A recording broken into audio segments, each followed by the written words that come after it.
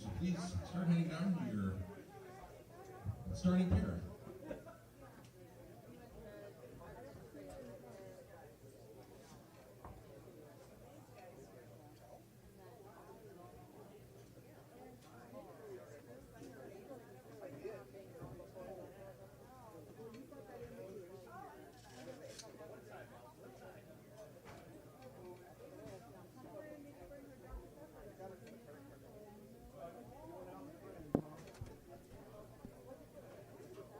All right, ladies and gentlemen, thanks for joining us. We are getting ready for practice. So you'll receive 15 minutes of practice here on B Squad. Fresh application of the Monticelli pattern requires the pattern to sit up for a little bit.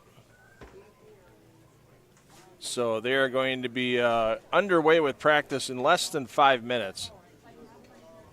And then we'll recap everybody on the squad, and we'll recap what happened on A Squad for you this morning. Players are released on 15 minutes of warm-up on your starting pair.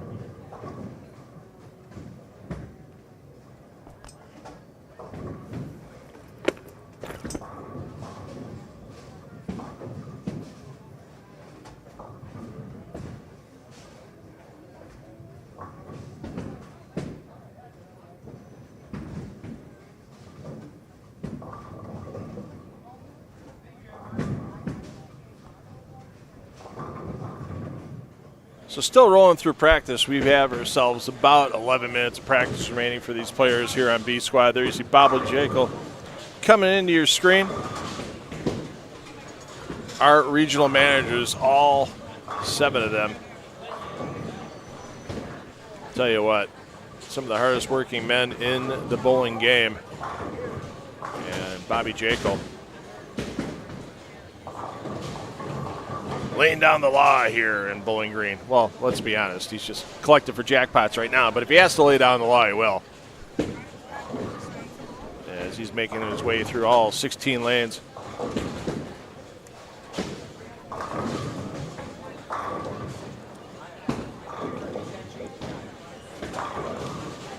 We'll get your full player introductions and an A squad rewind coming to you once we get underway here with competition.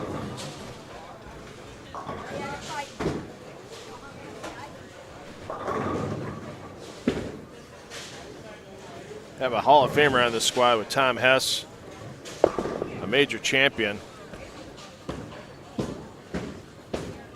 with Tom Doherty on the PBA tour.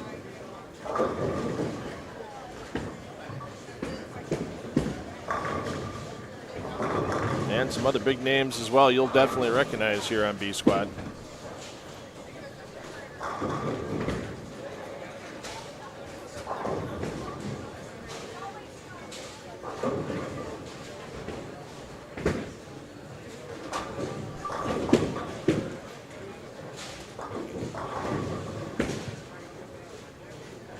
Yeah, it's just under 10 minutes of practice remain.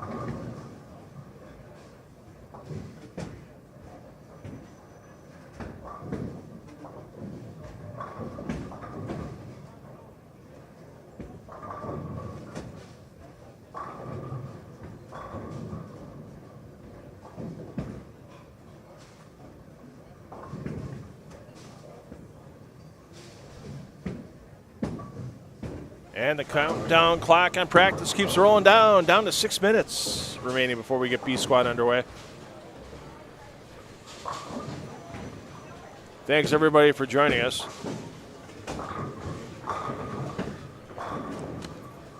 Couple minutes behind off of A squad and the reapplication of this 40-foot PBA Monticelli pattern.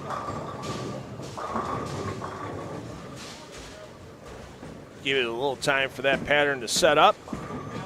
Keep it equitable between all three squads today. One more squad remaining with C squad at scheduled time, 7 p.m. Eastern time. We may be a couple minutes late getting into that squad as well, but we'll get the streams rolling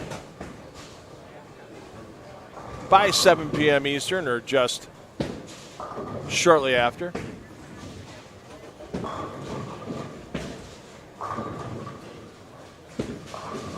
And while we're wrapping up practice, let's thank our sponsors. We've got all of our platinum and gold sponsors scrolling across your screen right now. Let's also thank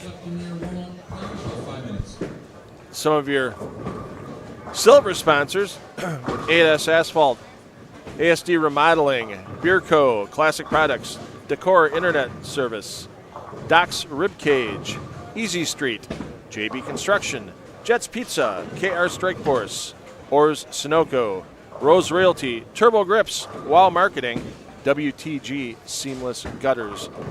Thanks to those silver sponsors and all of our sponsors this weekend that are helping you not only bring you this live stream on the PBA's YouTube channel at no cost to you, but also enlarging the prize fund, one of the biggest PBA50 regional prize fund, if not the biggest, this season, as it's $5,000 on top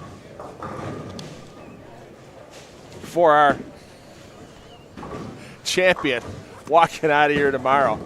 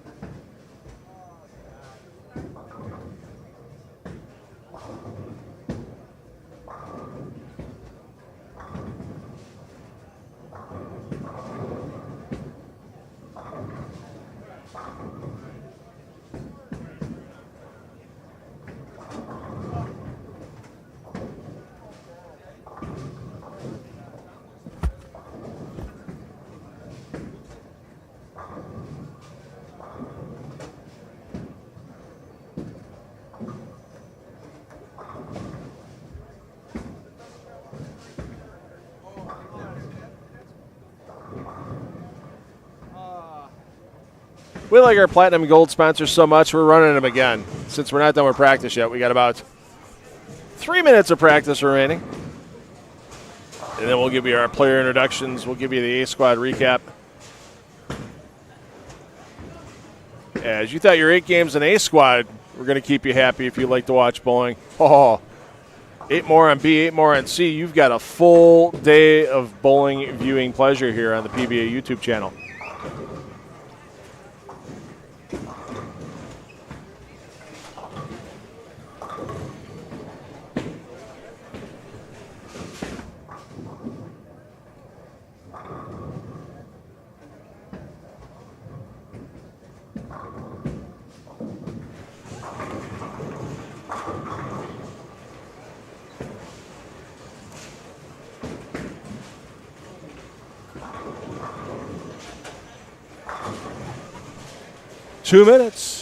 Two minutes of practice remaining.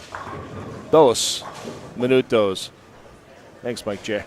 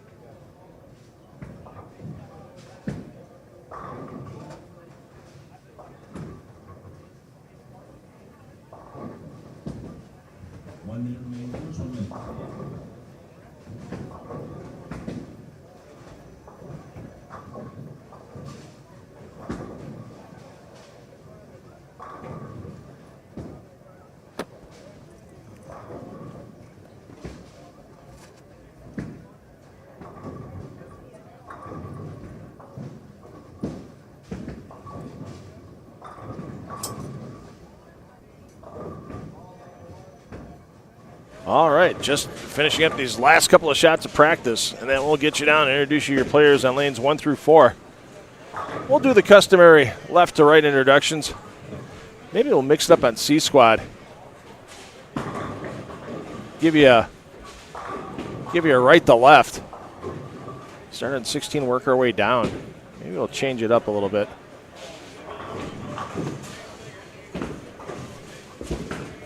There we go. Practice stopping, and we'll be on our way momentarily. Okay,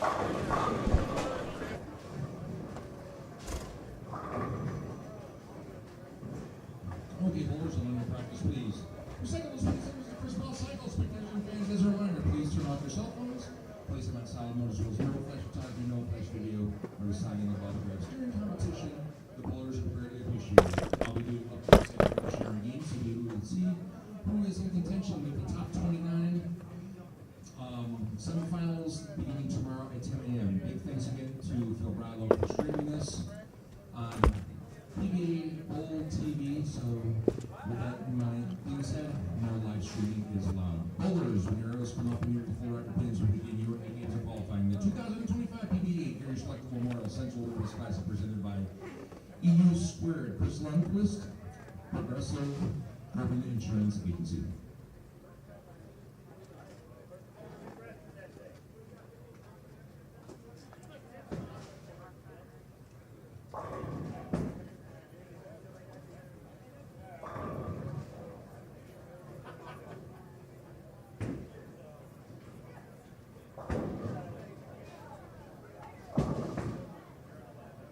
All right, let's get underway with player introductions here on B Squad.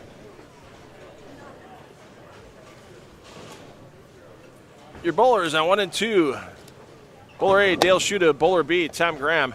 Bowler C is Brad Snell. Next door, Bowler A, John Curtis. Bowler B, Craig Auerbach. Bowler C, PBA Hall of Famer Tom Hess. And bowler D, double B for Mike Craig, double A for Tom Hess.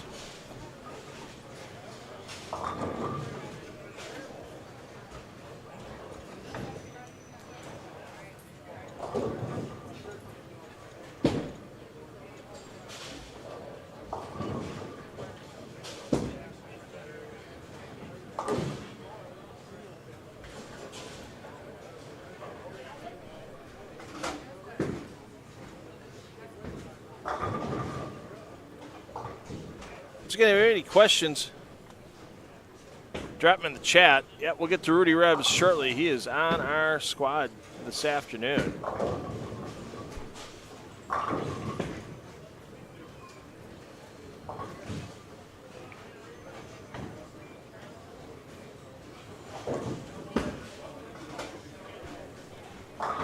And the one thing all these players are shooting for today, there it is. There you see your Champions Trophy for this PBA50 Gary Schluchter Memorial Central Midwest Classic.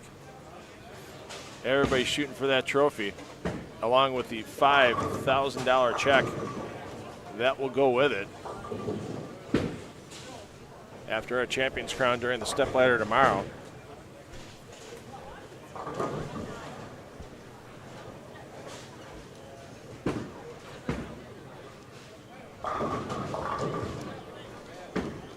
Remember, all pairs in play available to you on those other pair feeds here on the PBA YouTube channel.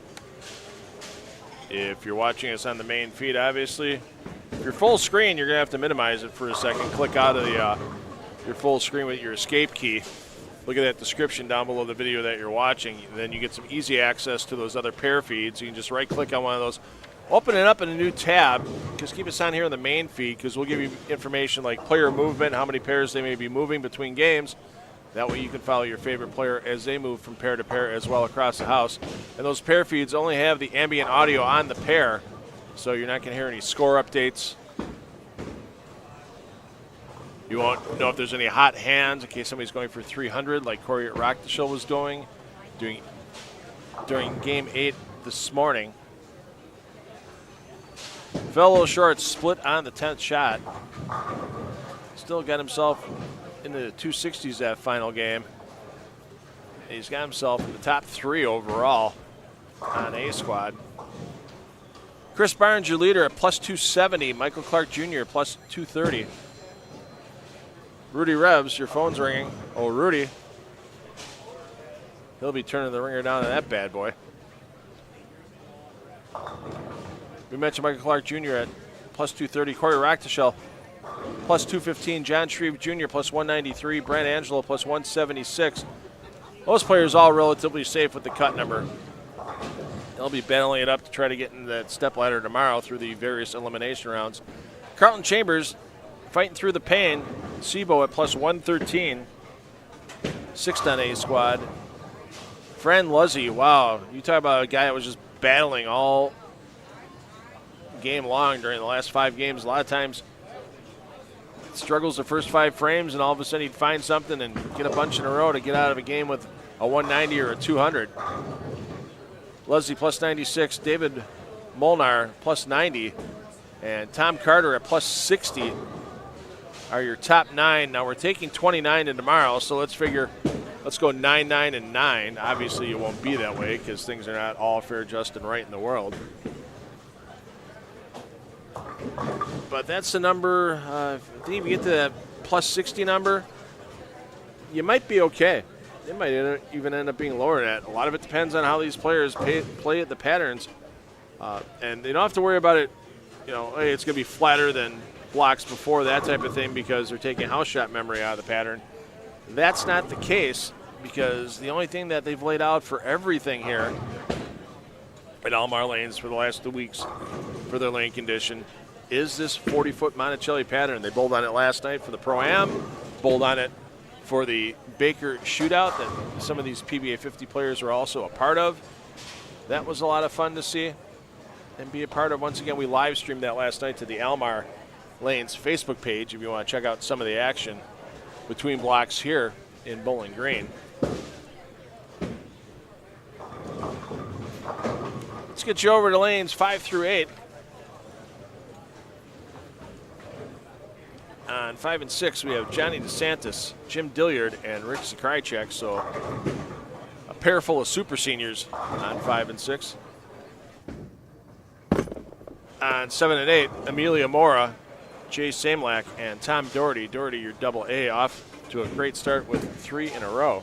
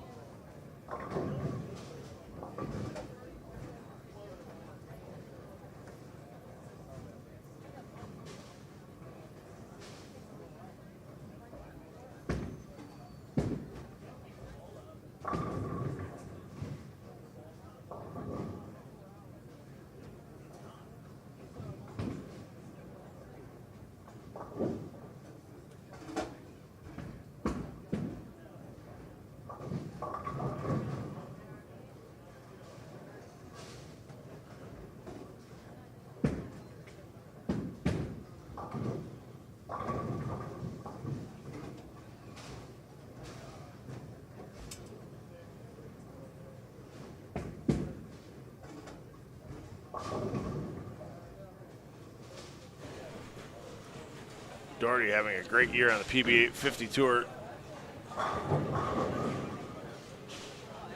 as he's leading Rookie of the Year points. He's also leading the entire PBA50 tour in earnings, over $40,000 to this point for Doherty. 3rd in points behind John Janowitz, Brad Angelo on the PBA50 National Tour. So Doherty, instead of making the escape back home to Florida before the PBA50 Tournament of Champions, bowling here, bowling in Lorraine, and bowling in West Virginia before that TOC in early August. And there you see Doherty at thumbless style, front 4 for the Rebel.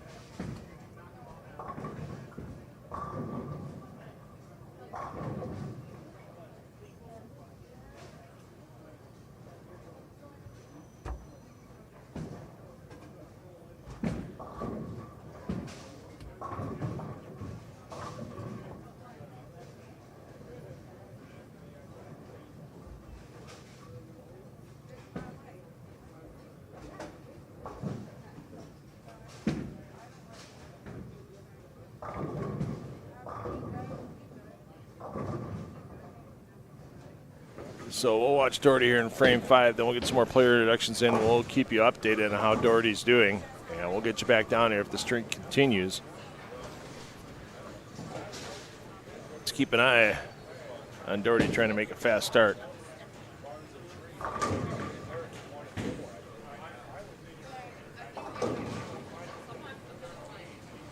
Doherty deferring to a re-rack next door. We got pins all over the place.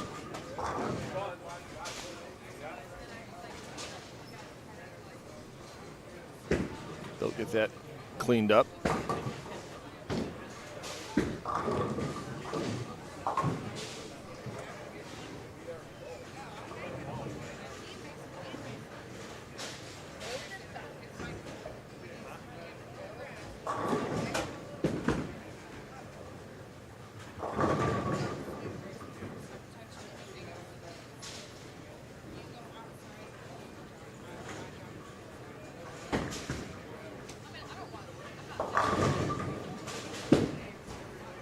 And that ends the string for Doherty.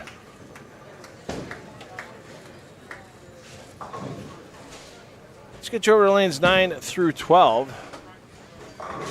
John Marsala, your defending champion here. Marsala, two-time champion, as he also won back in 2019.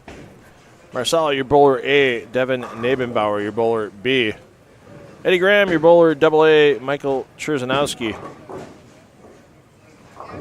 is your bowler double B on 9 and 10. Next door on 11 and 12. Ed Carter is your A. Jeff Erickson, your bowler B. John Brockway is your bowler C. Or pardon me, double A. I'm going to get out of the ABC thing soon enough.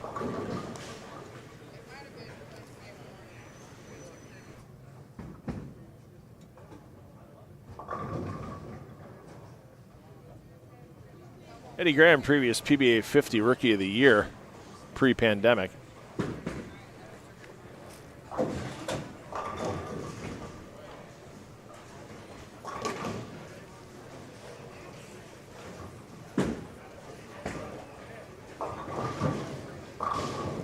And not the textbook way of converting the 248 for Brockway, but gets done. Graham with a wrap 10.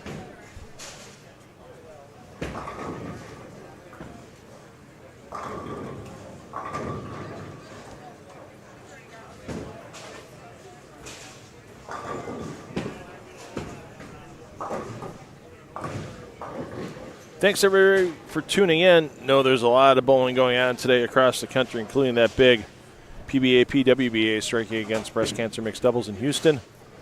Know there's some choices for your bowling viewing today. We appreciate you watching us here on the PBA YouTube channel.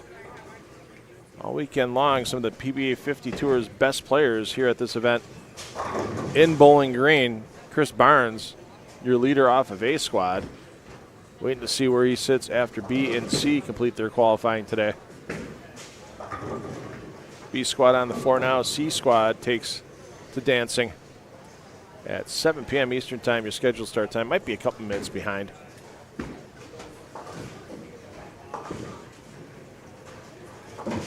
lot of that depends on how many 2-ball frames these players will be throwing on the Monticelli pattern. And as that pattern moved on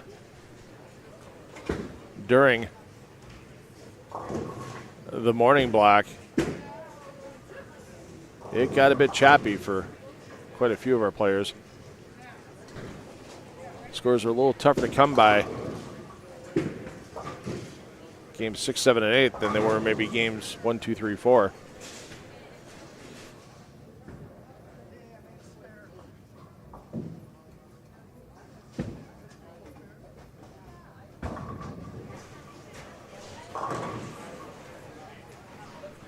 Let's get you over to 13 through 16, our last 4 pairs here inside of Almar Lanes. There you see Rudy Rebs. He's your bowler double B. Kazamakis bowling with Stefan Krawi, Steve Kenyon, and Larry Verbal.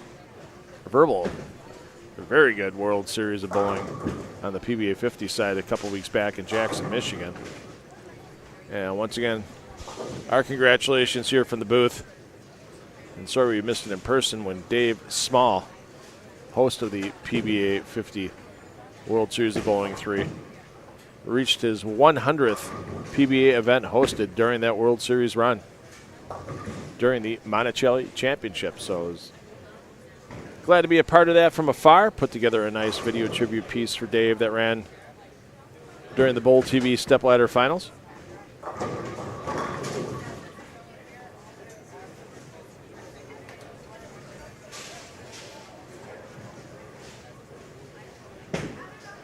And I want to thank the junior head honcho of Fun Time Centers, Josh Solomon, for bringing me in to get that tribute done for Dave Small. I want to thank Bill and Yogi Wamas here at Almar Lanes for bringing me in. Packed up the Renault Lacar, attached that horse trailer to it, got all the equipment down here.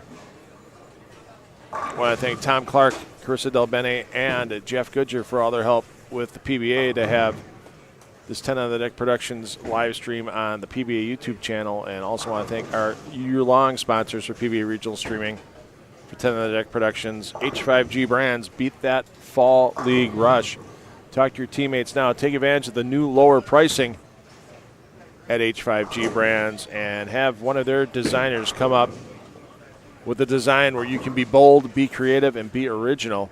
Check out everything going on now at h5gbrands.com. And even though this year's PBA LBC National Championships is in the books, only thing remaining is the PBA LBC National Championships Clash coming up. Time and place to be announced, and also how you can view. Look for that information. Look for all the information on the 2026 PBA LBC National Championships at pba.com/LBC tournament. Cryway was so close to taking the lead away from Chris Barnes with a couple of weekends to go in that event. Cryway had a chance to take over the lead with a mark and great count in the 10th frame. It was game 6, but unfortunately, super washout and a failed conversion left Cryway in second place. Still going to be a nice check for Cryway.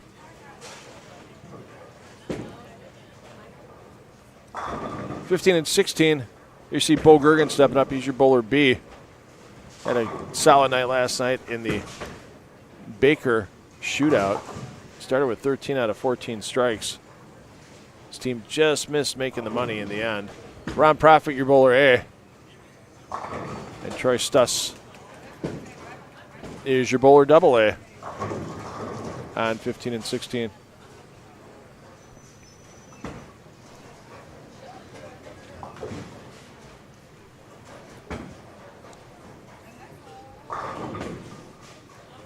Let's get down to Doherty getting ready to fire on lane 7.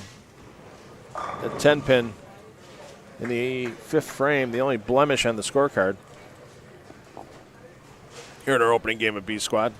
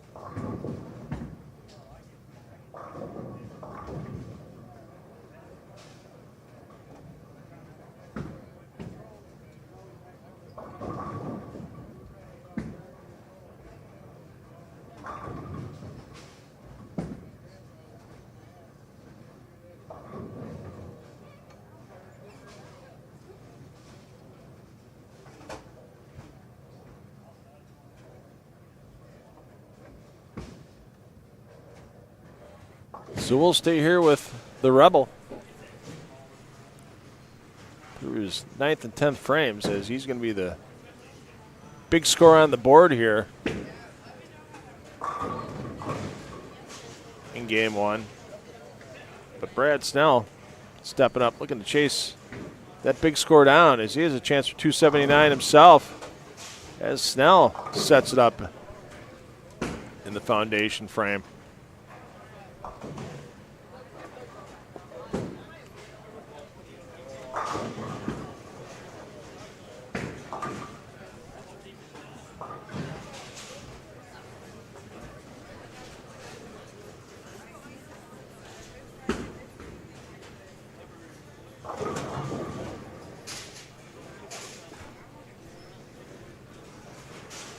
Doherty looking to match that foundation frame strike of Snell.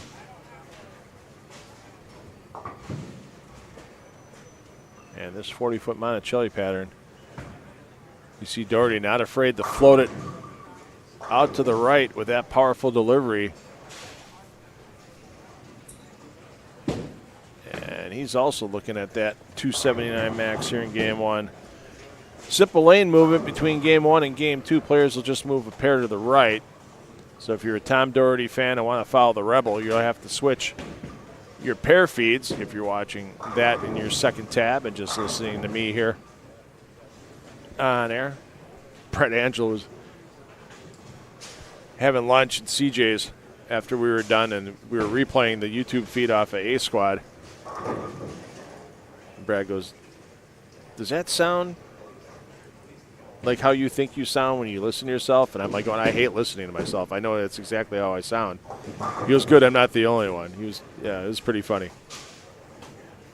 So I don't re-watch myself on the TV shows I do in Wisconsin.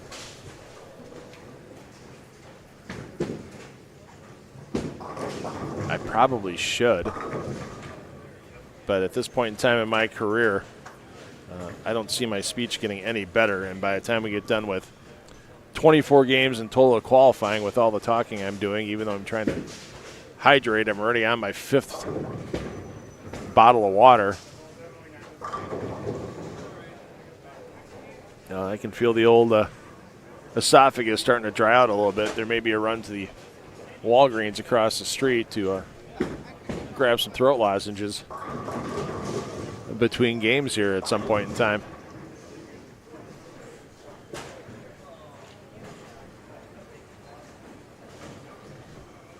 So Doherty's going to fire before Snell here at the end of game 1.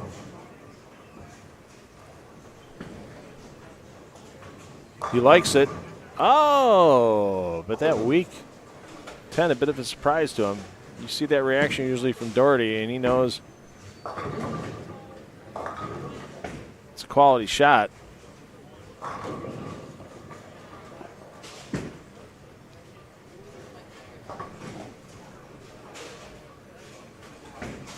Bowling's as much about feel as it is about your targeting. When it feels like you absolutely nailed it off your hand, you know. And it rolls over your target, and you know.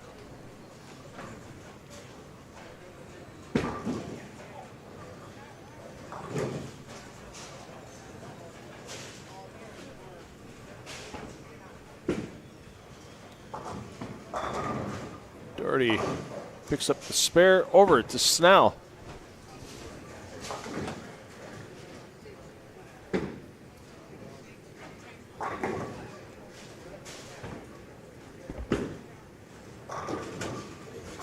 And the smooth lefty from the greater Chicago area. Off to a quality start.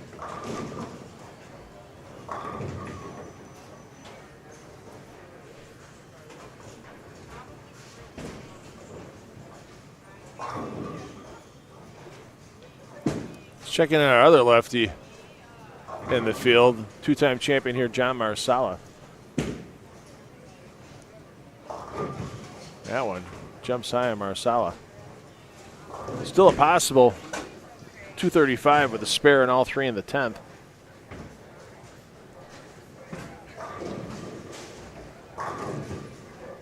Quality start by Brad Snell.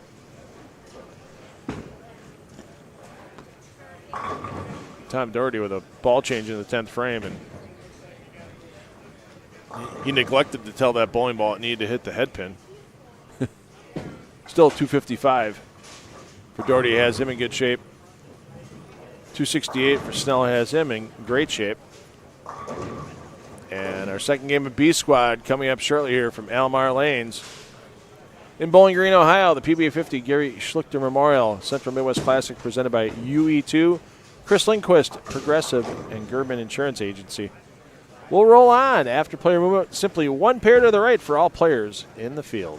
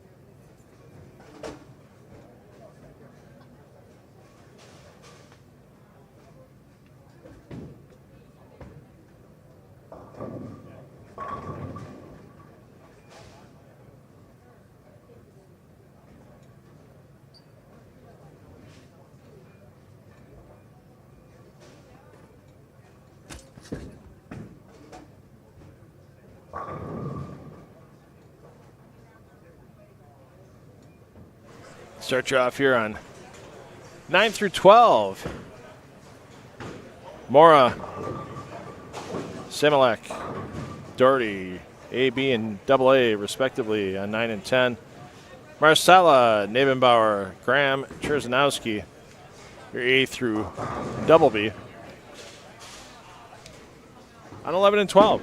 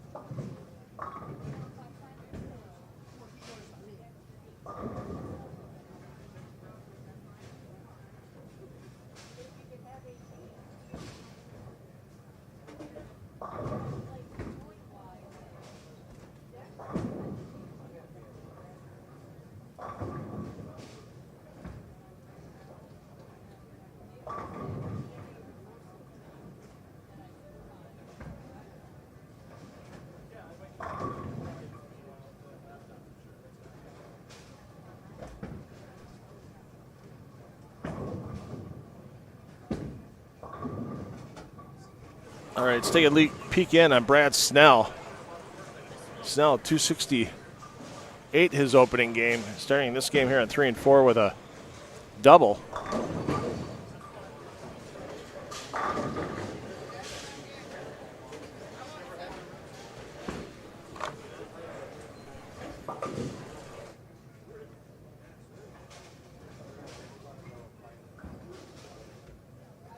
And with the start by the couple of lefties here, Snell with his 268 and Marsala 235.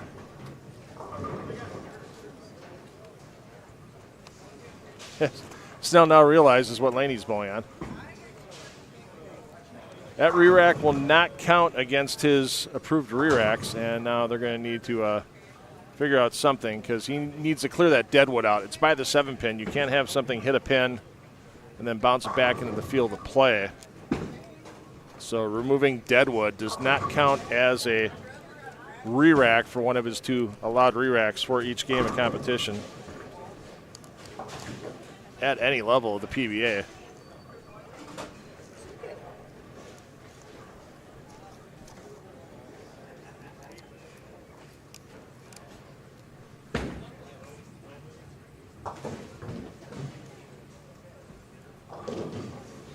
They may have to call the counter for that re-rack. Let's get back to Doherty shooting at the spare. Gives it a second look, gets it down.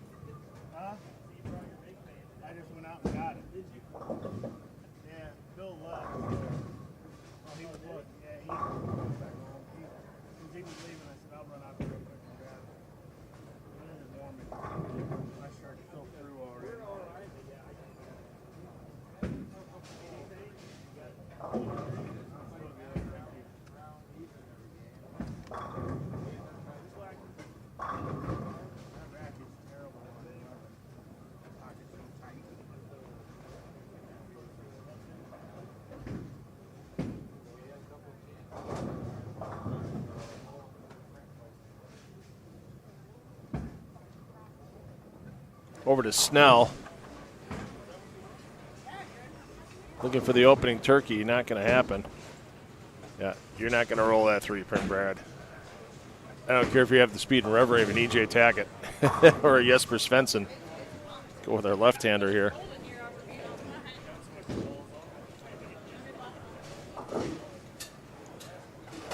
Remember, they made a beeline into that right gutter and stayed there.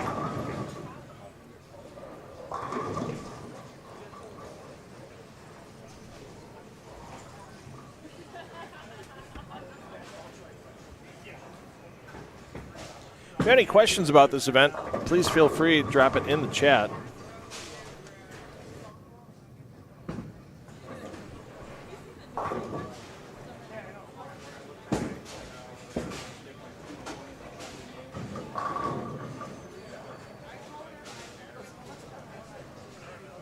So your results are in for game 1. Let's throw that link back in the chat for everybody to follow.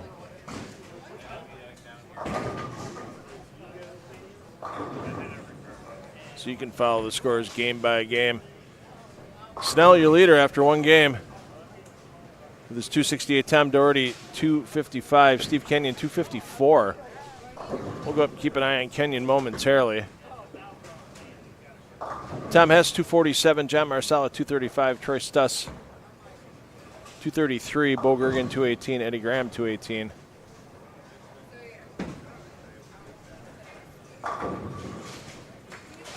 Let's go keep an eye on Kenyon as he'll be firing momentarily on lane 15.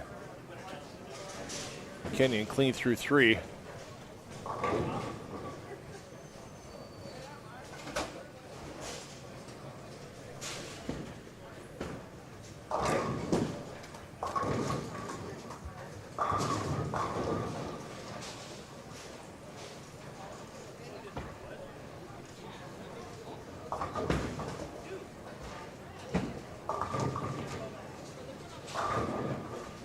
And the first double of the game for Mr. Kenyon.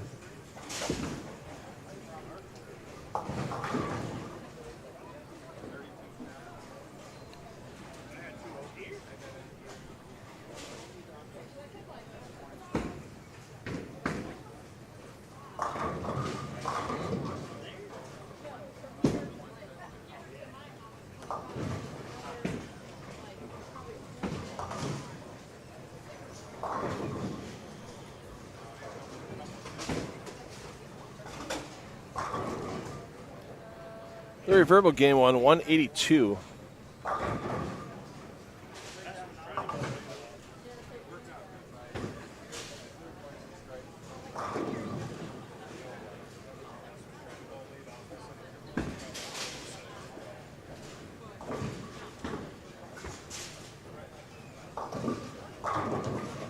Oh, that 9 tried to stand against the might have won Larry Verbal. But Verbal just laughs it off. Ha, ha, ha.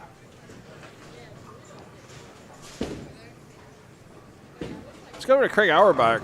Auerbach, not a good start, 176 with his first game, but he's on the front 4 here in game 5.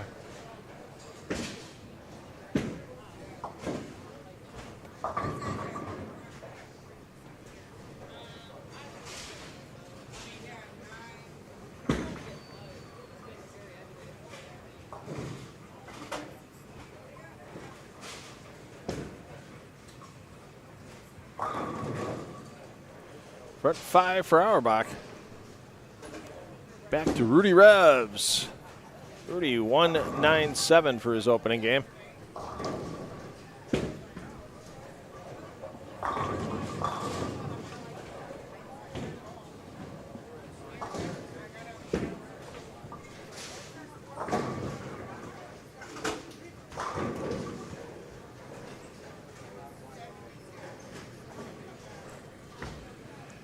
The PBA50 Tour needs to get a portable fan sponsor. I suggested Milwaukee Tools earlier. Klein Tools on that one? Okay. Yeah, we need a PBA50 Tour sponsor for those big old battery industrial fans. Because there's enough players that use them. You guys should get like a bulk rate somewhere. All right, there's got to be... Oh, that one you got to plug it? No battery? Okay. All right. Yeah, yeah. John Marsala does not receive any proceeds from any fan sales that are made during this show. I mean, there's enough guys on the 50 Tour that are doing their own home improvements and such. Come on, Menards, Lowe's, Home Depot. Let's get a bunch of fans in these guys' hands for a little promotional price.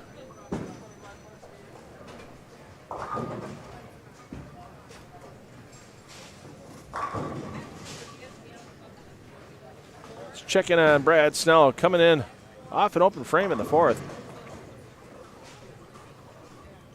Dale Schluchter started with 192. Schluchter on the front 5, and now Snell finding a lot of trouble, looking down at his feet, going, what happened there? He was light on the last shot on that lane.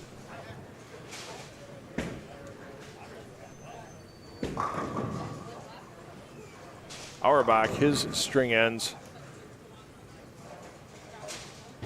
at 5. As you can see, shooting at a 4-pin.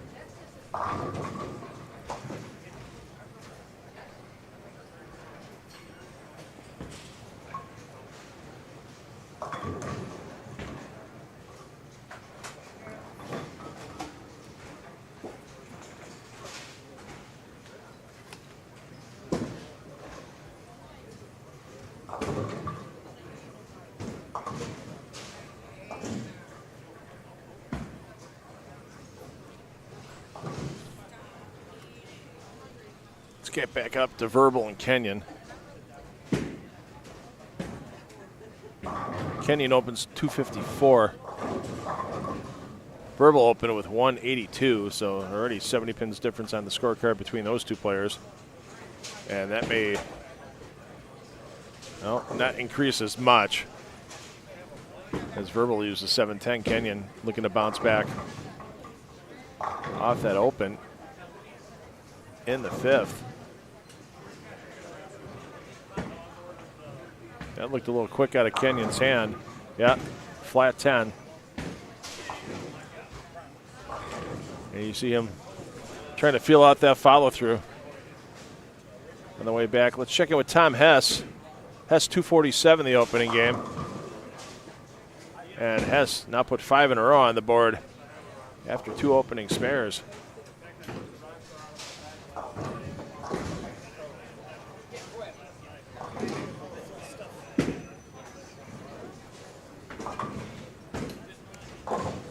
Tom Doherty stepped up and laying there. Let's get a little over the shoulder look at Doherty here.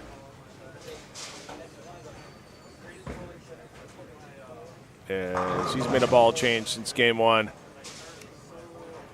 and gets back to striking after 4 consecutive spares. Eddie Graham 216 for the opening game. Looking to put a double on the board surrounding that spare with a 4-bagger and a double, and Snell just continuing to find problems.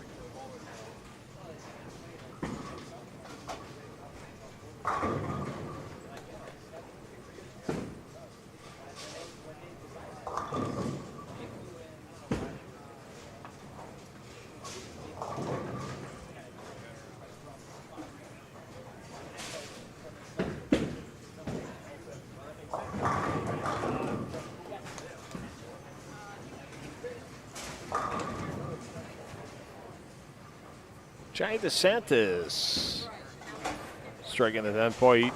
You don't think he wants that 9th frame back, does he? 30-pin difference on the scorecard. Well, a little tease by the 10-pin.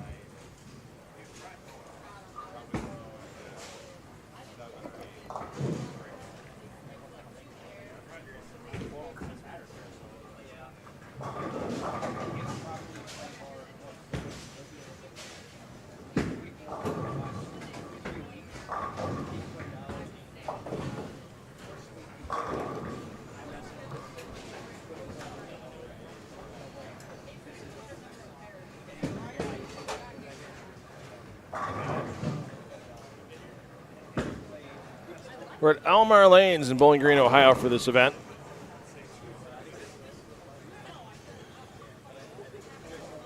The PBA50 Gary Schluchter Memorial Central Midwest Classic.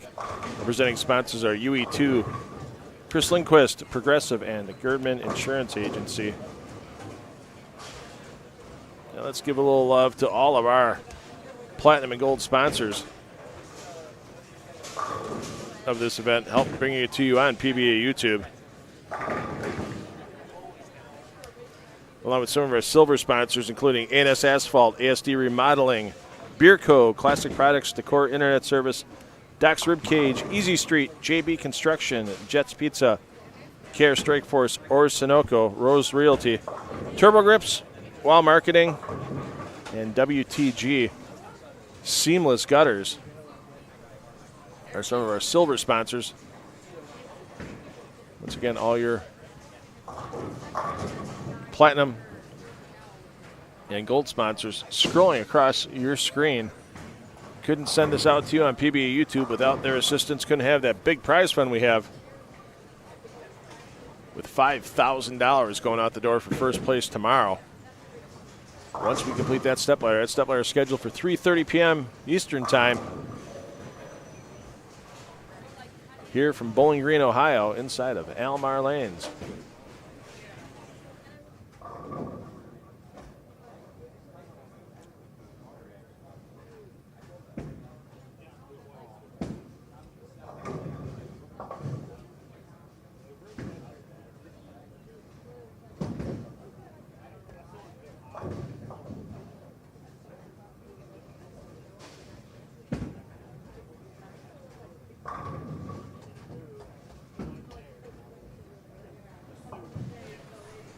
So let's go over, take a peek in on Eddie Graham.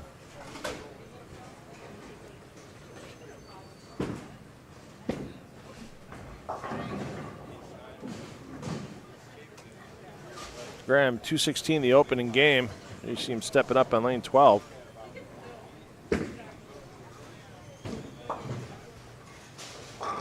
Four-bagger spare double, looking to extend it to a three-bagger in the 8th frame. Just enough of the 6-pin to take care of business. Hess looking to get out to a 6-bagger of his own. Well, you still got to take it, Tom. You didn't throw it with your best effort on that one. You can see he's hanging his head on the way back. Knows he got away with one. The foul line adjustment, as they call it. Actually, they call it the oh crap moment.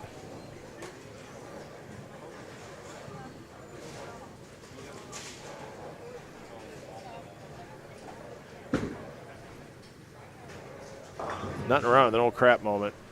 Let's take a peek in on Tom Doherty. Doherty 2.55 the opening game. You get to 243 this game. 7 gets sliced out from underneath. He takes the fall. Our game 1 leader, Brad Snell, still having struggles.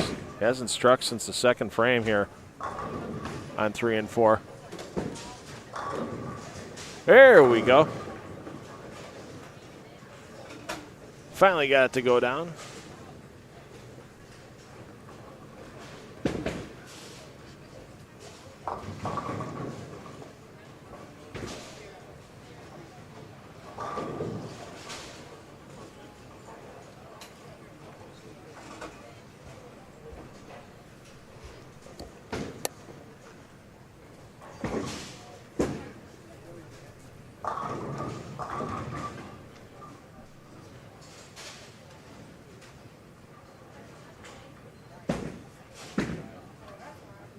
Tom Hess currently 5th in points on the PBA50 National Tour. Also in the top 5 in earnings.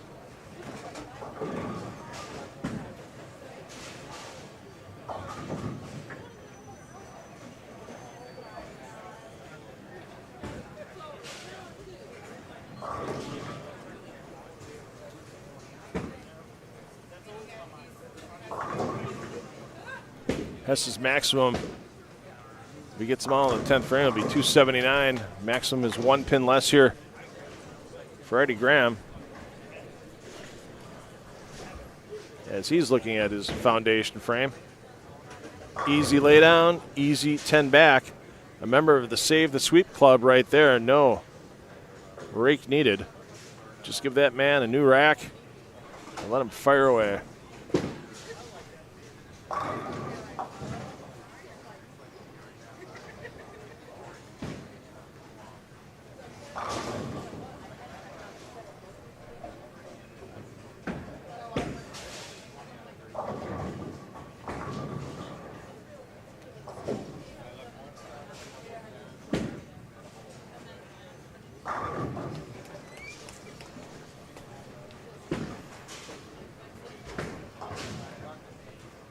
Carter, if he strikes out, can get to plus 98 for 2 games.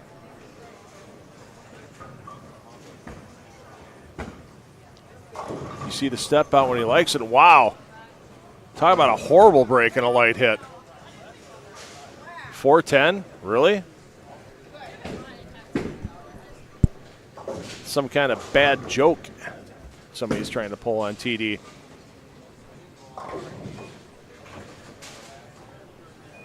Yeah, that happens every time on a light hit. 410 split.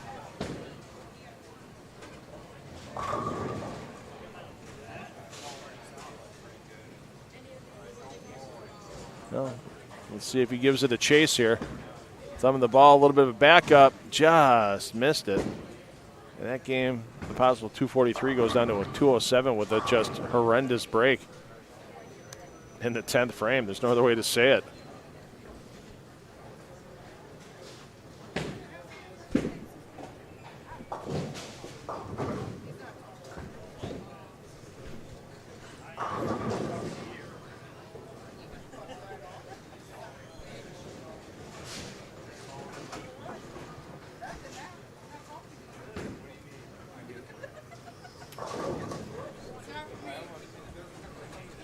First ball of the 10th.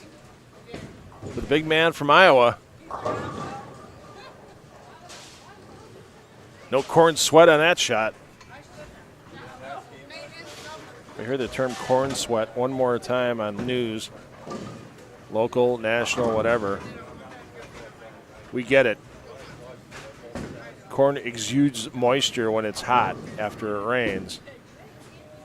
I exude moisture when I'm hot after it rains. What's the difference between me and an ear of corn? Well, let's be honest. I'm an animal. That's a plant. We could just keep going from there, compare notes all day, but we're not going to do that. We're going to talk bowling for at least the next couple of minutes.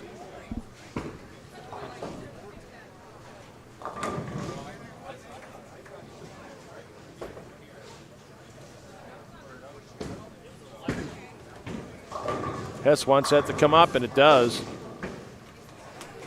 Another big game. Coming to your screen on the left side, Jeff Erickson looking to get to 269 here. Erickson's first game was 157. So he can at least get himself back up in the plus and keep climbing up. Good recovery there by Erickson.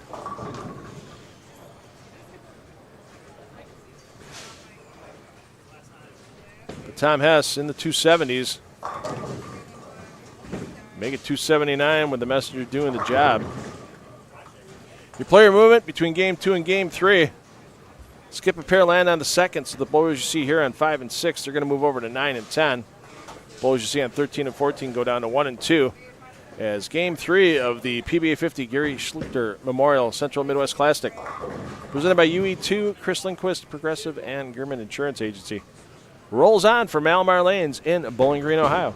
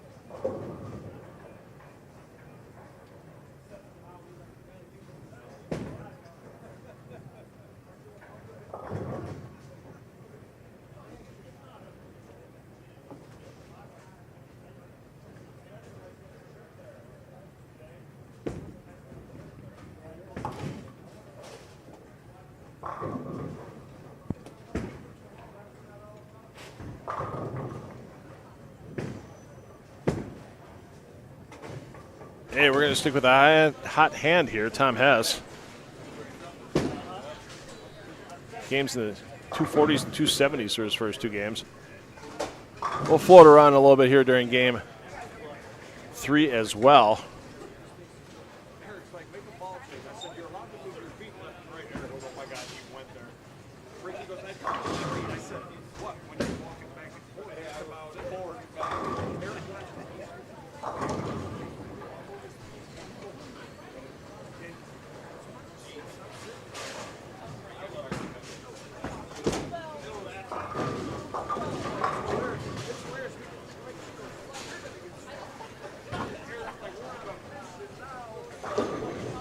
Hess sees your bowler double A on this pair.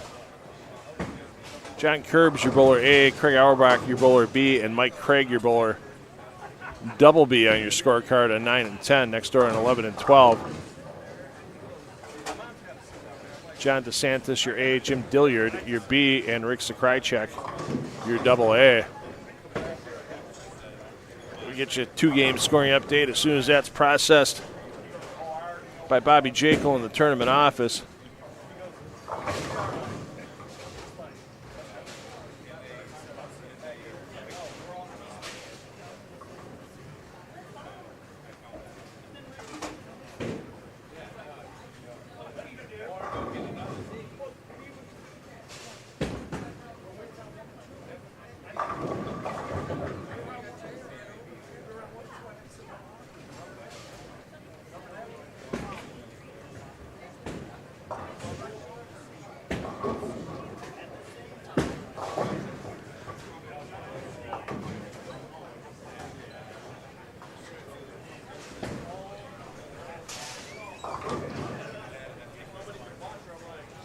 PBA50 players,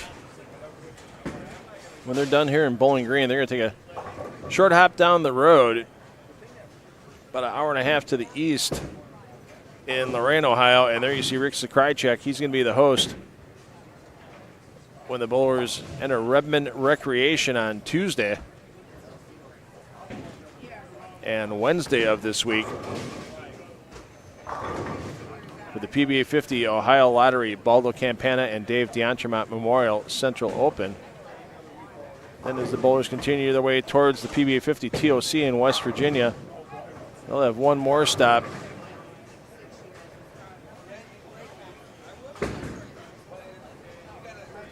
in Charleston, West Virginia for the PBA50 C. Adam Tony Tire Pros Central South Open. That event next weekend, August 2nd and 3rd.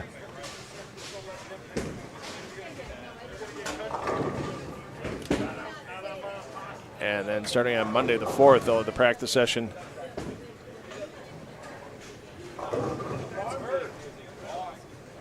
for the PBA 50.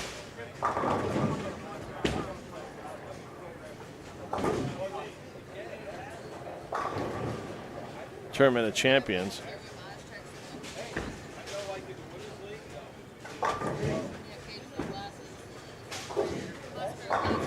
in that PBA50 Johnny Petraglia BVL Tournament of Champions.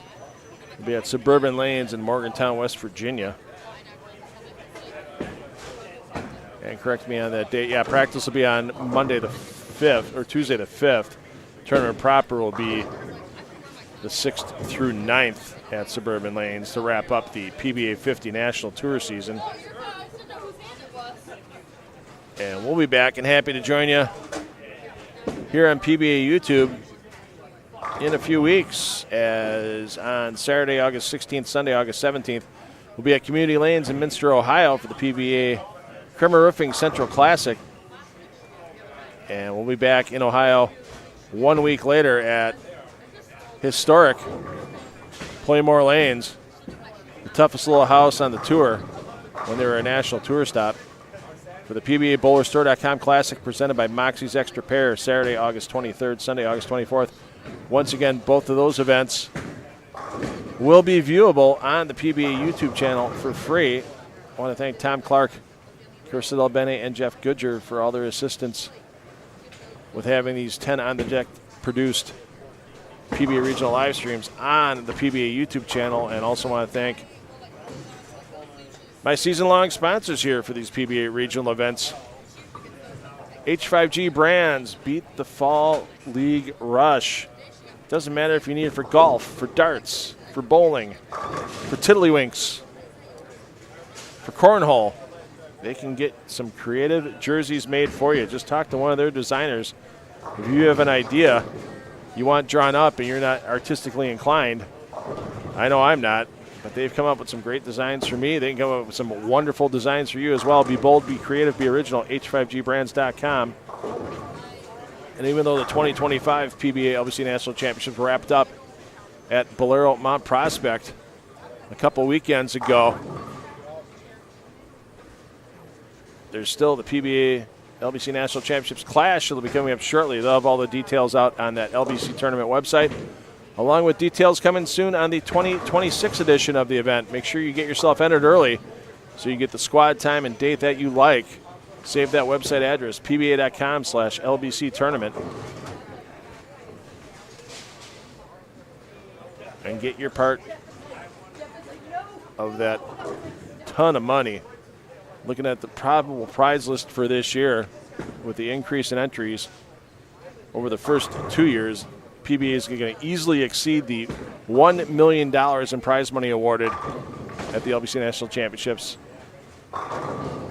in 3 years. And there's a chunk of that money that's been added by the PBA. Last year was $30,000 plus all the Clash cash was added money above and beyond the entry fees for the tournament. I don't know too many tournaments that add $100,000 in prize money anymore for players of any average and ability. But the PBA LBC National Championships doing that again this year.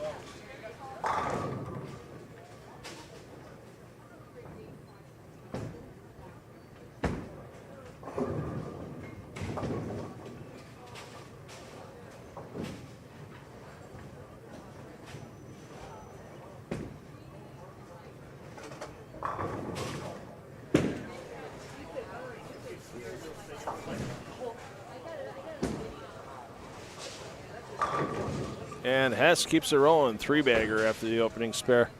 Yesterday afternoon, we had the Youth and Special Olympians Pro-Am here at Almar Lanes. Great turnout. You see all of kids and families that are here. Full house for that Pro-Am. Everybody get their pictures taken with the pros. You see all those pins there. Each participant got a pin that were signed by their pros, and it didn't matter the age or ability for our bowlers and our Special Olympians. Everybody was out here to have a great time. Want to thank our host pros.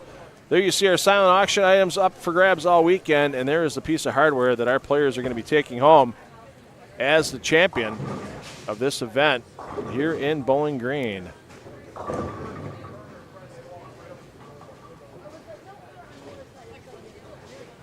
Every time I see that trophy, I don't know whether to admire it or salute it. All those, that American flag the Eagles grasping.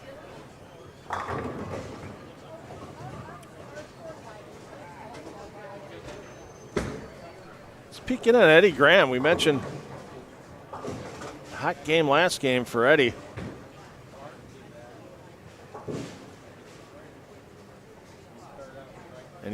looking for his 4th in a row. A little Rob Stone pork product going off the lanes with Mr. Graham, as he's currently in the 2nd position on this squad. Tom S., your leader. After 2 games at plus 126, Graham 2nd, plus 83, Stuss 3rd at plus 80, Snell plus 79, and 4th on the squad, 5th on the squad, John Marsala plus 77. Tom Doherty, you see waiting to throw. He's got to clear a deadwood out. Waiting for that to happen on lane 13. You can't see it from here, but we do have deadwood that's in play. Doherty at plus 62, Kenyon plus 34, Schluchter plus 28, Erickson plus 26, Gergen plus 19. Round out your top 10 on the squad. Kind of reminded me a little bit of early in A squad. We had a couple bowlers making a break, and then other bowlers in the field finding something a little bit later in the field. There's a pretty big gap right now between 6th place on A squad, Carlton Chambers at plus 113, and then 9th place at plus 60 for Tom Carter. That could let a lot of bowlers off of C and B squads sneak through into our top 29, but you look at the pace now by Auerbach and Gergen.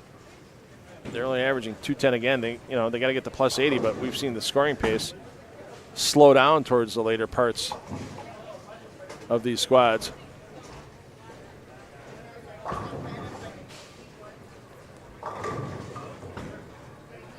Well, worst brawl of the day to this point for Eddie Graham. My goodness. Not too often Eddie has to shoot at a 5.9.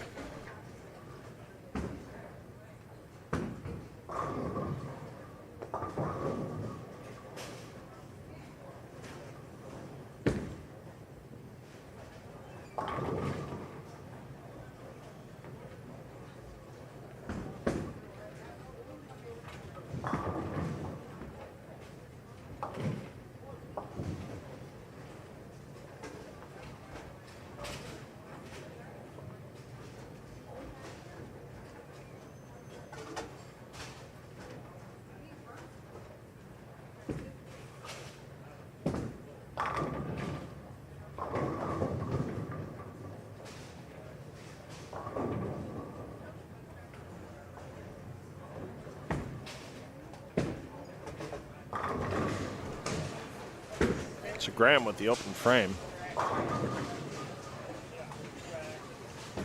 Marsala trying to charge back.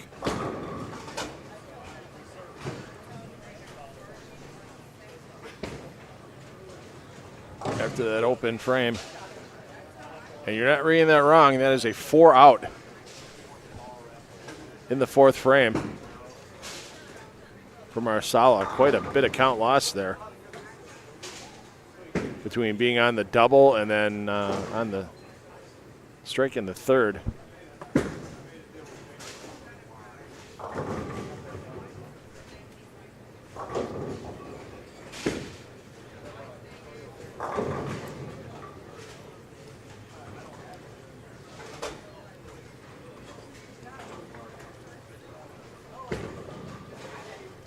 Doherty stepping up, 4 in a row on the board for the man that's currently 6th on the squad. Solid start with that plus 62.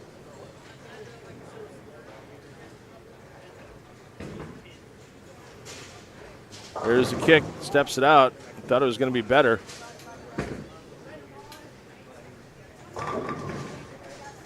And a 210 remains, so an El King song playing on lane 14 right now for Doherty with X's and O's.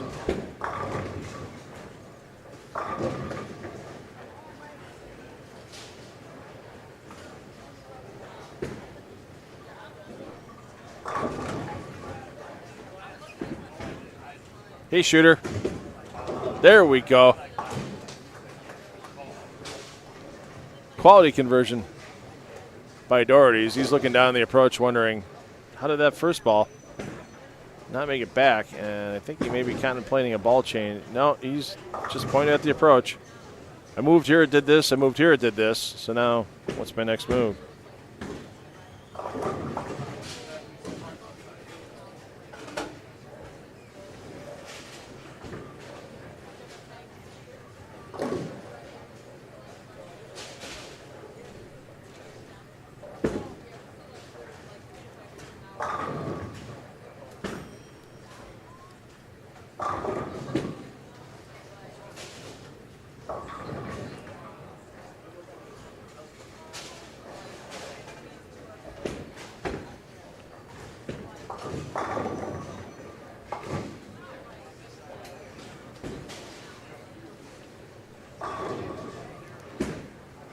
Over to Hess.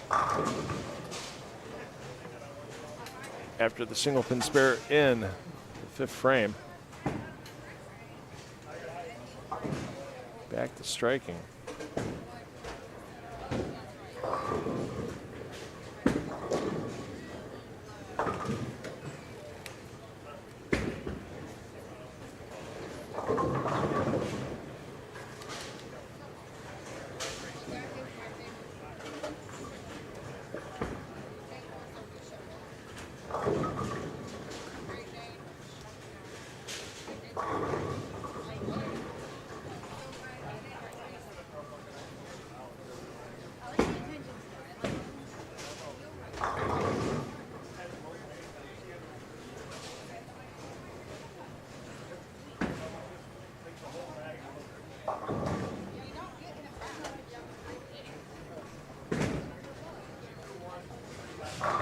Michelle, we're in Ohio. We're in Bowling Green, Ohio with this PBA50 regional event for the PBA50 Gary Schluchter Memorial Central Midwest Classic. A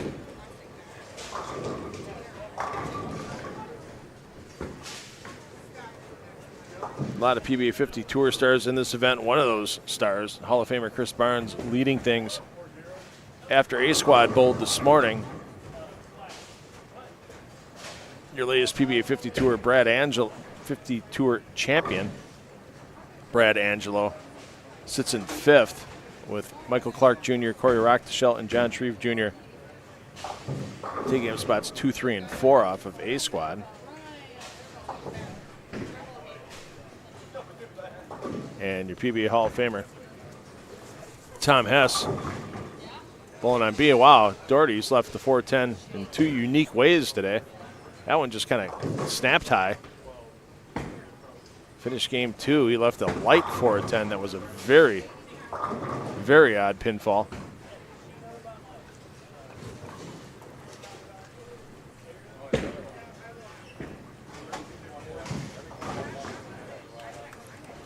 Great conversion. The guy makes everything. 210s, 410s. If he keep going backwards, he's going to leave a 710 next frame, and he'll make that too. That was the quietest round of applause for a 410 I've heard in a while. I understand that we're in the middle of a qualifying block. A lot of people in the building just want to make sure they're not startling any of the players. These fans here in Bowling Green, they've been to this event now in its 28th year. There's fans in the concourse, and there's beers in a lot of their hands.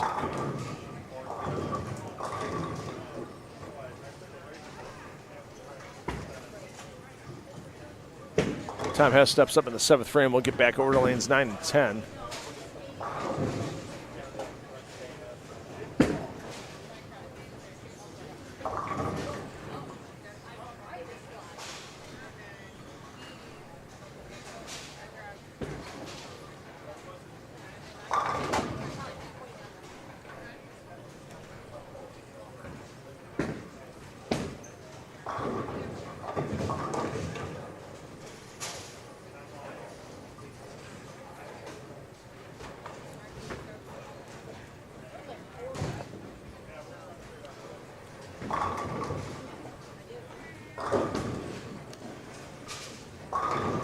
Hess will be stepping up in lane 10 shortly after Auerbach gets the conversion on a 10-pin.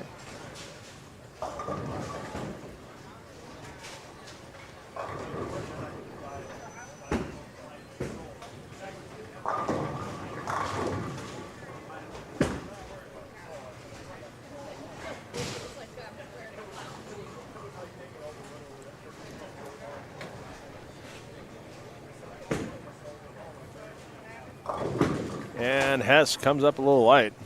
I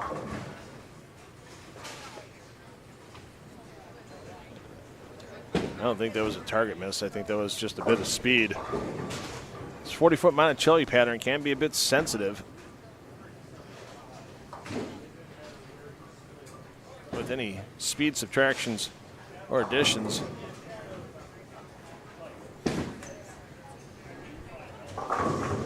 Back over to Doherty.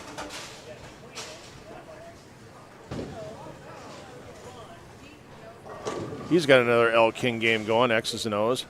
Big exhale on the way back.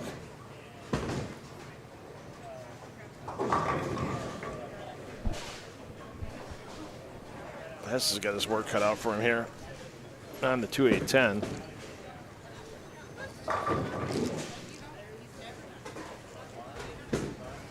Just going to take the 2, maybe get a lucky bounce. No luck on that bounce. And an open frame for Hess. Still a possible 237.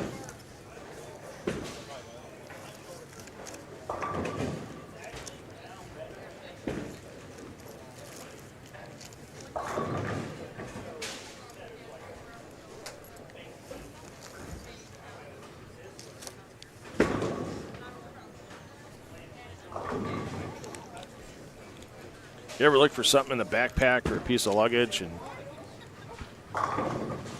for you ladies, your purse, and all of a sudden you find something you thought you maybe lost or misplaced months ago? Yeah, just had that happen here. Out of nowhere, hey, I was looking for that connector 3 months ago. Had to go buy a new one. So now I got an extra.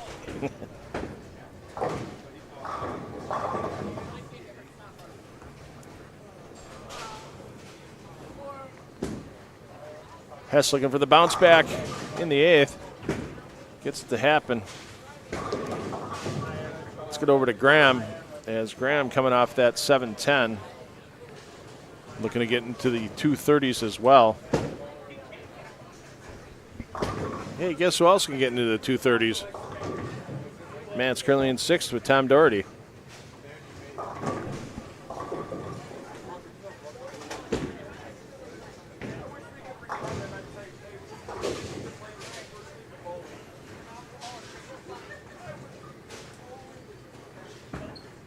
Doherty with the big mid on the bottom and the big result at the back of the lane. This game could have easily been in the 2-0 range, but the 210 conversion in the 7th, the 410 conversion in the 8th.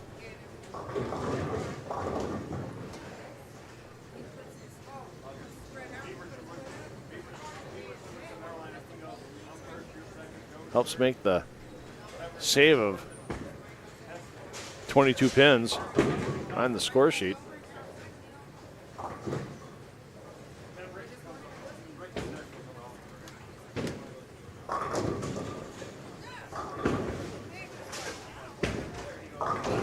And Graham with the chop. Back-to-back opens now leaves a 211 max.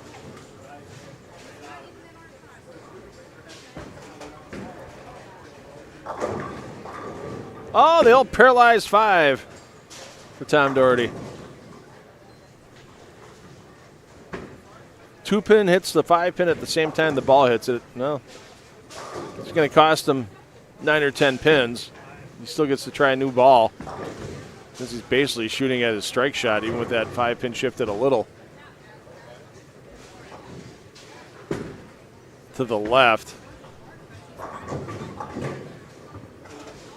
Honestly, it wouldn't surprise me if Doherty, barely hit this 5-pin on the right side or missed it on the right, because with that ball he's got in the hand, he's definitely looking to make a little wider pitch to the right and see what the ball reaction is going to be.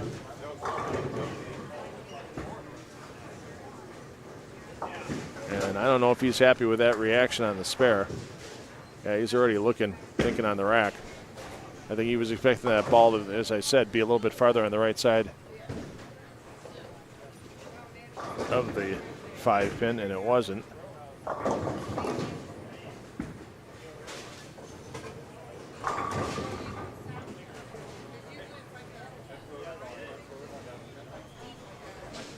John Marsalo, who's sitting in 5th on the squad, plus 77.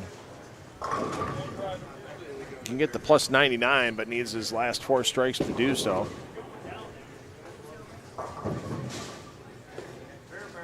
I've seen more big 4s already on this squad, on B squad, than I think I saw on all of A. And we're only 3 games in on B squad. Here's the man who's won twice in this building, putting another X on the board. Still waiting for Hess to step up, 9th frame.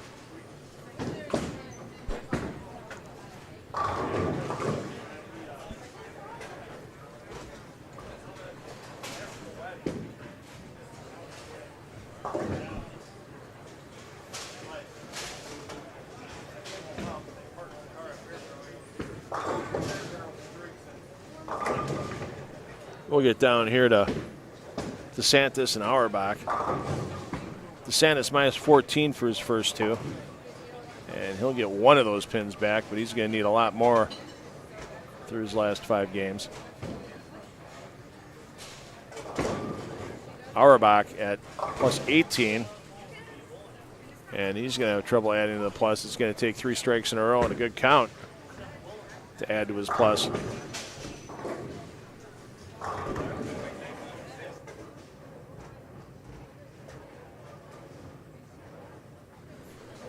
Let's see what Hess can do. Foundation frame.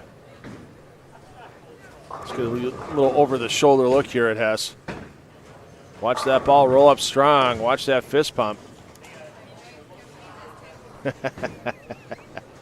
Little roar on the way back from Tom. Knows last time on that lane was not a good shot with the 2A10.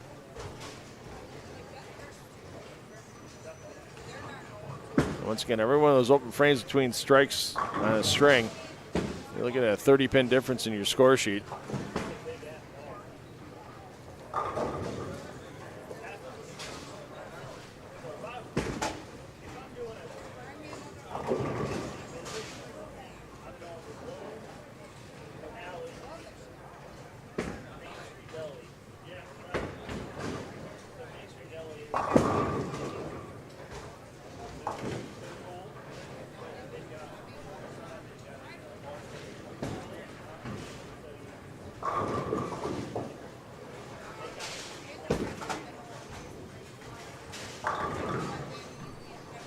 Get over to Eddie Graham. First ball of the 10th frame, looking to get to 211.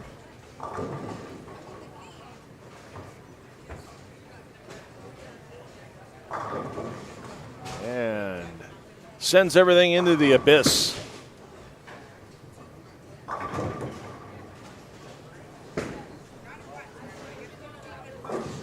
So Tom Hess is going to extend his advantage over Graham and the rest of the squad.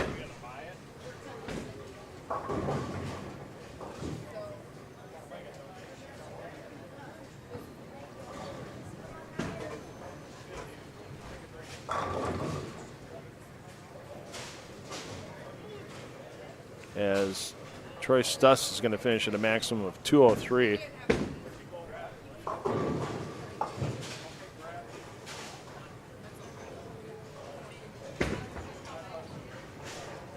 Make it now into the 190s for Stuss. So Graham's going to be at 211 with a fill ball strike. Let's take a peek here at Hess. Your player movement between game 3 and game 4. Skip 2 pairs, land on the 3rd. These players you see here on 9 and 10, they're going to move down to 15 and 16. 11 and 12, they're making the big move down to 1 and 2. So your player movement finishing up game 3. We'll get you your game 3 recap, and we'll talk a little bit more about the goings on here in Bowling Green, Ohio for the PBA50 Gary Schluchter Memorial Central Midwest Classic.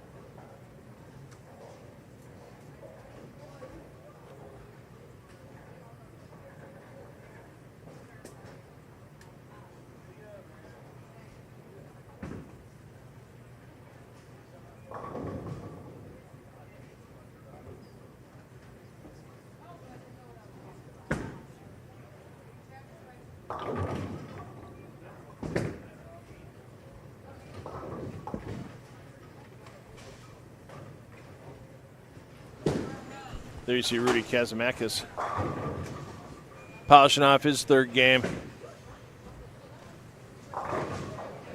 Not a good start to the day for Rudy. Minus 57 for his first two. And he'll gain 37 of that back, so he'll be minus 20 with a shot of all 10 pins down on the fill ball, which he makes happen.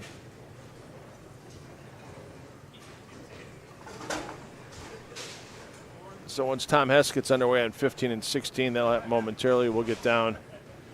Keep an eye on him. We'll keep an eye on Eddie Graham. We'll take a peek in on Troy Stuss as well.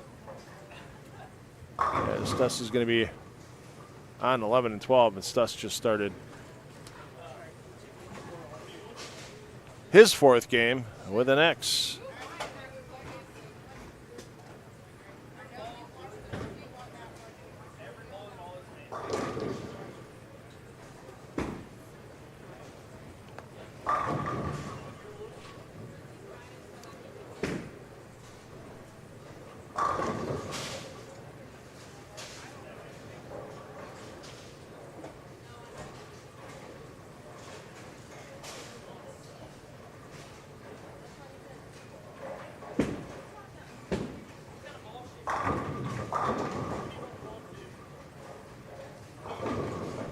Quality start by Hess with 10 back.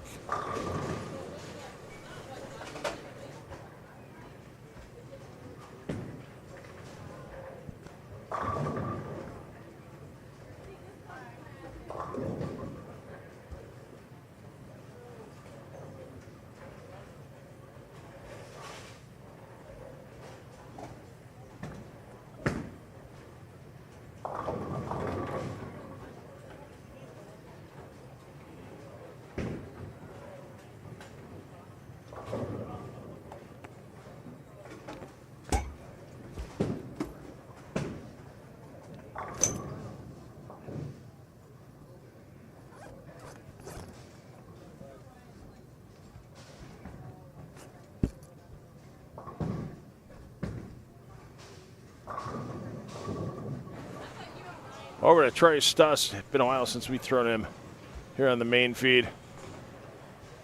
Looking for the opening double here in game 4. And take them all down. Joe, you're looking for Ricky Schisler. He was on A squad.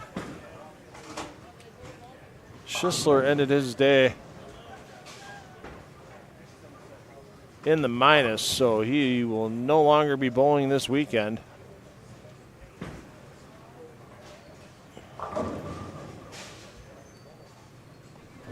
As that's not going to be even close to what's needed for the cut.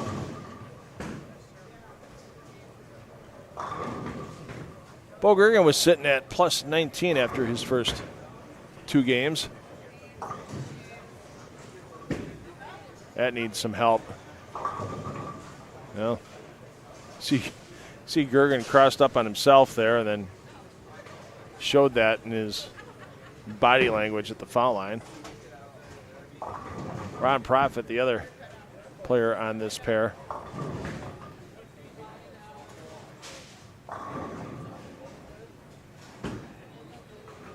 Profit was at -1 after his first 2 games of competition here on B Squad. C Squad still yet to take to the lanes.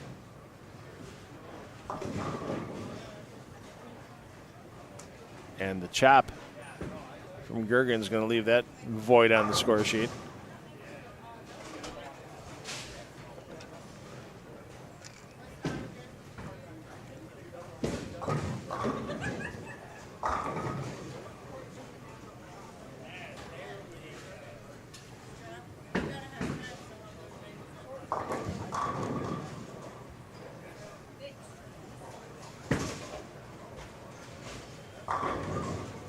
And Profit can't get the 7 to go. Over to Hess, second frame.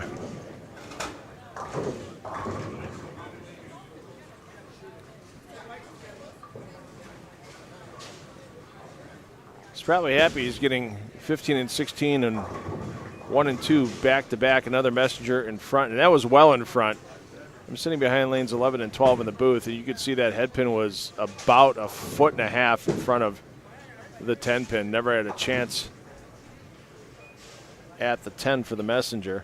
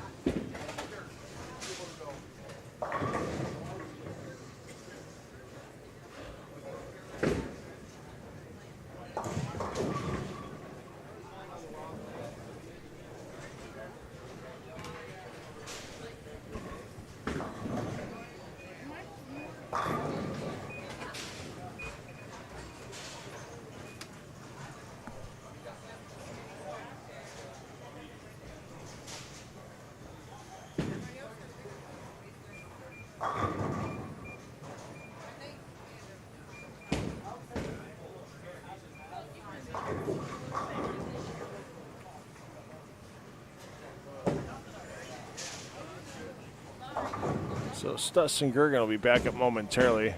Had to do a little fixing on some scores.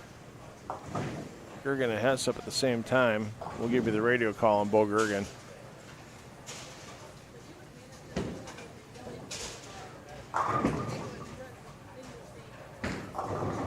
Gergen gets the light mixer. Hess can't get the 10 to go once again, so we'll have to see if maybe there's going to be a ball change in the Hall of Famer's future.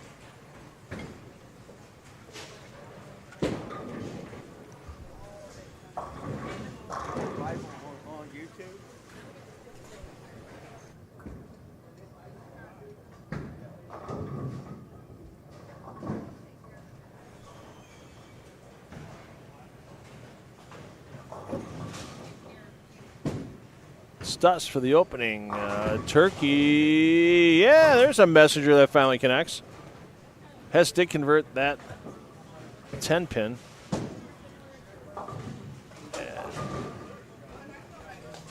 I'll get back over here because Brad Snell gets himself back into second place. A little up and down today for Snell. Finds himself 31 pins behind Tom Hess, with Snell at a plus 110 on games of 268, 211, 231. Hess's plus 141 is on games of 247, 279, and 215. Eddie Graham third on the squad at plus 94. Marsala fourth, plus 88. Doherty fifth, plus 83. Stuss dropped down to sixth. Yeah, plus 71. Stuss a 191 in game 3 to drop a few spots. Bo Gergen, 7th on the squad at plus 44. Jeff Erickson 8th. Michael Cherzanowski 9th. And Larry Verbal 10th on the squad, plus 16. So we've got some haves and a whole bunch of have-nots through 3 games. As only 7 players on the squad so far are averaging 210 or higher.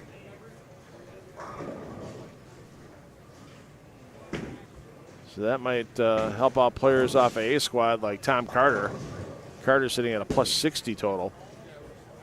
Or 207 average. Right now, that 207 average 10th on the squad with Cherzanowski. And we've seen scores getting a little bit harder to come by as the games increase in number.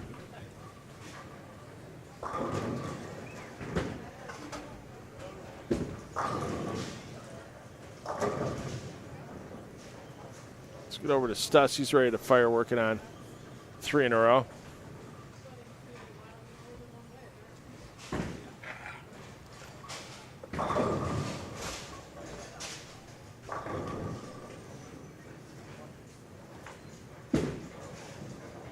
Stuss puts another 10 pins into the pit, 4 in a row for Stuss.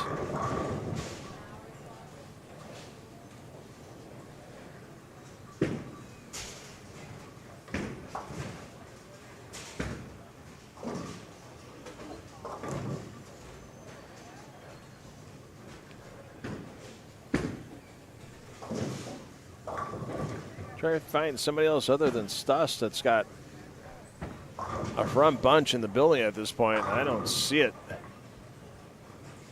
Looks like down on 1 and 2. They're having some big circles down on 1 and 2 right now. That's the pair that Tom Hess is going to be going to next. Go from a pair that a lot of players say is tighter than any other pair in the house down to 1 and 2, which hooks a lot more than any other pair in the house. Hess finally gets all 10 to leave the vicinity.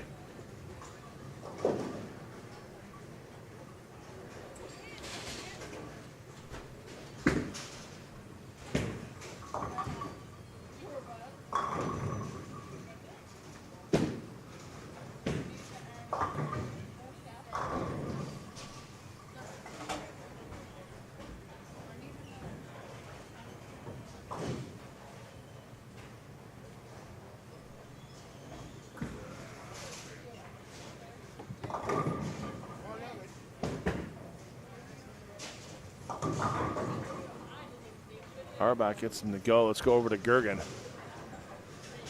Looking to continue the rise up the leaderboard. Gergen at plus 44. Something runs interference in front of the 8-pin, takes out.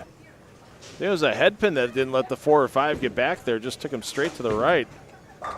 There you see Snell wrap a 7.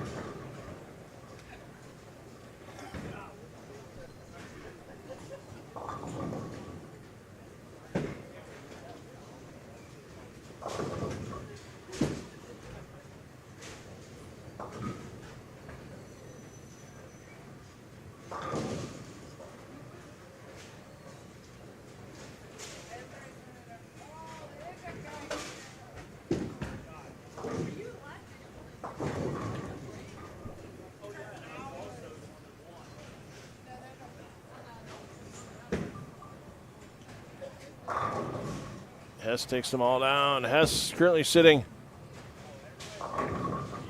in 5th in Money One in 2025 on the national tour for the PBA50 gentlemen. And lady, oh, what a bad break there for Stuss. As we've had Liz Johnson in quite a few of those PBA50 stops, including the PBA50 World Series of Bowling, where she made a stepladder final.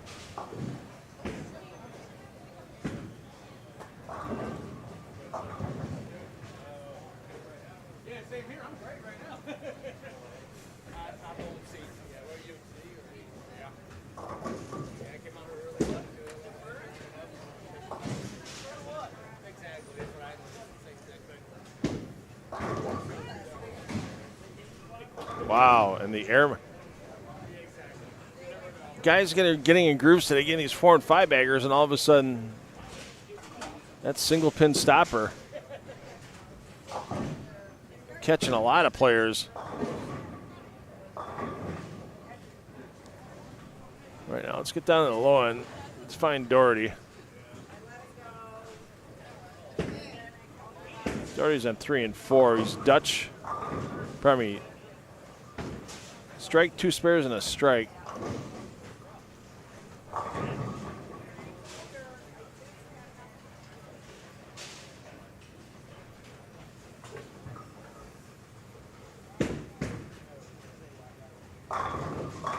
Oh. Excuse me, hold on a second. I need to grab my phone and call the Bowling Green Police Department because Ron Profit just got burgled, robbed, assaulted, all 3. That's solid 9. There's Eddie Graham. Graham currently sitting 3rd on the squad. Yeah, plus 94. His lane mate Marsala sitting in 4th. Marsala is your A on your scoreboard, with Graham being your double A.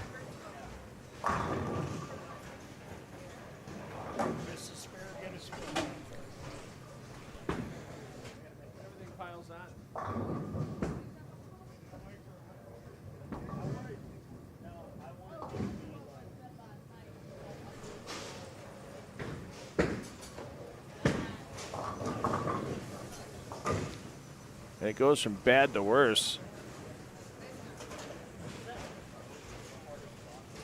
for Stuss as he whiffs the single pin. We'll get back to it momentarily as he's going to be trying to convert the 6-7-10 to not have back-to-back opens on that scorecard.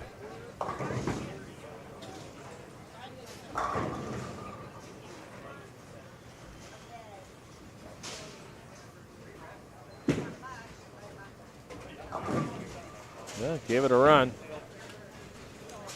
Back to Marsala.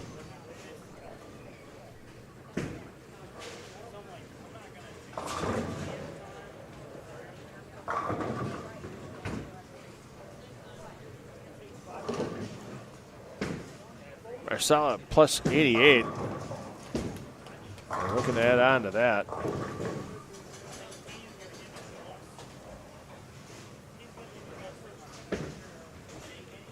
Hess a little extra hop at the foul line.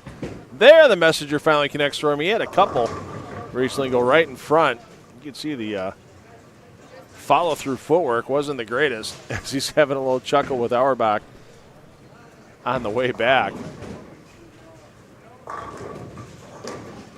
You see Brad Snell come into your picture. Snell plus 110, and got a little ways to go before he's going to add more to that positive number.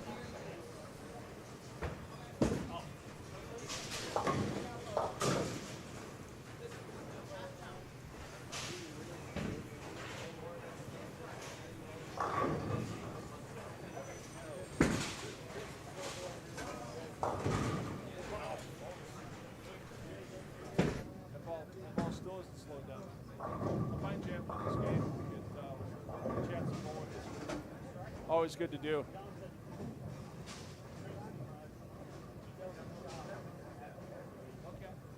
Well, we got to talk a little bit about Ray. So, yeah. Ray Blue? I didn't forget that. I actually told her.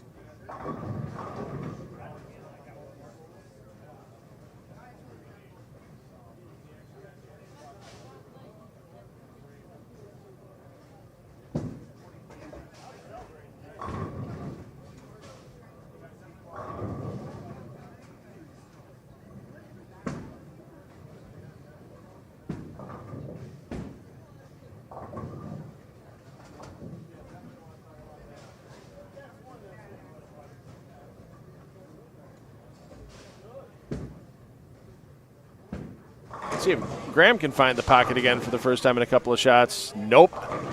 Oh, wow. I think even he's surprised by that. Yeah, he's shaking his head on the way back. That's not the adjustment I wanted to make.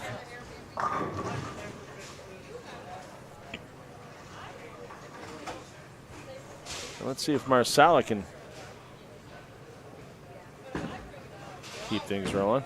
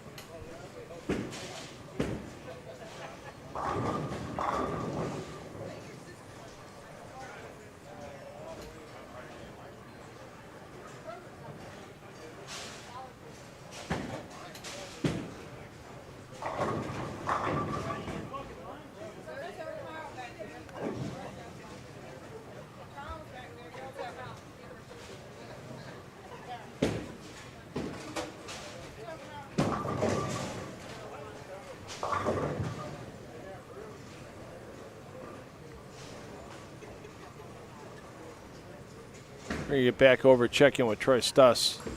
He's yet to find the X on the scoreboard since the fourth frame. This time of week 10 is the nemesis. Steve Kenyon, minus 18 in his first 3 games. Looking to get back well into the positive here. In game 4, started with 254 and then gave it all back with a 180 and then a 150 in game 3. Kenyon looking for 6 in a row. Scrambles him up, takes him down. I know he's been fighting some injuries and such over the last season. Good to see Steve out here on the lanes.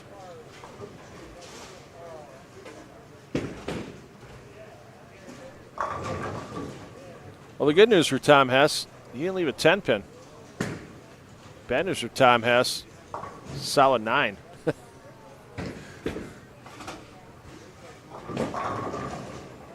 Hess can still get to 237. Yeah, now he makes sure it goes. Yeah, he's giving it the business there. And you can't blame him.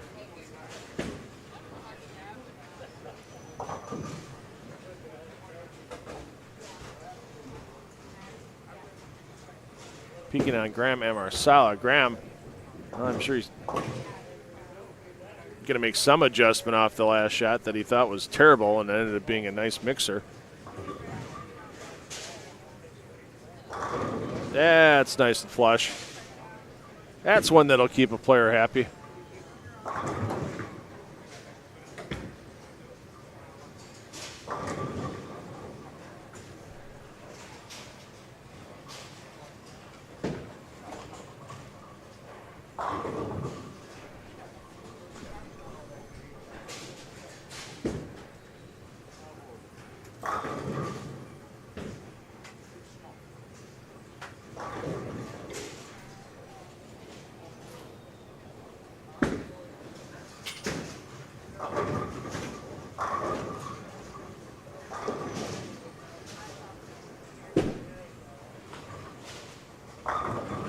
Quality toss by Marsala. Hey, Craig Auerbach. Talk about a guy that's having an up and down day. Auerbach just +2 to this point. 176, 242, 184, and now looking to extend his strikes all the way out to a 290 game. Steps it out, he likes it, but the 6 says, not this time, young man. Not this time. Stuss, that needs help. Oh, he got the 10 out. I thought that was going to flat 10 the whole way, trying to combat a little bit of this breakdown in the 40-foot Monticelli pattern with a little extra speed deep.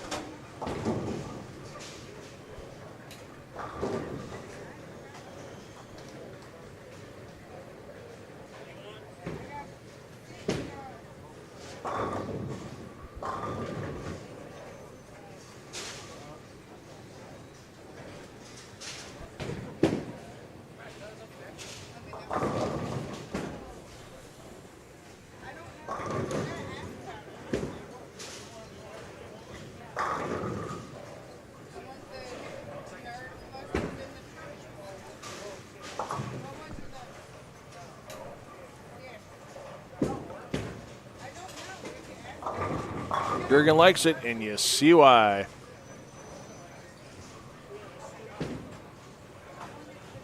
So Gergen at plus 44. You could add 26 to that. Get the plus 70. With a full punch in the 10th. Quality covered by Verbal. Let's see what Kenyon can do here to stay perfect through 7.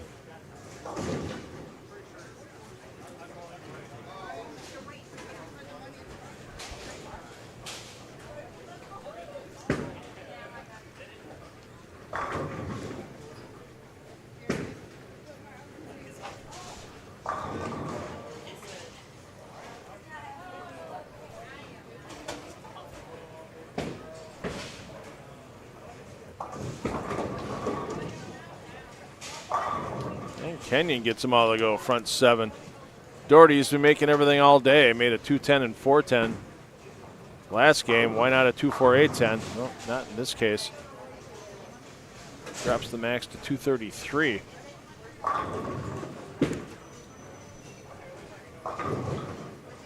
It just does not get better for Stuss here in game 4. Barring the miracle conversion, he's going to finish in the 190s. And that climb up the leaderboard is going to have a little bump in the road.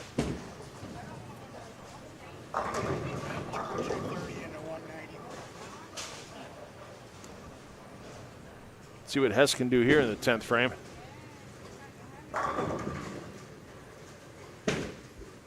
Last time was a 9-pin. That time everything leaves the pin deck in an orderly fashion.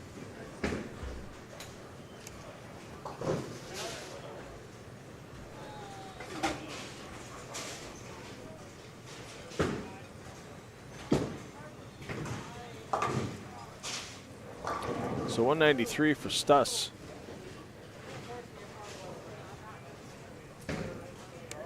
Back to Hess. And then we'll get back to Kenyon.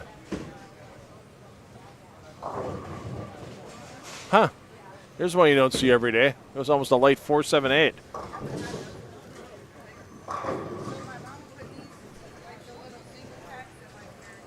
So 225 for Hess with a conversion.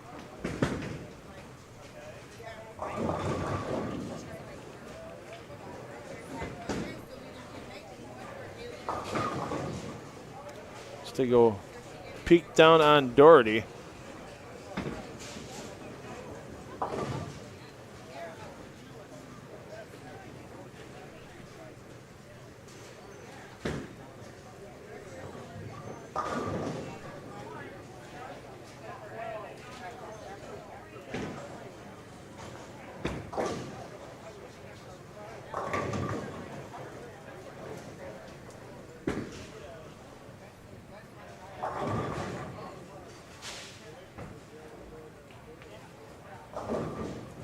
And light once again for Doherty in the 2-8 wiggle, and that's going to be a little tougher conversion.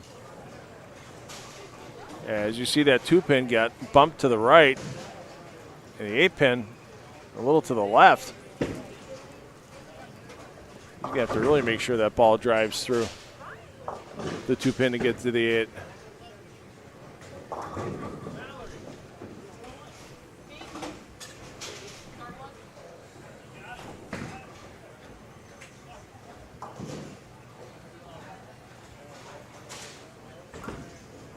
Scenic route at the 2-8. And yeah, a head scratcher for sure. Because that ball almost overhooked past the 2-8. Let's get over to Kenyon. Looking for the exquisite 8th in a row. Wow, and Gergen with another chop. Chopped that same spare in the second. Not too often you see Bullard chop the same spare twice in the same game. Yeah, that takes Gergen down to a 194 here.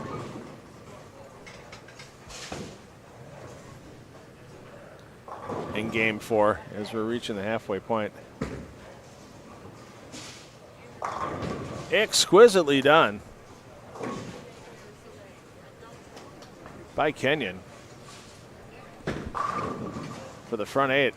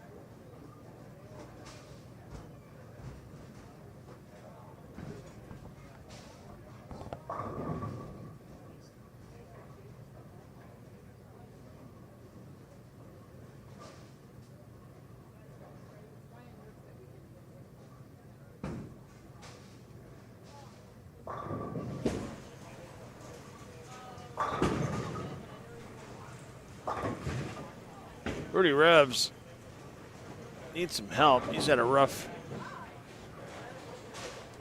start to his day. Minus 20 after 3 for the man that's currently in Mississippi. For the news of the moment, Steve Kenyon, front 8. We had a front 9 earlier today with Corey Rockdashell, the last game of A squad. It seems to be a pretty good pair. I've done a lot of over-the-shoulder shots on these players today on 9 and 10. This is where we had Rockdashell's front 9. Can Kenyon match? I mean, the 5-pin went to the right, so I'm not going to say it was the most powerful strike in the world, but it doesn't matter because you look up on that scoreboard, and there is 9 in a row for Kenyon.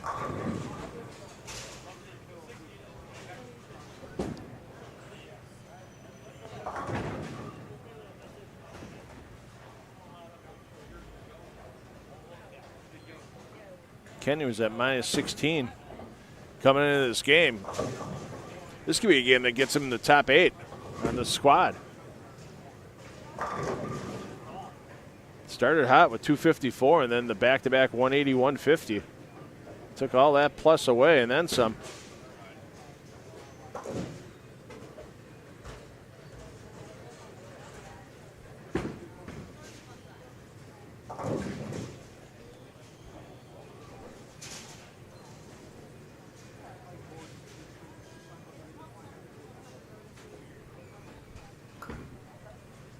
Good toss by Verbal.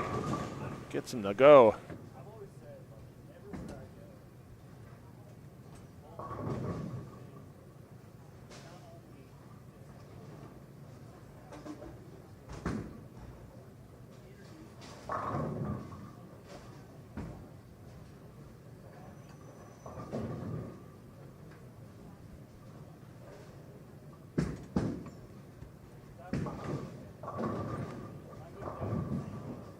So your bowler movement between Game 5 and Game 6, which we'll worry about next game. Let's go between Game 4 and Game 5. They're simply just moving a pair to the right. So the players you see down here at 9 and 10, they're going to go right next door to 11 and 12.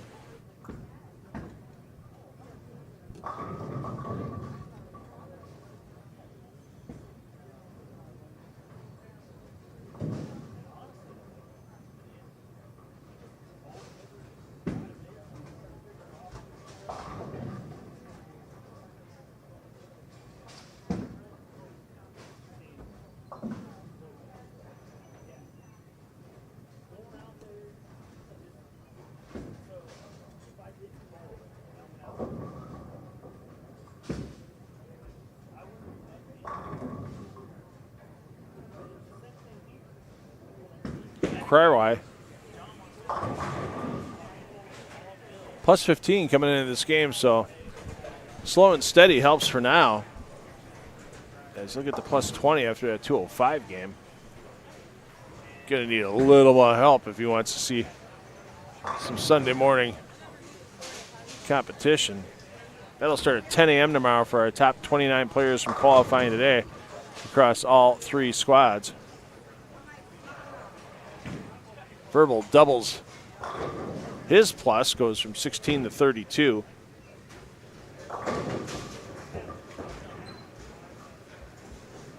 And let's peek on Steve Kenyon. First ball, 10th frame. Pursuing perfection. And he gets to go. 6. Tickles the 10 down.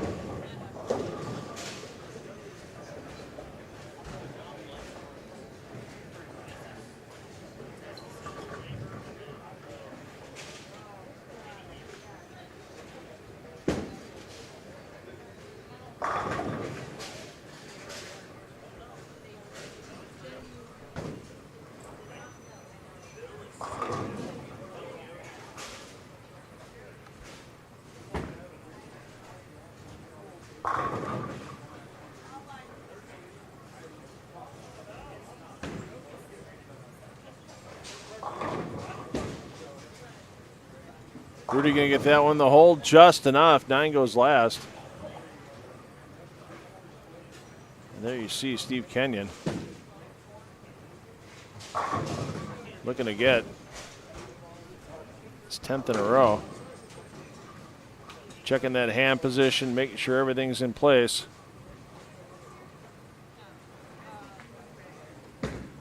Here's your steps to the line.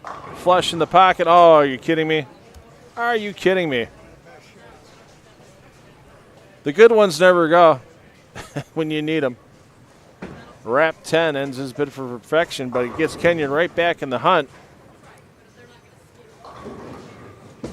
4, making the advance into tomorrow. So we're going to take a short little audio intermission here. We're going to have Mickey Hyman here with me.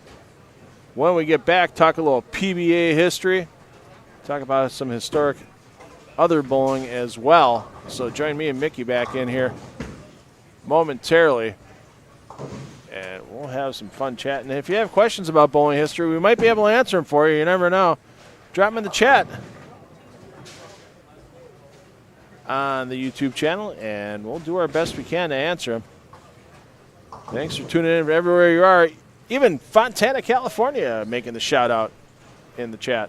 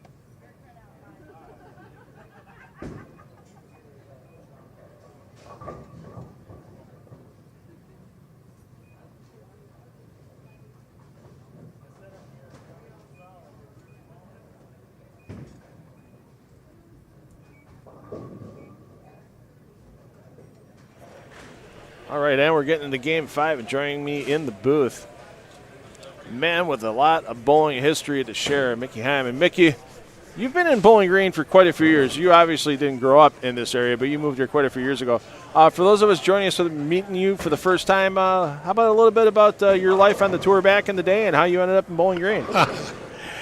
Well, that's a long story. I'll try and be brief. Oh, we got 12 more games to go between B and C squads, so take all the time you need. Okay. Well, let's see. I guess I was one of those child phenoms that rose to prominence pretty early, pretty quick. 16 years old, I was bowler of the year in Kansas City in the men's league. Okay. Yeah. So, 18, I joined the PBA, and very first tournament, I finished 6th.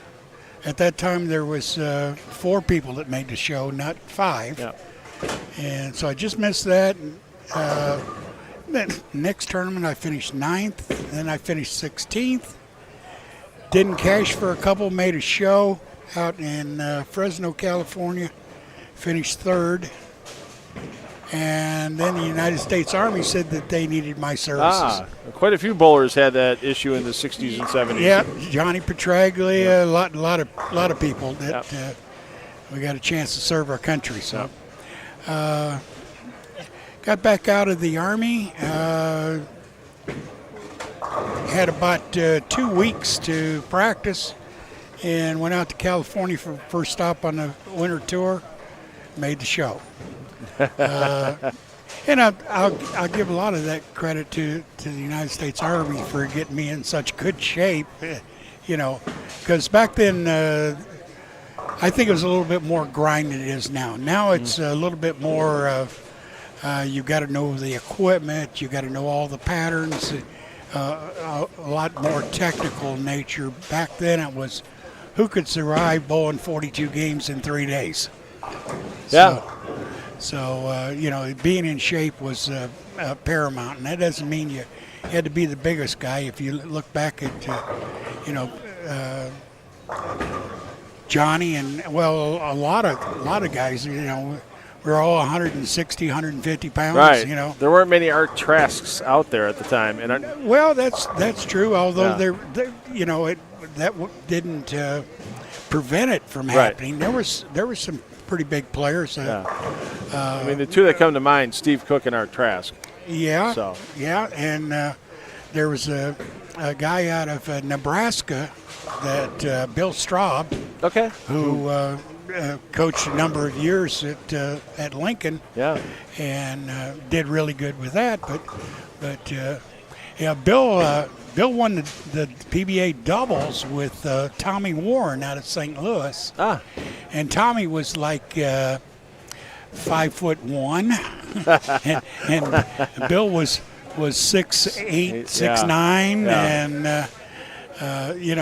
it was Mo and Curly. But there's been some bowling odd couples over the years. We all think nowadays we think of Wes Millott and Norm Duke for the size difference type of thing. But that's a good example. Yeah. Another one right up that alley. So anyway, to continue, I became a touring player, kind of a journeyman. Made a few shows during my career. Made enough to make a living and justify being out there. During that time, I got married. My wife and I had a couple of boys, and it got to time for them to go to school. So it was time for me to either be a bowler around the country or stay home and take care of the family and so forth. So I chose the latter and got into bowling center operations and management. Ran bowling centers in Kansas City, Summit Lanes, and what used to be North Kansas City Pro Bowl, which later bought by King Louis. And then George Pappas and I were fortunate enough to buy a center in Charlotte, North Carolina. I was a junior partner and sold out to him after about 4 or 5 years. Was that Victory Lanes? Or it was Park Lanes. Park Lanes, okay. Yeah. And, he built Victory after I left. Okay. And then on to Tucker, Georgia. I ran the center there, Tucker Bowl. That was a very good tenure for me because in 18 months I was elected Atlanta Bowler of the Year and president of the Bowling Proprietors Association. So then my boss that owned it was kind of a small chain, and so he calls me up and he says, "Well, Mickey, we'd like you to move to Orlando, Florida, or Lakeland, Florida was what it was." And I said, "Well, I've kind of got a really nice situation here. Everybody seems to like me. I'm being successful. My wife's got a nice job down at the Peachtree Hotel, And he said, "Well, you don't understand. We sold the bowling center, and the new owner's not going to retain you. Oh. but we bought another one in Lakeland, Florida that's bigger, and we want you to go run that." So spent 3 or 4 – I ended up being pretty much in turnaround management. I'd take centers that were underproducing, turn them around, and make them successful. So that couldn't have been the case here at Almar Lands because Bill and Yogi seem to be doing a pretty good job the last bunch of years I've been here. Well, yeah, and I never was in management here. I helped out in the pro shop.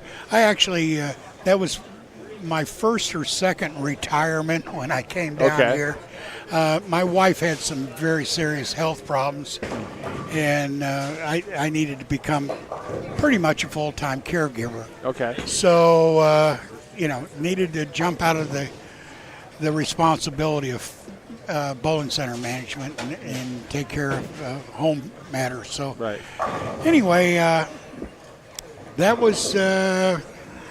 well, let's see. I won here. I won the PBA tournament in 2002, I think.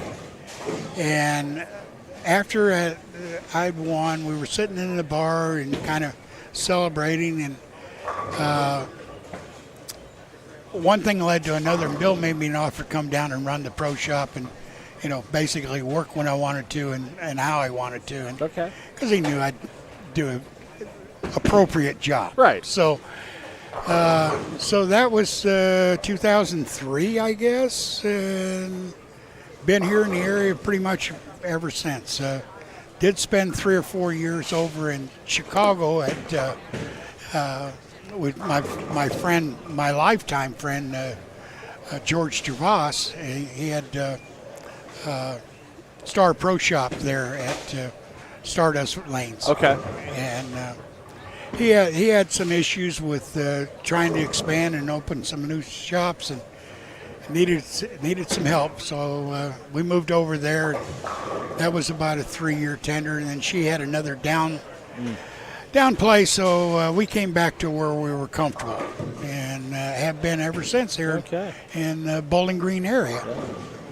So you still punch out some equipment here and there for the bowlers here? Yeah, it's kind of an on-call basis. Yeah. Kyle Wainick is now pretty much taken over the pro shop, and he's done a great job and very involved with all the bowling and the bowlers here. So, it's good to just kind of hand off the baton, So, and outside that pro shop, there's a nice little chunk of some Ray Bluth memorabilia. The bowling world lost Ray last year. 98 years old, Mr. Bluth, I believe, was when he passed away. Yeah. He was in his mid to late 90s. And active all the way through, yes. We were talking off air a little while ago, and my friend Kevin Hong, who does some great photography at Maple and Pine, look for it on Facebook, Maple and Pine by Kevin Hong, and he does some great calendars as well. And he was lucky enough a couple of years ago to get access to Forest Lanes. And for those that may not know about the history of the Budweisers and Forest Lanes, that's where the Budweiser shot the big 38-58 score. I can't tell you what the score is now for a high 5-player team game. I know it's close to 4,000.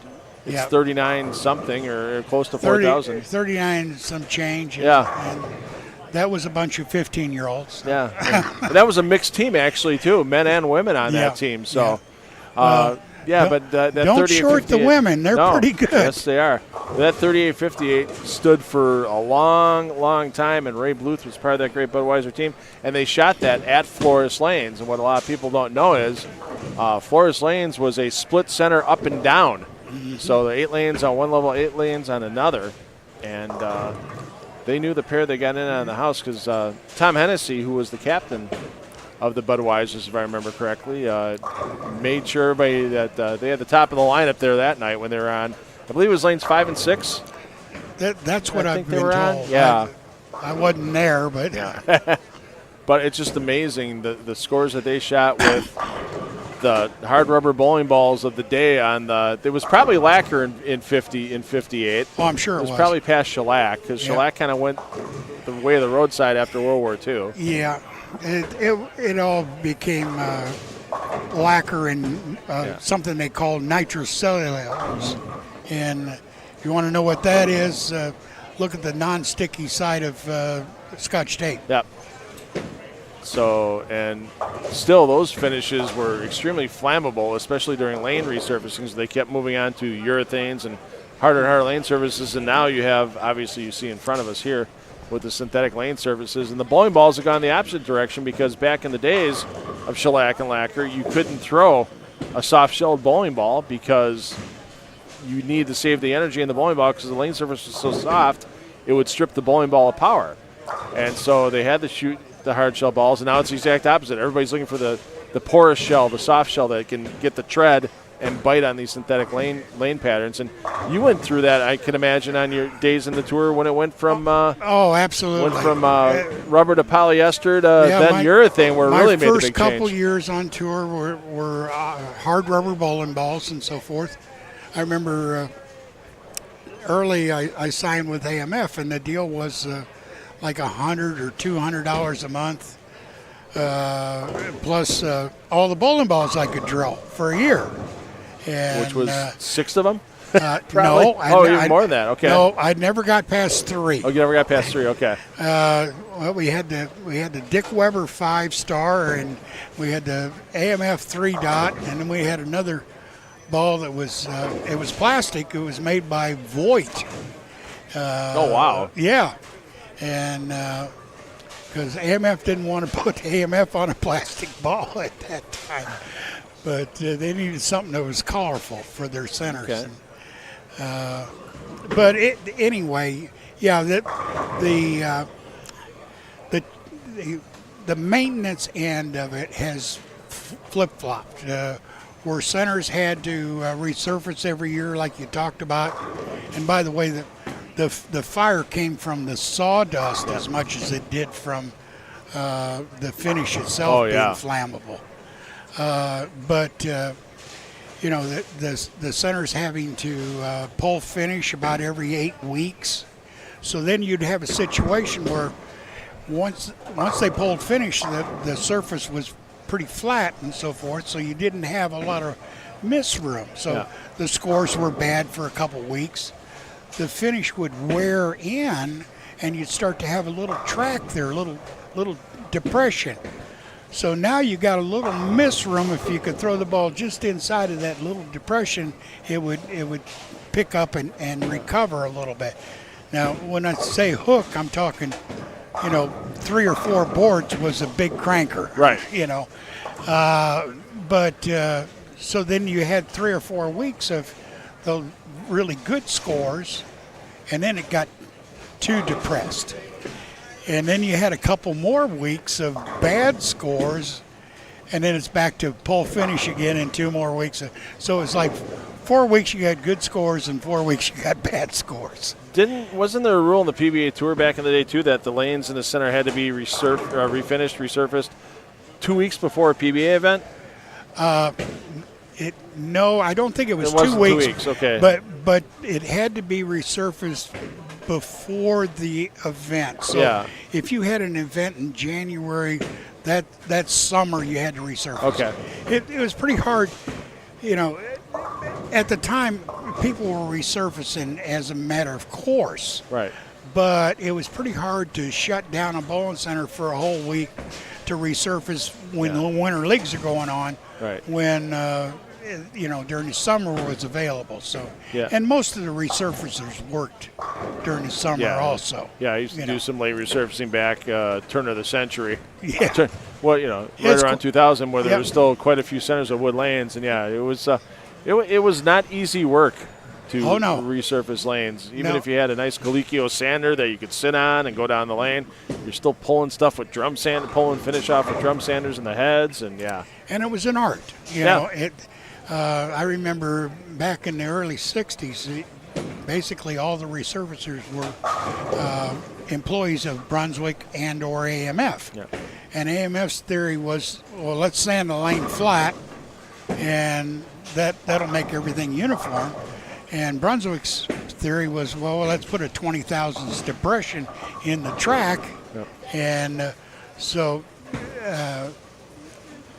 the finish would tend to build up there when you pulled, and you'd have a thicker amount of the finish.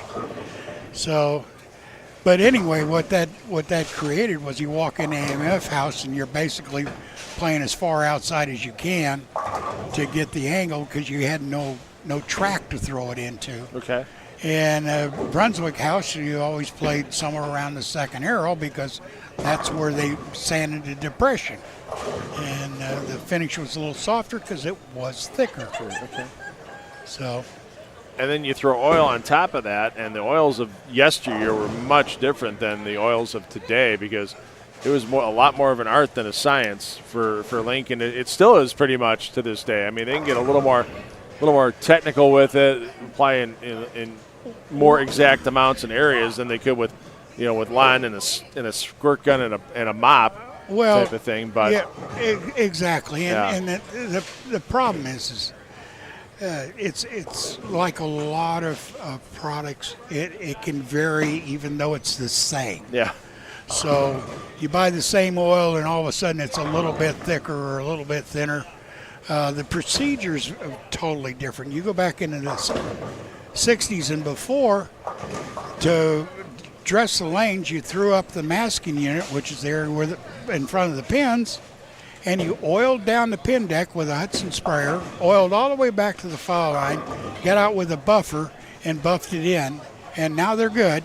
And all the daytime leagues, all the afternoon leagues, all the evening leagues, and the best bowlers always bowled at 9 o'clock, because that was when the lanes were the most used and at the same time the easiest. Yeah. And you see that here. You'll see that the scores the first game or two are not as good as the last game or two when the bowlers start opening up the track area a little bit. Yeah. So, yeah, we saw a couple of big finishes. As we mentioned, Corey Rocktashell had the front 9, game 8 today. You're right. So, is it true that back in the day, we talked about bowling balls in your contract AMF. Is it true that sometimes bowling balls would have different labels etched into them in case bowlers didn't have certain ball contracts? I've heard stories of like Dick Weber, three dots not being 3 dots and that type of thing. Well, I remember that at one time he had an AMF 5-star that was burgundy with a little swirl in it. Yeah. Okay. back when yellow dots were pretty popular. I mean, it was really a dark burgundy, but it wasn't. Couldn't even really pick it up under the TV lights. Yeah, but bowlers are competitors. Right. And if they feel like they're at a disadvantage, they're going to do something to offset that. And as long as they're not breaking the rules, what the heck, right. Brad Snell having another solid game down in 15-16, just peeking down. He's going to be in the 250s as he tries to stay atop the leaderboard here in Game 5, or near the top of the leaderboard, as it's Tom Hess right now. Where is Mr. Hess? He's down around 1 and 2. Yeah, he's on 1 and 2 right now. We'll take a peek on him momentarily. Actually, let's go to 11 and 12 first, because Crywye, it's on the front 6. Hess is 3-bagger, spare 4-bagger. So Hess is putting up another big. How tough is it in this house to go from 15 and 16 down to 1 and 2 in a tournament when you move? Because I've heard bowlers say 15 and 16 is the tightest pair in the house. Lane 1 hooks more than any other lane in the house, and 2's a little bit less than 1, but not a ton. And then it kind of tames out as you get back to 3 and 4 and all the way across. Yeah, it's kind of like bowling a travel lane. Yeah. And you went to another center. But, yeah, the general situation is 1 hooks a lot and 16 hooks a lot. Okay. 2 definitely never hooks as much as 1, and 15 generally doesn't hook as much as 16. Okay. But that's, on a house condition for the most Sure. part. On the patterns and so forth, it depends on how the players tend to play the lanes and break them down. Some of the less experienced players, as soon as the ball hooks in their shadow balls, they move their feet left, and pretty soon they find out that even though they're as far left as they can get, the ball's still going Brooklyn. So. Yeah. Well, here's Hess on lane 2, and boy, he's feeling it right now. He knows the total of Chris Barnes put up a little earlier today with that plus 270 score. Ho-hum just averaging 234 on the day. Yeah, I looked up in the dictionary the other day, competitor, and Tom Hess was right there. Yes, he is. Tom had a fun time during that Baker shootout last night. All the PBA50 guys, even though it's a little different format than what these players are used to when they bowl in pro-ams, because it was amusing. I found it amusing. They had all the players lined up on the lanes while the auction was going on, and basically the teams had their bid to put in, and they picked who was left out in that approach. So I think the first bowler went for about $1,200, and I don't remember if it was Troy Stuss. I think it was Troy Stuss went for that amount last night, and then Chris Barnes went for over $1,000. Yep.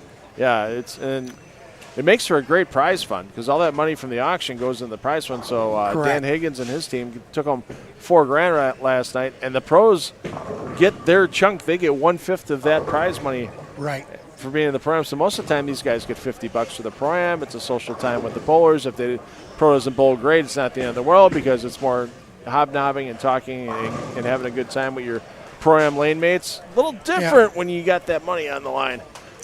Yeah, the biggest difference is you're competing with people you never bowled with before. Yeah. Instead of most pro-ams, they're keeping track of who's bowling well and so forth, but it's more of let's meet the pro and get an autograph, and maybe he'll tell you the secret of bowling. Yeah. So we've got Stephen Crywye on the front 7 on 11 and 12. We'll get back to him momentarily. Whoa, hey, hold on one second. Let's get that back. Graphics department having a little issue right now. As in me, hit the wrong button. Yeah. We're the one-man traveling bowling show here for the PBA YouTube channel this weekend. And we're so happy to have you. Yeah, I'm glad to be back. We missed last year. It was a schedule conflict between the PBA50 National Tour. This stop always takes place between stops on the 50 National Tour, and I was at the PBA50 National Championships at the same time, so couldn't make it down. I missed it. So this is one stop I'm glad to be back at. And your friends at Coldwater, Playmore Lanes and Community Lanes in Minster will be down there and later in August too for those 2 big super regionals. And I saw that they have $10,000 up for grab for that week between Minster, Delphos, and Coldwater, Ohio, for the top 4 finishers. And they're going to have a points list, and the top 4 finishers are going to split $10,000, $4,000, $3,000, $2,000, $1,000. So you guys get some amazing sponsors around here. I mean, this tournament's paying $5,000 for first for a PBA 50 tour event. That's $2,500 a day of work. Brad Angelo made $2,500 a day for his championship at Vision Lanes this past week when he took home $7,500. So that's a heck of a payday you guys really put together down here. And I know Bill thanked Yogi a lot for getting a lot of those sponsors, but it takes a village, no doubt about it. Well, a lot of those sponsors, that's a year-long thing. Yeah. Next week, after the tournament's over, we'll be talking to different proprietors and businesses and so forth about sponsoring. And, so we don't care whether it's a couple $100 or $5,000 that you're putting in. Yeah. It's appreciated, and it all goes to, help make the prize list what it is, and more importantly, Make-A-Wish. Oh, yeah, that's right. You guys have Make-A-Wish as your charity that benefits from this event as well. So I see a lot of the silent auction items on the table behind us, so that'll be all going towards Make-A-Wish as well. So lots of people in the community donating those items. Try not to miss any opportunities to make the thing successful. No, absolutely not. I mean, here, we're going to do this right now. Let's show everybody. I mean, this list is, we're going to have about 75 seconds here of the platinum and gold sponsors alone. This doesn't count the silver sponsors we mentioned a little earlier. Doesn't mention the bronze sponsors we're going to mention in a little while. But you just look at the list: the triple platinum with UE2 and the Lindquists, Almar Lanes with the sports bar here. I mean, it's just on and on and on. And those, like you said, it's a year-long support. And a lot of these are people that are individuals. John Gallagher there, so forth, and businesses that are not really related to bowling. Yeah. Chris's business he's an electrical contractor. There's no direct relationship with the bowling other than the fact that he sees it's a great event and gets to make a relationship with Make-A-Wish, which is dear to his heart and so forth. So, and we're glad to have him. Yeah, it's awesome. You don't pull an event like this off for 28 consecutive years without community support, and in this place here at Almar Lanes really has it. Well, there's a good example. You saw other bowling lanes that are in the area that are contributing money to our event. Yeah. So it's a big community program. And we'll mention some more of the silver and bronze sponsors a little later this afternoon. There you see Craig Auerbach ready to just blow up the world right now because he's looking at Tom Hess put up 269, pardon me, 279, only blemished that fourth frame. So, Mickey, can we keep you around for another game? Sure. All right, we're going to take a little audio mission here because I got some things I got to change around. I'm going to refresh my beverage. Mickey's probably going to do the same thing. Why don't you at home do the same? We'll be back with Game 6 here from Almar Lanes in Bowling Green, Ohio.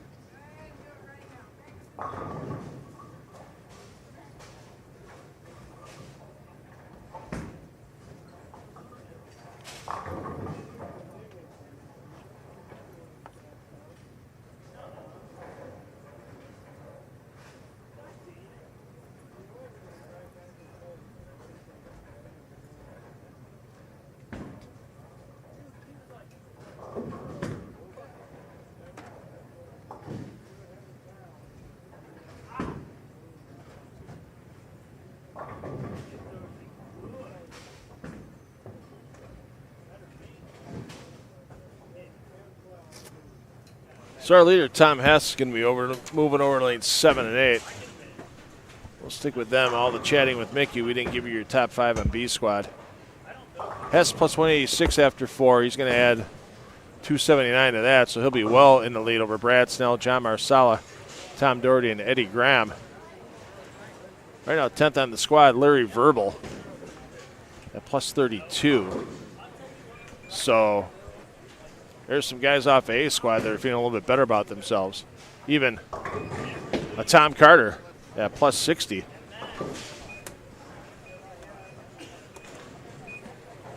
I'd like to see Tom Carter with some Sunday morning bowling. He's one of the fun guys to watch out here, and everything he's gone through with surgeries and stuff. I think every bowling related socket joint he has is some type of bionic at this point.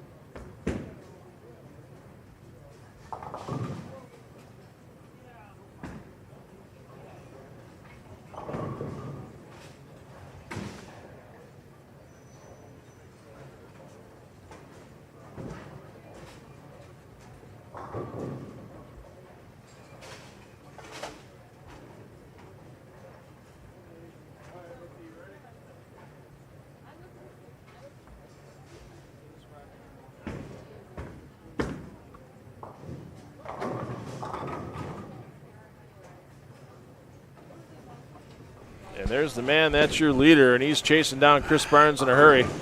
Tom Hess, a little break there on the 4-7, ran the time between games, and his advice to himself before the day started today, just let the ball go. If it misses by a board or two, no big deal. He feels that this 40-foot Monticelli pattern matches up with his game very well. And he's proven it so far to that point, and I'm not one to argue with Tom Hess. The success he's had in his career, especially after he turned 50. Was there, when did the PBA50 national tour, or back in the day, it was senior PBA tour, was it the mid-90s that it actually started as a tour? Because there were some one-off events. Early 90s, yeah. Yeah, we had the regional tour started in, whatever year Martin Luther King got shot, because I remember bowling. 68, I think that would be. I remember bowling the very first regional. It was there at Pat Patterson's house in St. Louis. Another Budweiser member. There was 16 PBA members that showed up for that tournament. And we had 16 finalists. Oh. Not everybody got a check, or did everybody get a check? Everybody got a check. Everybody got a check. Yeah. All right. Yeah. Some of them had the the dot before the first number. But here's your 15 cents. Thanks for bowling. there you go. Sounds like, yeah. But in '68, that'd buy you lunch. Right. I get a kick out of that once in a while because every once in a while you see on social media, you see like old Kmart deli advertisements and stuff like that for like a whole roast turkey dinner for $1.23 and that kind of thing. And that was a special treat back in the day with my parents going to the Kmart deli and getting some of those submarine sandwiches they had. Yeah. Inflation, it's a wonderful thing. Yeah, your spending power now compared to 1973 is inflation's gone up about 600%. So yeah. Yeah. I'm not gonna do that non-bowling math at the moment, but Right. Yeah. If it isn't multipliers of 10, I don't want it. Right. So he's Mickey Heim. Thanks for joining me in the booth again, Mickey, this year, and I'm sure you're gonna be around tomorrow too.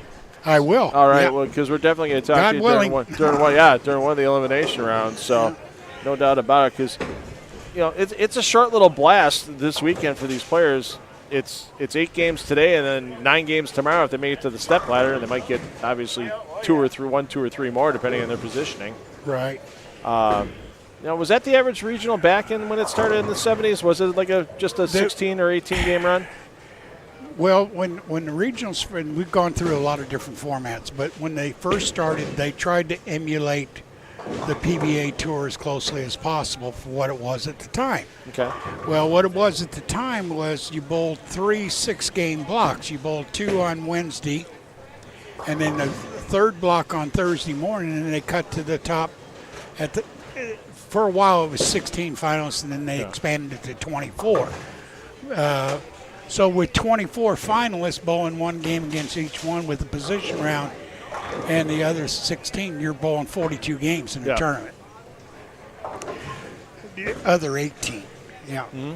But, and we, in the last segment, we talked about a little bit about Ray Bluth and so forth, and we talked about the trophy that's down there in the case. Mm-hmm. Ray sent that to Bill as a recognition of the friendship and so forth, and we're very proud to have that because it's the All-Star trophy from like 62 or 63, Everybody complains about the U.S. Open grind of 56 or 64 games.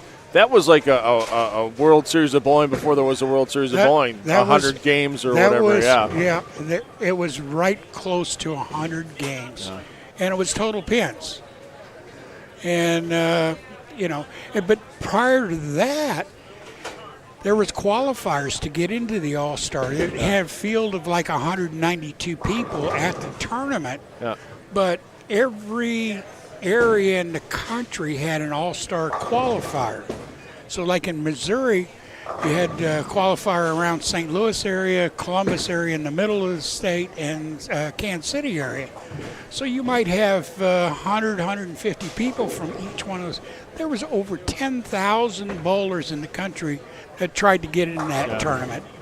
And Ray ended up the winner. So, it's quite an achievement there. Right. A grind out. Survival of the fittest. Yeah, and that 100 games was in less than, if I remember right, it was 6 days? It was 6 days, games? yes. Yeah, 100 games in 6 days. So.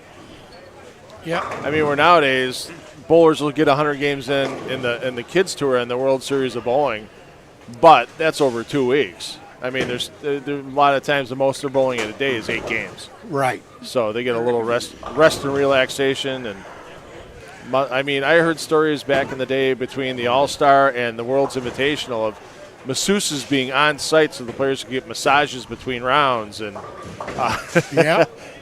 dinner served in a room behind the lanes because they barely had enough time to eat and then get right back out there and continue bowling. Well, and that was also with the Masters format.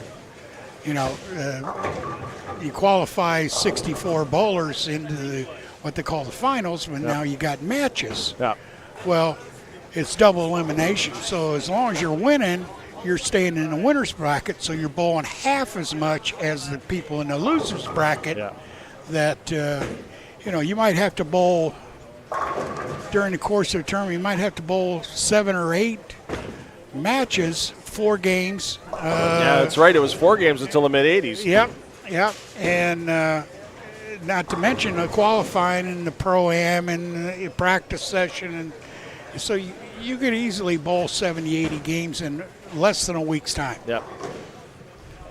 Now, you were bowling during the age of the ABC Classic Division at the national tournament, Absolutely. correct? So Absolutely. That's where I shot my 800. You had an 800 at the ABC tournament. 1977, I was the very first one to shoot 800 in the ABC singles. Wow. Yes. There was a guy before me. Gosh, I can't Les remember Schisler. Didn't Les Schisler have it in team? No, it was No, it not wasn't Les team. Schisler. Okay. No. Well, he might have had it years later. But that was 1977. I was the first one with 800 in the singles event. Yeah. And there's another guy that shot. He shot 800 or 802, somewhere in that, in the team event. Yeah. And that you're right. That was the classic division. Yeah. Our team was George Pappas, Gary Dickinson. Oh, wow. Bobby Cooper, Mark Roth, and myself. Huh. Okay. Wow. That is a murderer's row right there. And well, you would think so. Yeah. But What ball did you use to shoot that 800?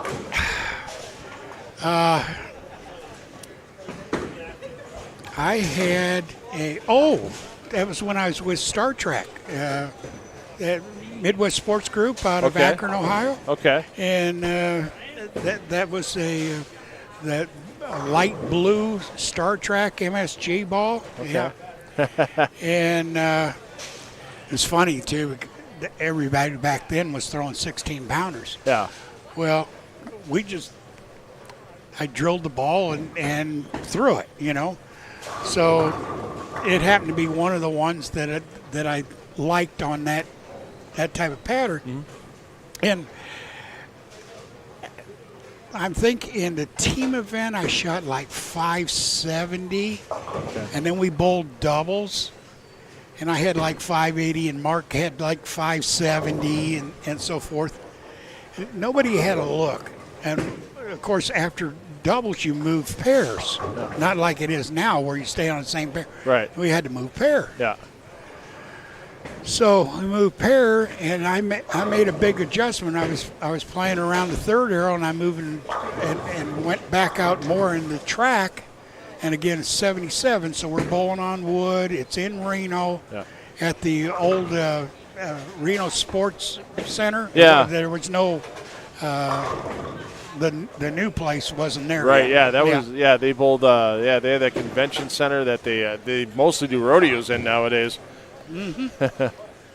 So, anyway, long story short, I bowled good. I got in a position for 800. I needed the last game. I needed strikes in the 9th, 10th, 11th, and 12th for 801. Okay. And of course, I got it. Yeah. Yeah. But that was to shoot.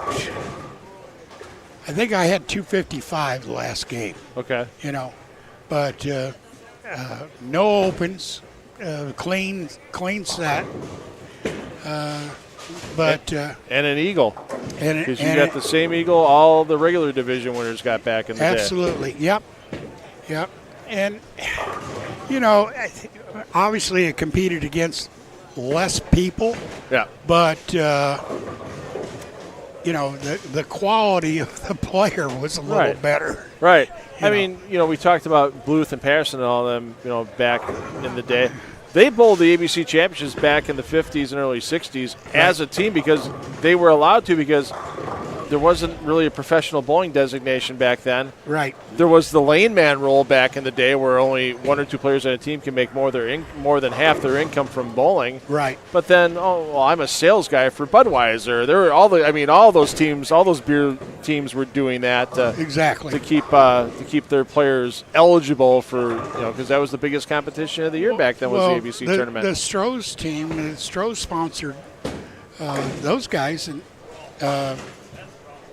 they did exhibitions year round. Yeah. Stroh's team would come into, Podunk, Indiana, and bowl the best team in the area and do trick shots and so forth, and end up with a Stroh's beer contract at the bowling center. Right. Yeah. So they were technically salespeople, not bowlers. So.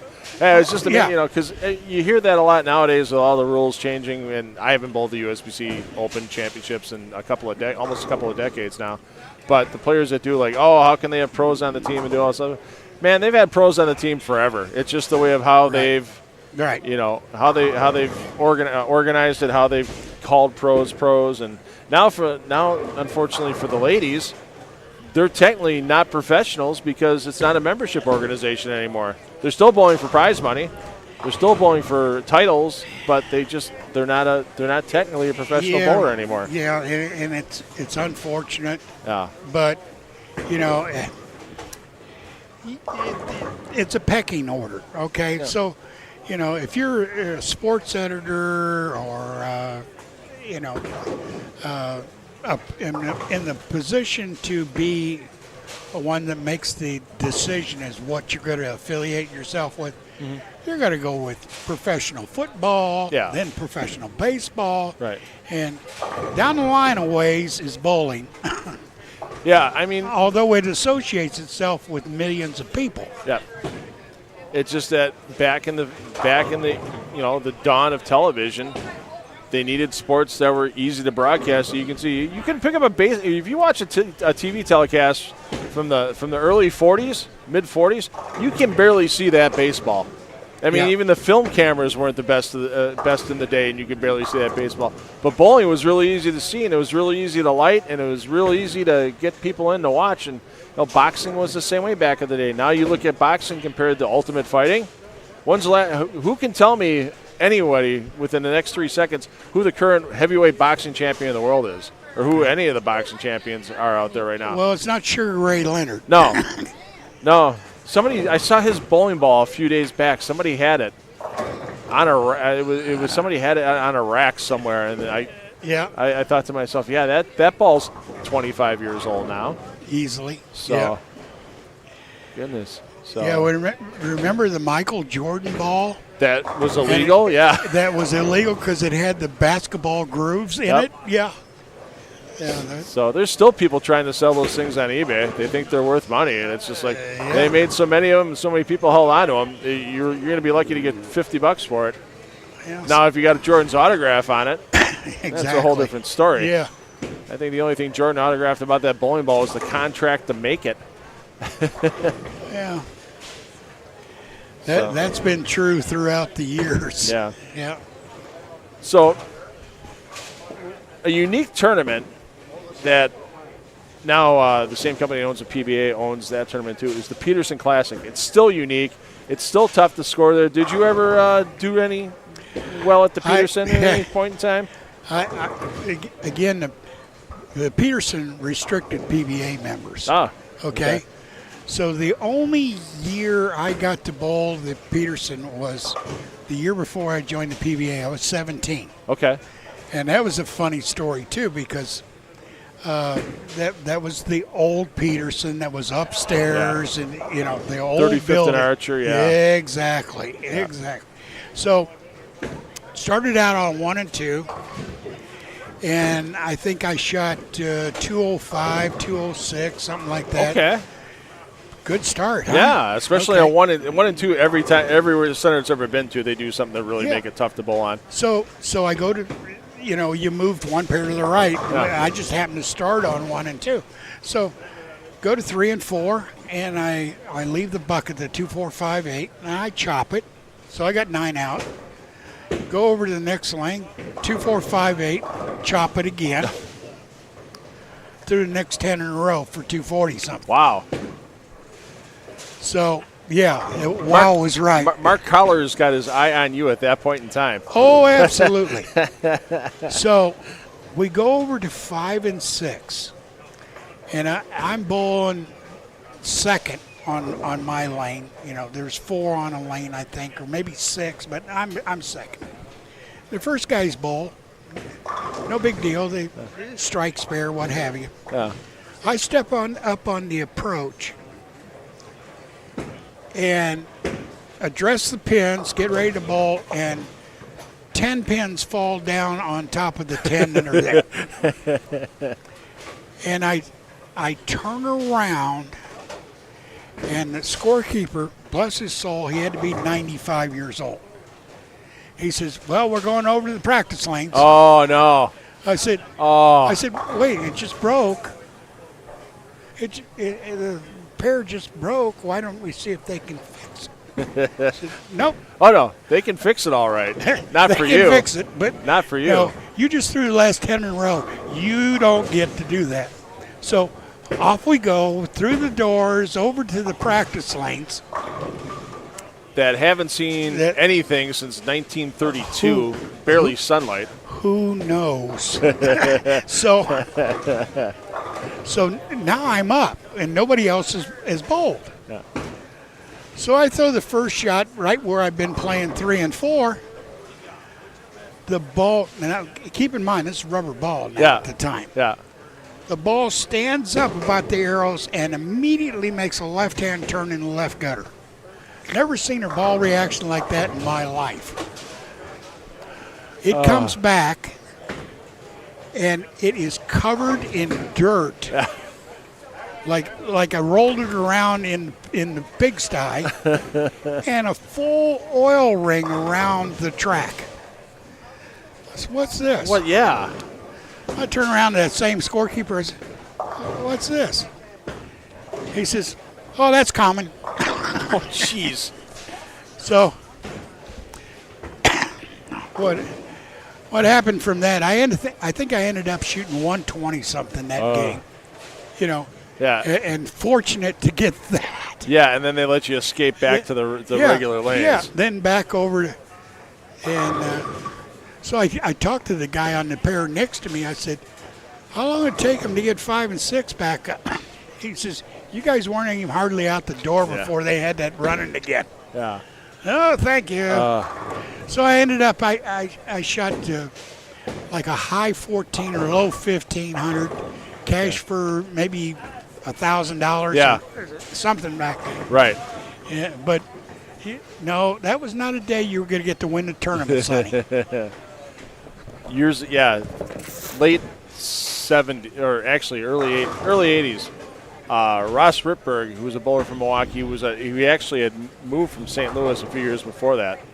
Guy had 6 revs entirety on his shot, and 4 of them were in the last 8 feet before the head pin. I mean, the guy was next to the stroker in the dictionary was Ross, and I think I knew him. Was he dating Mitzi there? Or? I think at one point in time. Yeah. At Classic Bowl. Yeah.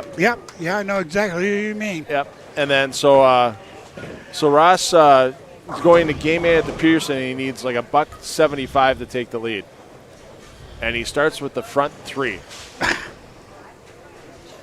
4th frame, he gets up. Nothing. They haven't started messing with it. Gets up. Lets the ball out of his hand. 1 rev, 2 rev, 3 revs, and he's getting ready to pick up. And somebody else in the back hollers, Carey, one of the other bowlers on his pair, and the rake comes down. Of course it does. And Ross gets ticked, and he goes, and he kicks the ball return. And the ball return goes about 3 inches off kilter and stays there. So his ball comes back up the gutter. They have to get somebody out there to it takes them 10 minutes to shift the ball return back into place from how hard he kicked it, and then he ended up shooting like $158, and he still finished in the top 5, but he didn't win the tournament. But as soon as somebody hollered Carey, and just to see the ball return just shift and stay there was a signal to trip the rack. Yeah. Yep. So Yeah. Yeah, there were shenanigans. I saw everything you could think of. I saw people hit the pocket and leave 5, 7, 10s. I saw people shoot like 4 or 5 spares, and the ball go between them without hitting either one. Yep. Yeah, when it was in Hoffman Estates, it was notorious for a while. They had one rack that was on lane 7 that for years you could put the ball between the 2 and the 3 if you went high. Yeah. And not touch either one. And no reset buttons. Yeah. Yep. You couldn't reset. No, you had to ask for that reset. Well, you turn around and scorekeeper and say, the pins are off. Yeah. Look good to me. Yep. Yep. As long as it's not horizontal, you got to shoot at it. Yeah. There's 10 there, Sonny. Go get them. There was some other tournament out east that it wasn't like the Peterson exactly, but pretty tough lane conditions. Now I'm trying to remember the name of it. I'm blanking on it. Hank Minch? Well, the Hank Minch was up in Milwaukee. That was up by me. Yeah, that was tougher than the Peterson. Yeah, the last couple of years I worked that tournament was at Circota's Millshore Bowl, and I got to work it a few times. And we had some shenanigan pins in the back. I think we had a couple of pins that weighed 7 pounds. Yeah. Like you'd actually see the rack struggle on those A2s to set it down. Yep. And it would snap back up once it got out the bottom. Yeah, we saw a guy. We had 2 7-pound pins. We put in the 1-3 for a guy one time. His ball went around the 10 pin, like into the flat gutter and around the 10 pin because the pins were so stinking heavy. Take that. Yeah. Yeah, that Hank Minch tournament. Yeah, there was. Yeah, some of those heavy pin tournaments. They used to do that down at Western Bowl in Cincinnati during the Hoinky. Oh yeah, they had the jackpot pins. Yeah, and I remember talking with. Oh gosh, his name just jumped right out of my head. And the owner down there at Western Bowl. Anyway, the kickbacks that are on the side plates and so forth, those heavy pins would actually break those things. Oh, I believe the phenolic side. Yeah. I believe it. I know there's a tournament they run once a year down in Texas. I think it's in the Dallas-Fort Worth area. And they have those old magnesium pins they tested back in the 70s. Oh, yeah. They have sets of those magnesium, and they only pull them out once a year. And you just watch some of the pin. You watch guys like Chris and Ryan Barnes leave 5 7s when they hit the pocket. It's just insane. Yeah, and not because they're heavy, but because the resilience of the things. Yeah. Yeah. And they sound so funny. They sound like, would you think, tinny? Yeah. Throw bowling ball at cowbells and you got it. We need more. That's one place where people aren't saying we need more cowbell. Yeah. That old SNL skit. So, yeah, watch the players. Boy, Tom Hess just keeps plugging along here. He's struggling a bit. You hate to say struggling a bit this game. I mean, he still has a chance to get to 224, but 7-8's not being conducive to him. And I think the pattern's starting to get to the point where all the different players now and the different approaches can make it a bit choppy. It's not like we got everybody throwing the same line into the pocket here on this 40-foot Monticelli pattern. Well, you'd like to think that, but if you actually go down the line here, the guys are still here, there, and yonder. Yeah. You know. Yeah, no doubt about it. Now the good players, the ones that are a little bit more experienced, let's say, they're all in the same area. Right. And by the time we get around to tomorrow, and we especially get to the show, you'll see everybody's on top of everybody. Yeah, it's always interesting to look and see when you get a chance. And I'm lucky enough to get that sometimes. Yeah. Like you said, we pull some equipment off for the step ladder finals and take a look at the pattern. You just see the burn mark on the front lane. You just see how narrow that burn mark is from everybody playing it. And then you see a little bit of – you don't see a ton of push down lane on some of these like medium patterns with the 40-footers. Yep. But you'll catch a little bit sometimes with the short, heavy patterns where they pile all that oil into like 35 feet, right? Instead of stretching it out to 44. So we've got nobody's making big runs here this game. Nothing overly exciting to talk about on the lanes, Mickey, at this moment. Which is strange because we're in the 6th game, right? Right. And now is when, if the pattern's going to open up, it should be. Yeah. It should be somewhat easier. Right. Plus the guys, they're loose by now, and they've got 5 games experience on what they're bowling on today. Right. So you still get a chance to bowl yourself, or is that part of your life behind you? Actually, that's in the rearview mirror. Yeah. I'm a the couple same years way. ago, my knee got a little worse. Okay. I quit competing on the senior tour once I figured out I couldn't make a proper finish position anymore. Okay. And then a couple more years still trying to bowl league, and it just got worse. And you get so frustrated when you make a shot and the ball's not where you want it to be, and so forth. So all the way around, I felt it was better for me to hang them up, so to speak. No, I fully get it. I was trying to But I'd stay involved. you Oh, know. exactly. I mean, that's why I love doing this. So half of it's, hey, I got to get a paycheck, and the other half is I really love this sport, and I love to get back. And it's not just this national stuff, too. I do local bowling on TV in Milwaukee. We've had that going. It's the first year we've had that back on TV since before the pandemic. And we've had some great ratings for that. People are really – we kind of game showed it up. It's only a 4-frame game. It's a lot of fun. We blatantly ripped off an old bowling it's actually called the Bowling Game in Milwaukee back in the 80s, 70s, 80s, and 90s. Are you familiar with an old Bowling with Mullen? Bowling with Mullen, no.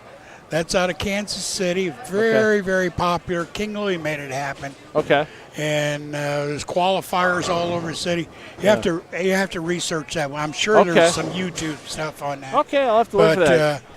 Bowling with Mullen. Bowling with Mullen. M-O-L-E-N. Okay, yeah, we had a series in the southeastern Wisconsin, the Milwaukee area called Bowling with the Champs that had a lot of guys that were now in the USBC Hall of Fame and women, and bowlers like Jeff Rickles and Ross Ripberg, Gus Yannaris, Gary Dereshevsky, all guys that had tried the tour a little bit here and there, didn't have the success, came back home and really had some solid amateur careers. Yeah. Yeah, that was one of the first ones that was based on pins over average. Oh, okay. So all these people qualified and so forth, and you might have 140 average woman and 170 average man bowling, but because of the difference in averages, it was a fair match. Yeah, and then they had the up and coming stars. They had junior bowlers on there. In fact, when I was 14 or 15, I made that show, and had a white bowling uniform with the King Louis shirt with the white with the red stars, and then I had ebonite it was Brunswick Pro Model.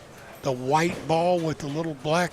It looked like a beach ball when you threw it down.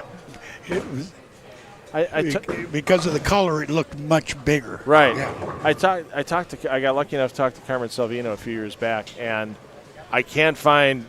Nobody's got video from back in the day because a lot of times with videotape or kinetoscopes, they just taped over them again because they were so pricey. Right. And Carmen and somebody else bowled with those Brunswick Pro Model balls that you talked about, but they coated the lanes with a black surface, with a black finish. So you had this white bowling ball and the white pins on the black lane, and they had it on TV. I would just love to see what that looked like once. Looked like a reverse negative, didn't it? Yeah. I would just love to see what that looked like. Cause speaking of black lanes, do you know that there were black lanes? No.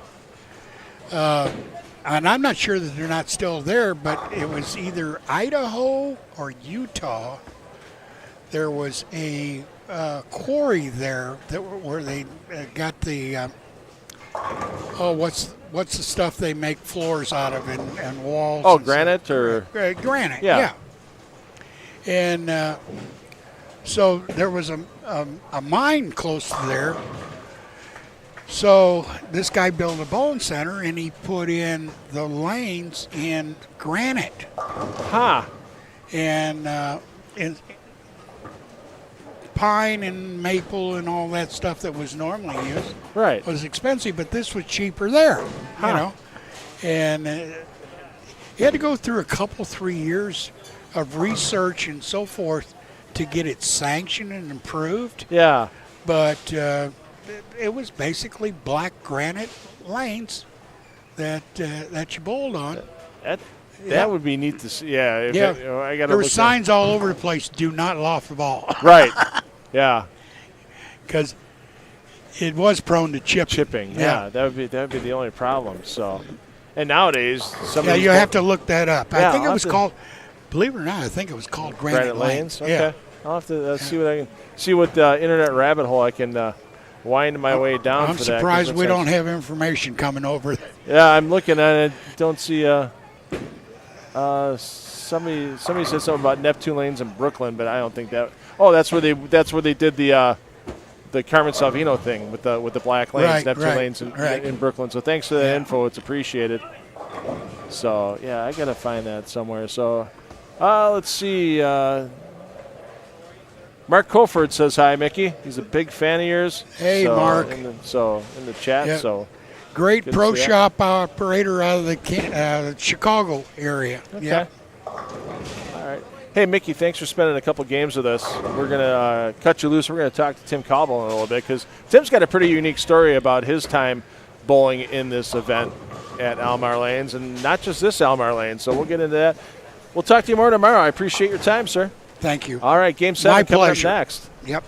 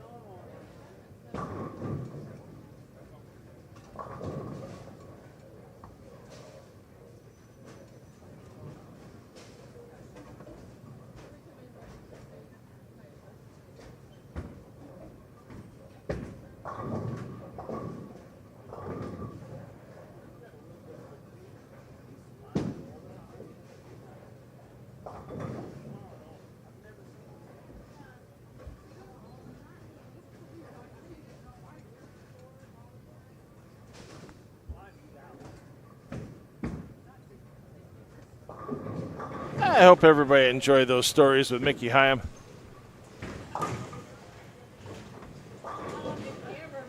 Mickey's been around this game for a long, long time. And good to share some of those stories before they go away in time. I mean, this sport is always changing. It's always had some controversy. It doesn't seem like it goes more than a few months without it. You know, the latest one they were talking about a little bit on A squad. I'm not going to talk about it on B. I might bring it up on C. Is the USBC sending out the survey about what's going on with urethane. As I said, I've been out of the game for a while, so I have zero skin in it. I have zero opinion. I'm just listening to the players on the top of the sport, the Belmos, the Simonsons, the Tackett's, the Dohertys, the guys that use it to make a living. I'm not out here making a living rolling the ball. I'm out making a living talking about it. I don't care if somebody throws a bowling ball doused in gasoline, set it on fire, and toss it down the lane. It'll look pretty cool, and I'll talk about it. Thanks to everybody that's joined us today. I know it's a long day of qualifying, taking you through the whole thing here from Almar Lanes and Bowling Green with this PBA50 Gary Schluchter Memorial Central Midwest Classic presented by UE2, Chris Lindquist, Progressive, and Gerdeman Insurance Agency.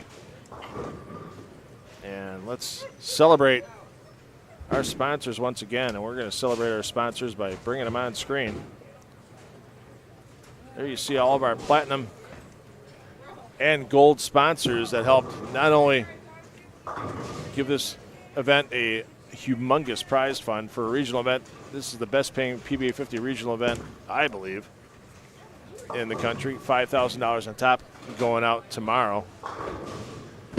And we've got our platinum and gold sponsors scrolling across your screen at the moment. Let's talk about some of our bronze sponsors that we've had with Ace Mitchell, Bell Tile,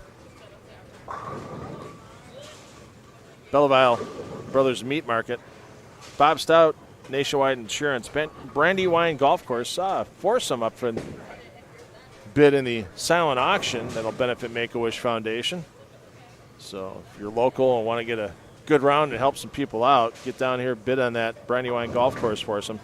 Deck Hanneman Funeral Home, Frisch's Big Boy, Great Lakes Garage Door, Habitat Security, Martian Rothenbuehler Attorneys, Staples Office Supply, Sunday Station, and Walmart round out your bronze sponsors.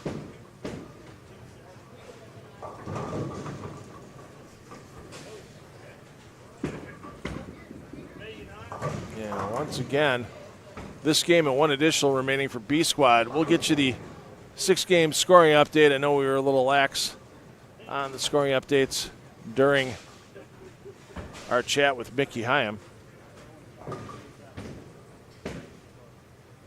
But it's been a while since I've had a chance to talk to Mickey. Glad I got that chance this evening. Glad I'm going to get another chance tomorrow. So here we go. On B Squad, Tom Hess, after 6 games at plus 229. He gave a few pins back that game as we were on his pair here, 7 and 8 the entire game. Ended at 184. Brad Snell, second on the squad, plus 174. Troy Stuss, plus 151. Steve Kenyon, fourth, plus 121. Stephen Crywhite in fifth on the squad, plus 104. Sixth on the squad, Eddie Graham, plus 84. John Marsala's given a bunch back the last couple of games. So is Tom Doherty. Marsala, plus 73. Doherty, plus 64. Auerbach at that same plus 64 number. For 9th on the squad, 10th on the squad, Johnny DeSantis at plus 54. So with 29 advancing, Tom Carter, I know you might be watching outside the bowling center in the wonderful mobile home you share with your lovely bride, Linda. Don't think about packing up too early. You might be hitting the lanes tomorrow the way these scores are looking here on B Squad, because as we saw during A Squad, some big scores were tough to get, and we saw some players that were up in the range for a little bit of being easily in the cut, suddenly became out of the cut or big sweat numbers when Tom Carter, he didn't find a lot of pins the last 2 games, but he didn't give any away either.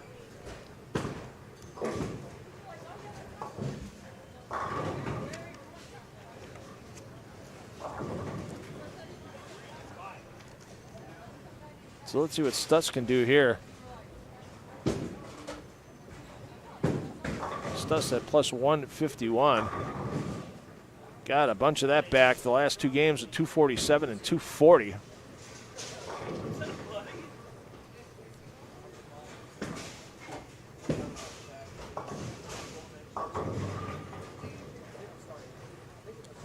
We'll check in on our leader, Tom Hess, as well momentarily. We'll bounce around between several of our leaders.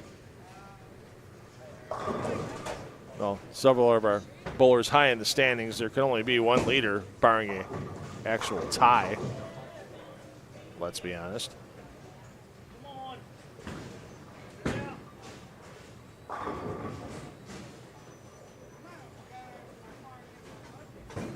Gary Schluchter, I don't know anything about Gary. I will. You know what I'm going to do, John? I'm going to ask between squads what Gary meant to the bowling community here in Bowling Green and why this event has been named after him for quite a while. So thanks for asking that question. We'll get you an answer on it during C Squad. So if you can't stay with us live 7 p.m. Eastern time for that start of C Squad, it's scheduled. We're going to be a few minutes behind that. It might be closer to 7:30, to be honest.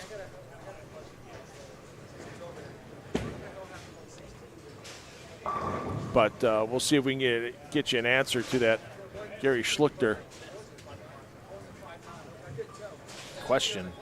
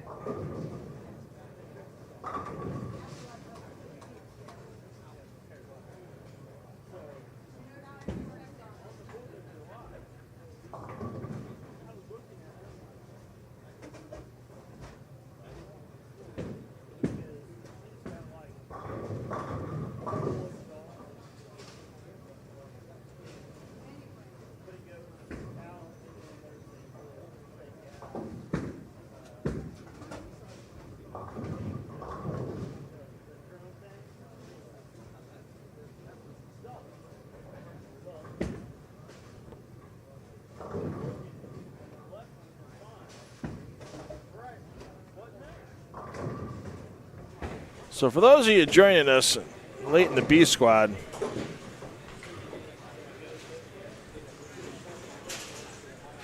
Tom Hess, your leader. We'll check in on Hess momentarily. May not have been granite. Might have been marble.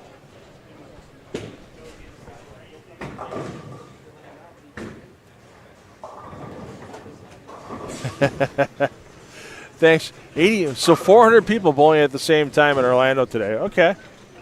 I'm sure there were quite a few brackets being run in that event. Somebody was making some money. 2 bowlers and whoever was running the brackets. So there you see Tom Hess staying cool in front of that fan. Once again, we need to get a PBA fan deal. Dear Tom, let me send Tom Clark a Facebook message. Dear Tom Clark, please get an official PBA fan. And none of this lightweight stuff. You got these heavy duty ones like you got with Hess here.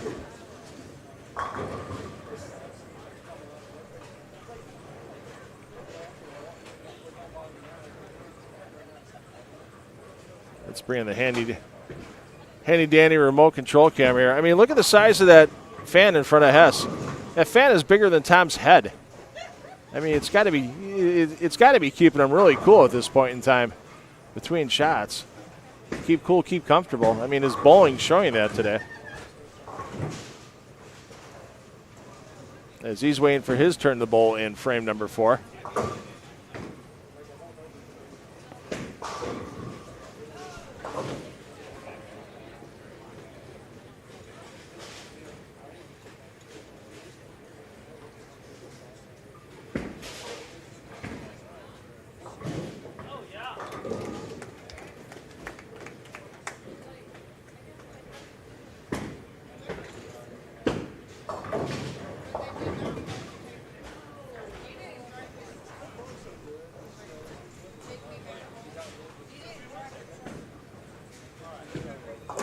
Hey, we got a front bunch going down on lanes 3 and 4.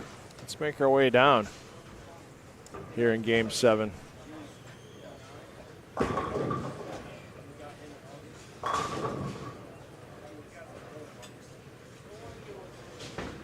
John Brockway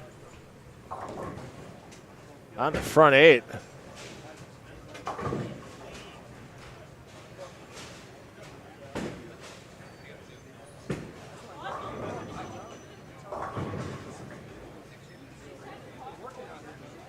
Brockway minus 42 for his first 6 games, so he's going to get himself back into the positive. But he's probably going to need another game 8 similar to game 7 to have any chance of making it past the cut line. Well, let's see what Brockway can do here in 9th frame.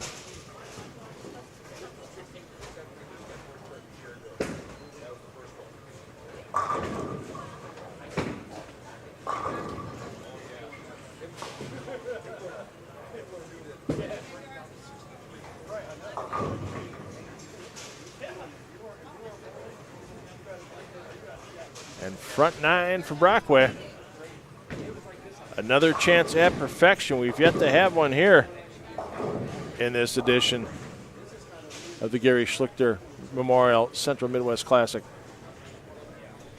Front 9, game 8 of A squad for Corey Rocktischel.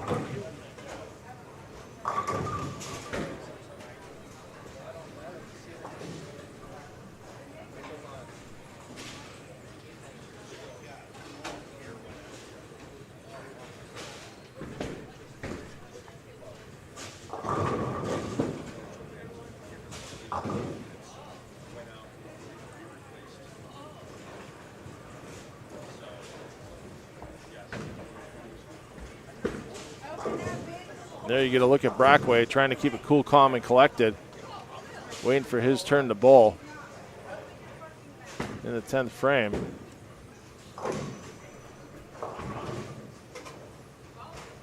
Erickson.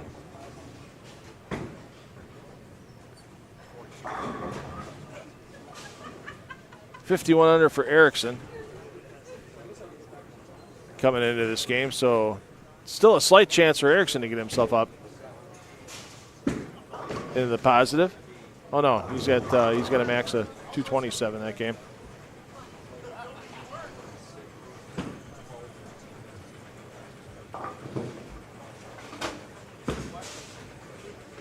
Oh. Here's the cross center spy cam as you see Brockway getting ready to bowl on lane 3.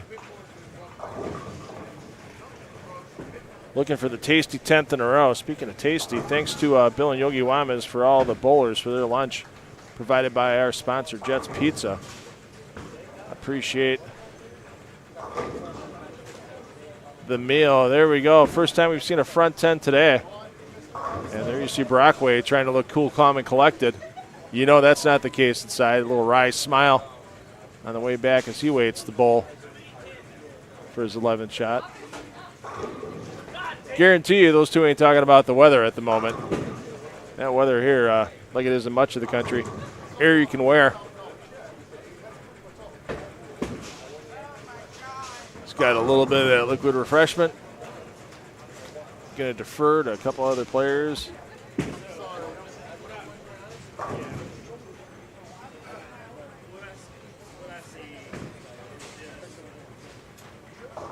And let's see what Brockway can do. Ed Carter having himself a nice game as well. Carter minus 62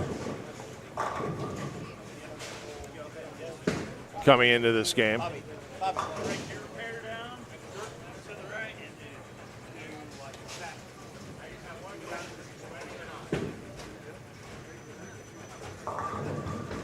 Can we get the excellent 11th in a row?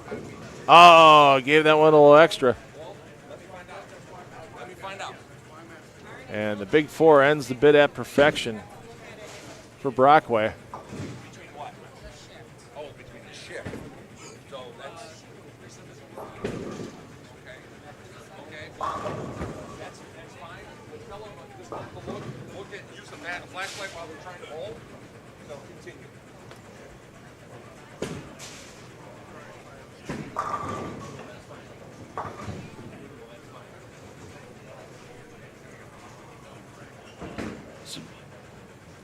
Brockway's going to get into the plus, and I'll tell you what. Just give me the 280s. Assuming he gets at least one pin on this shot. That's going to get him in the plus 30 range. And another game like that, get yourself to plus 100 and make a nice save on your block. Let's get back up to Hess and Company.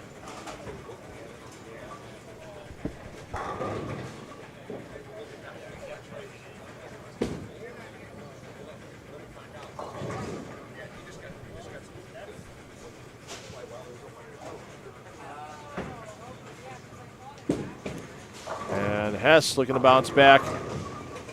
Dances everything around. The Russian judge gives the 5-pin a 9.6 for artistic impression.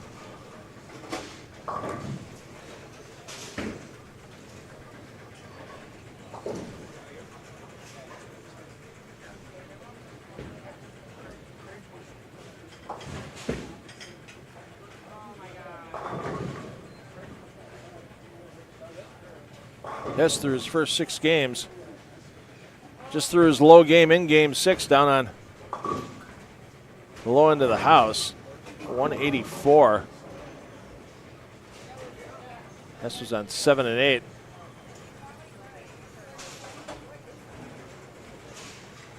In game 6. He's going to move next door to 13 and 14 in the final game. He's already got 15 and 16 and 1 and 2 out of the way with games at 225 and 279 in those pairs respectively.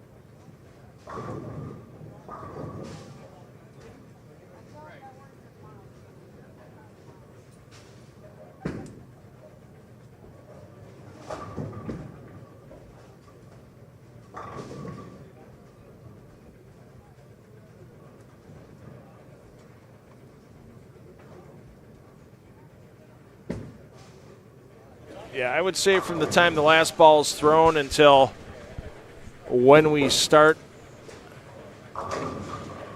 C squad, give us about an hour and 15 minutes.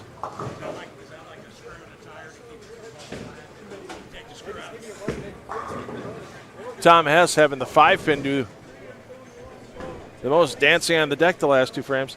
I said the Russian judge gave you 9.6 for the 5-pin on artistic impression. So the way that pin danced, that was a good dance. Tom caught me talking about him. He's bowling right in front of the booth. Always enjoy Tom when he's in with the regular PBA tour in the booth. I mean, the best insight, in my opinion, and you know, Tom S. has been out there for so long on the regular tour. He knows how the lanes break down, all that stuff, all the insight he provides. Jim Callahan's been out there too, obviously, former Storm Bowling representative. Always enjoy listening to Jim, some of the information he can provide about the game. And, of course, on the PBA50 side of things, the national stops, I mean, Tom Carter, the fountain of knowledge. That man's been for so long. Yeah, always enjoyed those days over at Tom Carter. Remember back in the days of flow bowling, Tom Hess and I were lucky enough, as I mentioned Carmen Salvino earlier, the last Tournament of Champions that Carmen bowled in the TOC was 2019.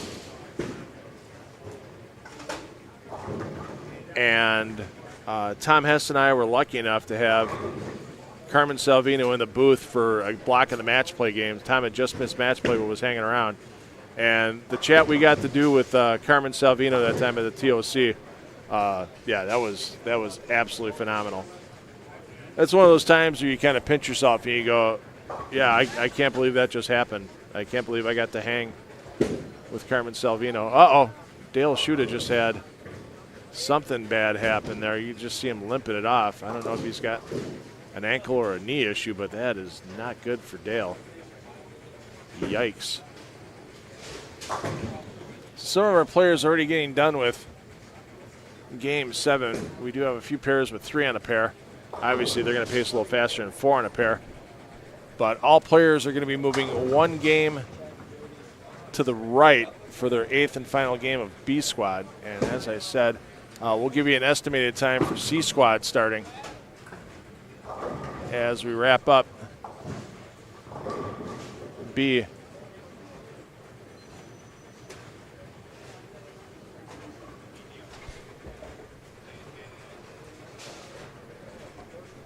Hey, Bill, thanks for the info about Gary in the chat, and Josh as well. Appreciate it.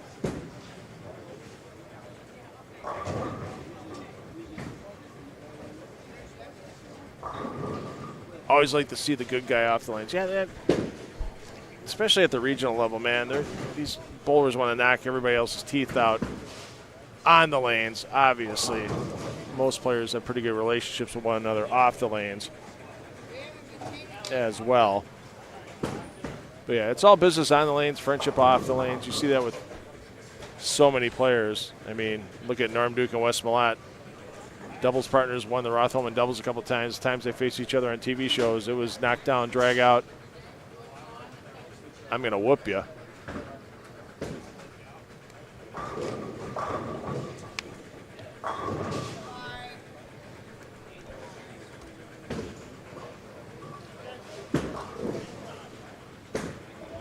Let's check in on Brad Snell. As we mentioned, he's been sitting pretty good in the standings, a little up and down for him. He's sitting at plus 174 right now.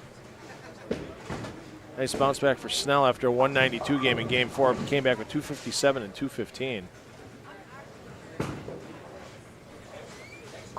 Going to give a few back after that open in the 10th, 21 pins, but, I mean, show up with a decent score in Game 8, and Brad Snell is going to see some elimination round action tomorrow. Once again, 10 a.m. your start time for our top 29 in the Cashers round.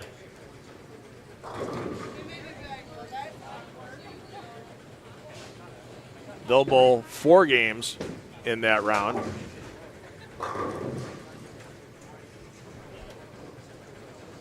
Then we'll knock 13 players out of the field as the top 16 12-game totals.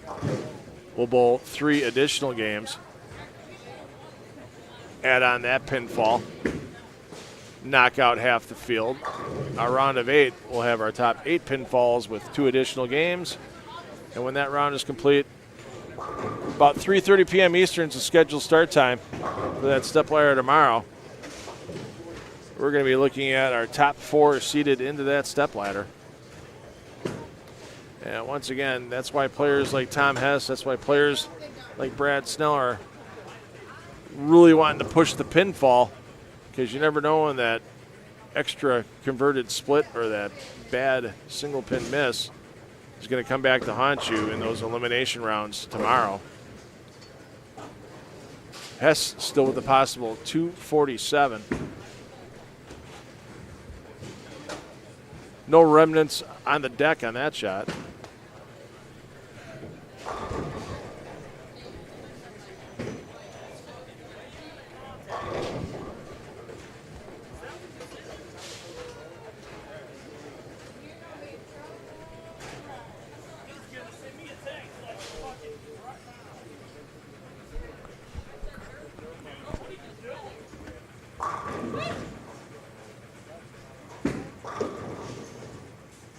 Auerbach, why he liked that ball for 54 feet. In the last 6 feet said, I don't think so.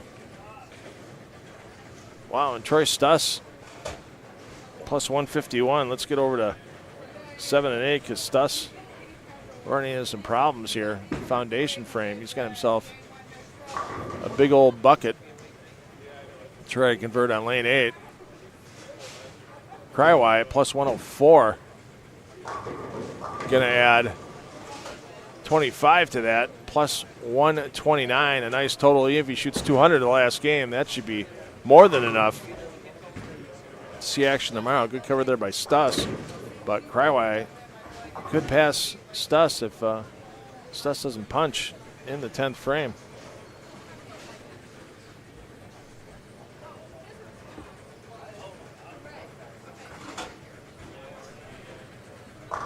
Kenyon, we saw Kenyon start the comeback after a couple of bad games in games 2 and 3.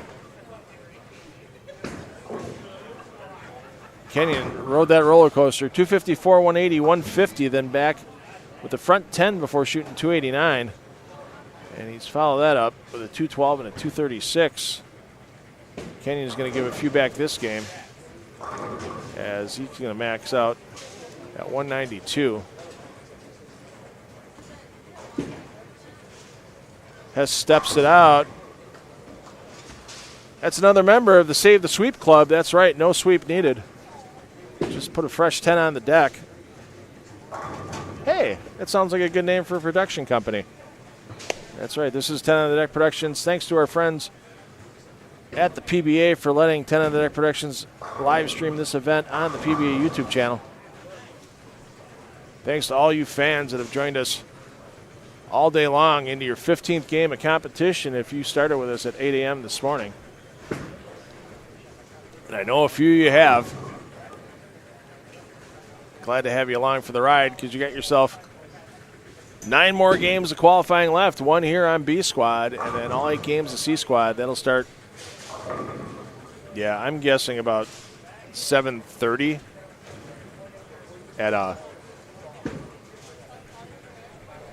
at the earliest. We'll give you an update. We'll get an estimated time at the end of Game 8 here.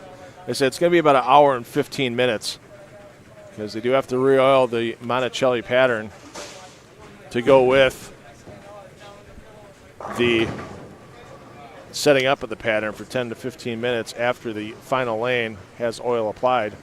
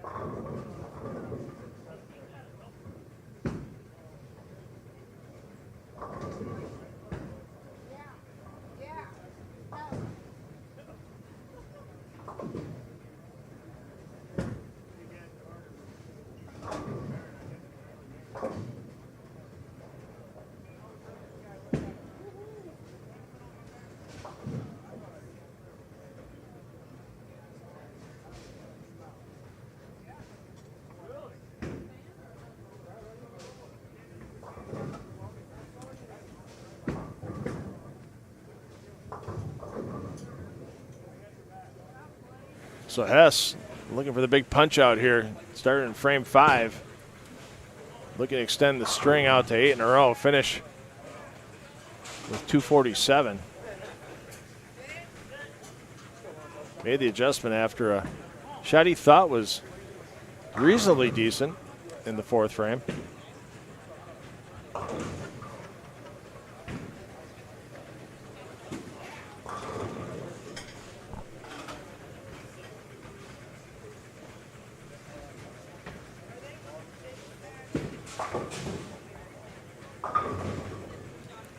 And a little holding on Hess's part on that shot.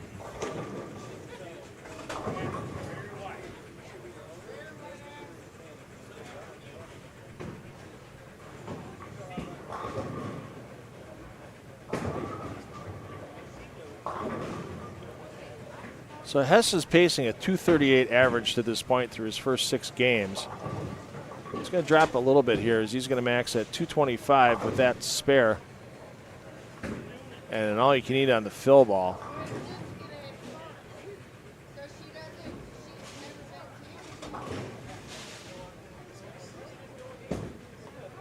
So he'll be at plus 254, which means he would need a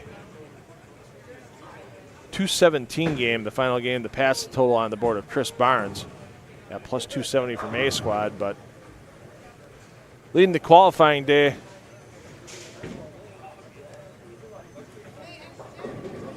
And $6 will get you a biggie bag at Wendy's, but then again, you get that biggie bag for $6 without being the qualifying leader.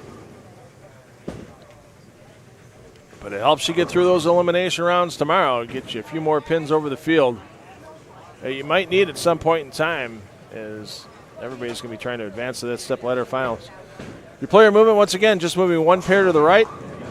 You'll see these players over on 13 and 14. We'll join them shortly. We'll also join a couple of the other leaders on the squad with Snell, Stuss, and Kenyon,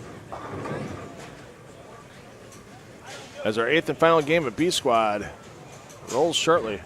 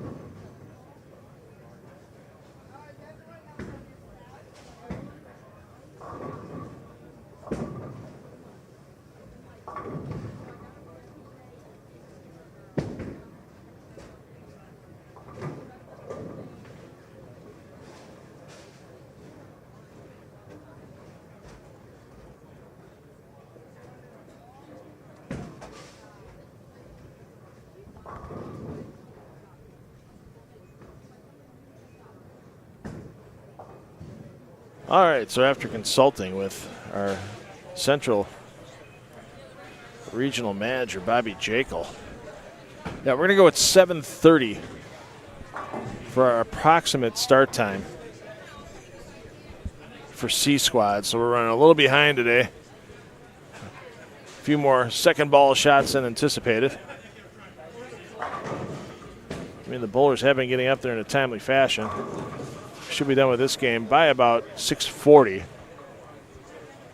So oiling machine's ready to go. And we're going to need about 50 to 55 minutes altogether between oiling and having that pattern with the new application of the Monticelli pattern, giving it time to set up.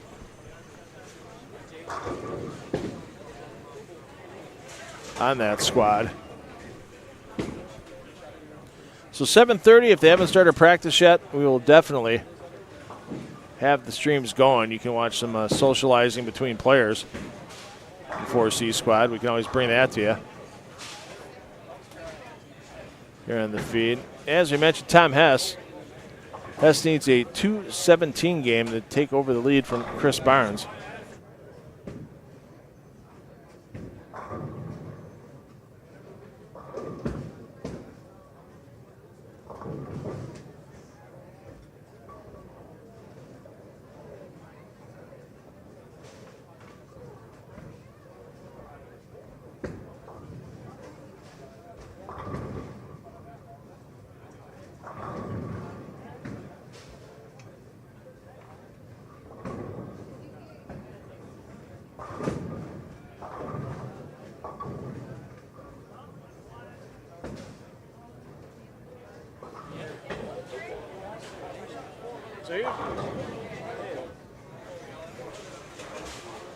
So Hess plus 254 here on B Squad, leading the squad. Brad Snell, 101 pins back on B Squad, but he's sitting 7th overall, plus 153.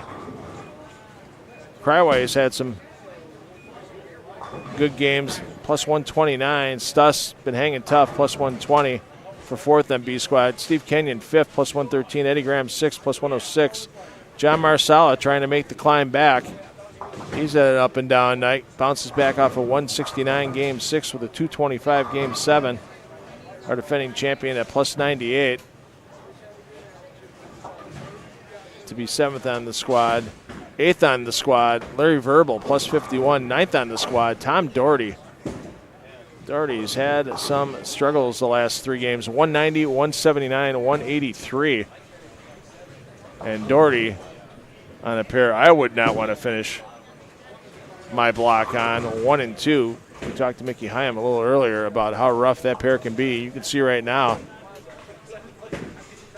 193 pacing for Doherty. He's going to need to throw a 3-bagger, actually a 4-bagger in there to get past the plus 60. It's Tom Carter off of A Squad. That's the number I'm kind of looking at as the cut number for the top 29. And there's a lot of bowlers that can fit in between Tom Carter at plus 60 and David Molnar at plus 90 off of A Squad. John Brockway, we saw his big game of 289 in game 7. Brockway just left a big split. There you see he's pacing 194. So Brockway's going to need a bunch too. Try to keep going. Make his way to action tomorrow. Cryway just needs to stay clean. Sitting at that plus 129 number.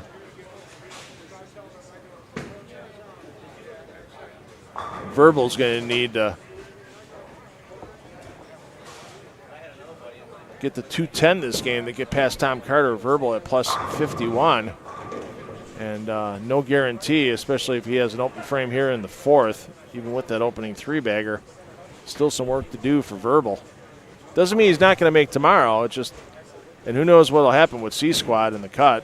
I mean, everything in life's a crapshoot. Why shouldn't bowling be?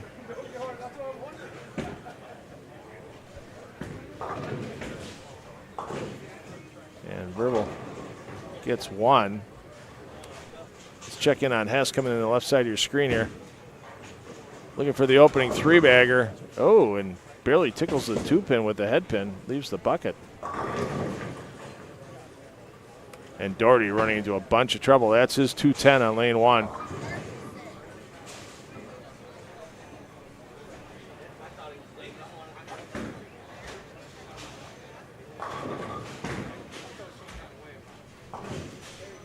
Auerbach on Hess's pair.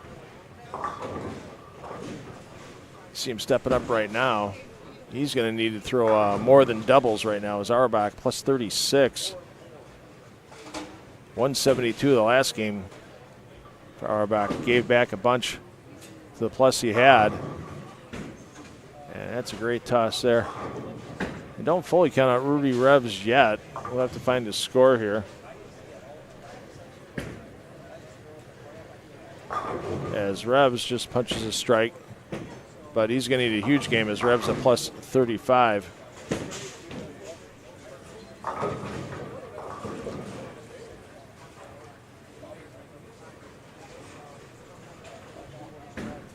Kenyon plus 113. Gets a huge break, tripping the 4 out. Kenyon keeps it clean the rest of the way out. He's definitely going to see some elimination round action tomorrow. Now Doherty can finish at 181, and he needs the punch in the 10th to do that.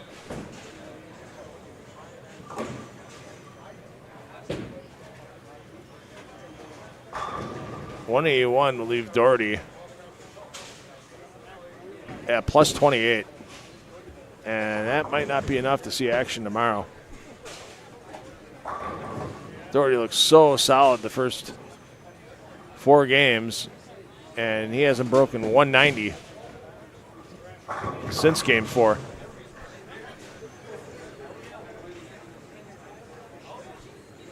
Tough break for the man, leaving the PBA50 National Tour in rookie points and up there in the top 5 in earnings and points towards Player of the Year.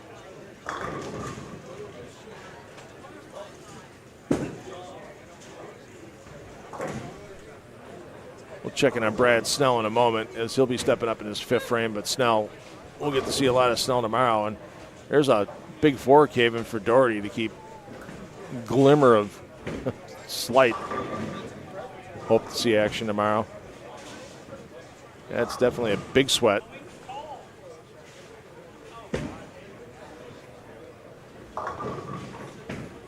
Let's get over to Snell, lane 11.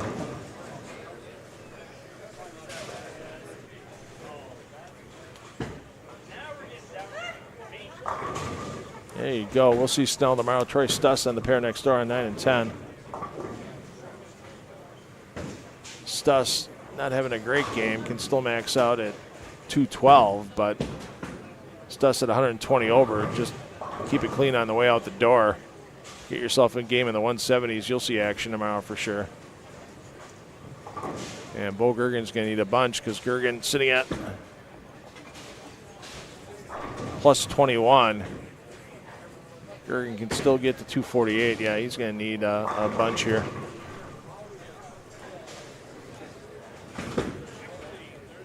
So Doherty did get the second strike in the 10th while we were away, but yeah, I don't think plus 29, barring a disastrous C squad, I don't think plus 29 sees action tomorrow. I still think that plus 60 number of Tom Carter is going to be one bowler should be looking at. And Tom puzzled on that fill ball. 189, loses 11. Pardon my bowling math. But still, plus 36. Oof. I don't know.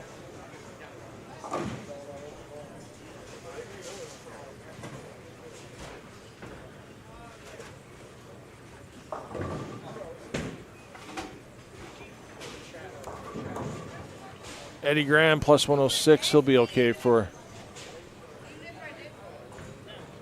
tomorrow, barring 4 straight opens. Not going to happen. He just struck. Kenyon we're keeping an eye on as well. This Kenyon's at plus 113. He'll be okay. Brockway, that big game kind of got him back in contention at that plus 242 number, but can get to 213 this game. Still leaves him behind Tom Carter. Can still get the plus 55. Might be enough. You never know. You just never know.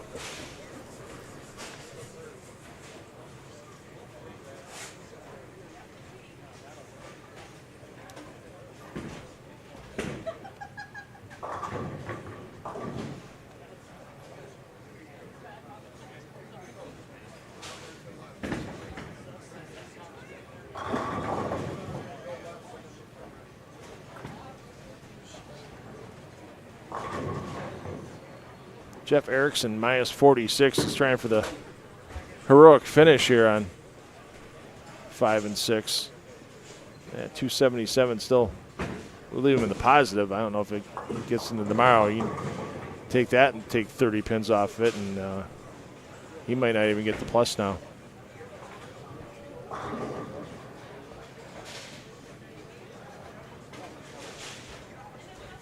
Cryway.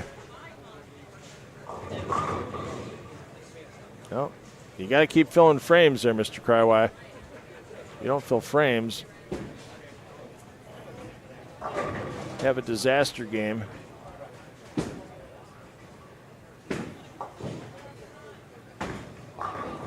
He's at plus 129, but you don't want to give 50 pins back if you don't have to.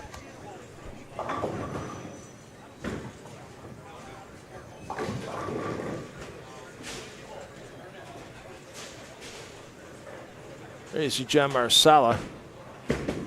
Marsala sitting at plus 98, our defending champion. Or actually here. Now you'll see John Marsala. Clean, no doubles through 7. Steps it out. The 4-pin says, what are you running away from? I'm just going to lay down right here. You can catch me. Oh, I'm supposed to hit the 7-pin. Ah, I get it.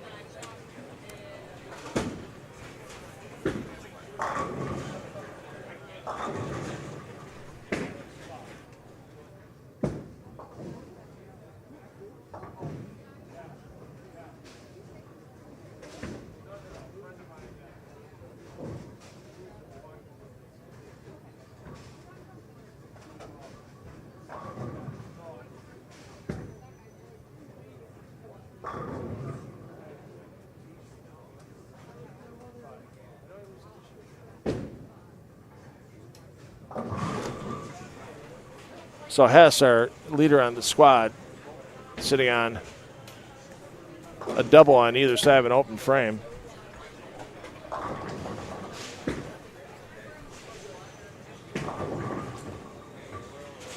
There you see Rick Krychek heading off the lanes.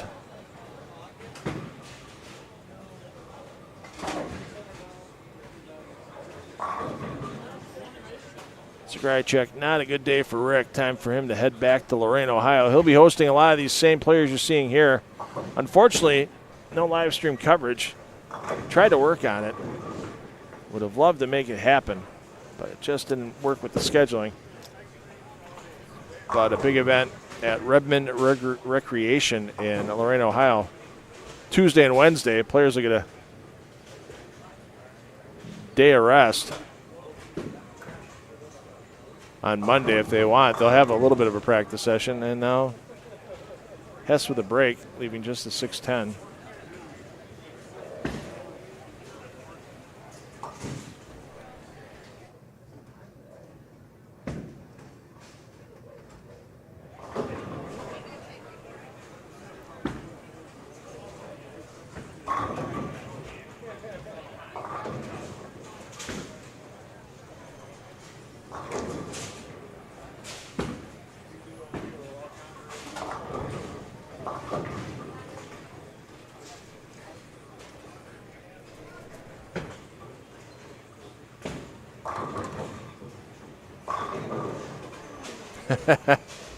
And the celebration by Krychek on the way off the lanes.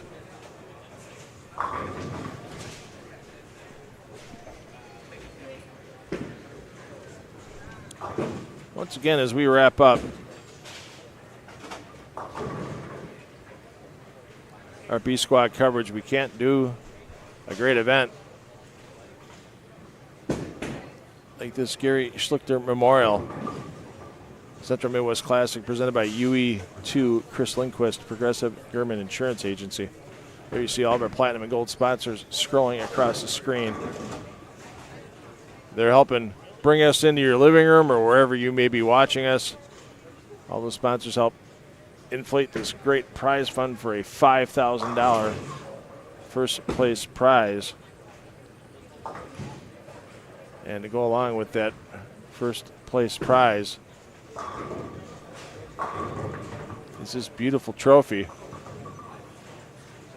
That eagle clutching the American flag and the Gary Schluchter Memorial Central Midwest Classic Trophy is what the winner will take home along with that $5,000 payday. Let's get over to Snell. Snell being 101 pins behind Hess. No way he can catch him with the game. Hess is rolling, and now Snell finding some problems in the foundation frame.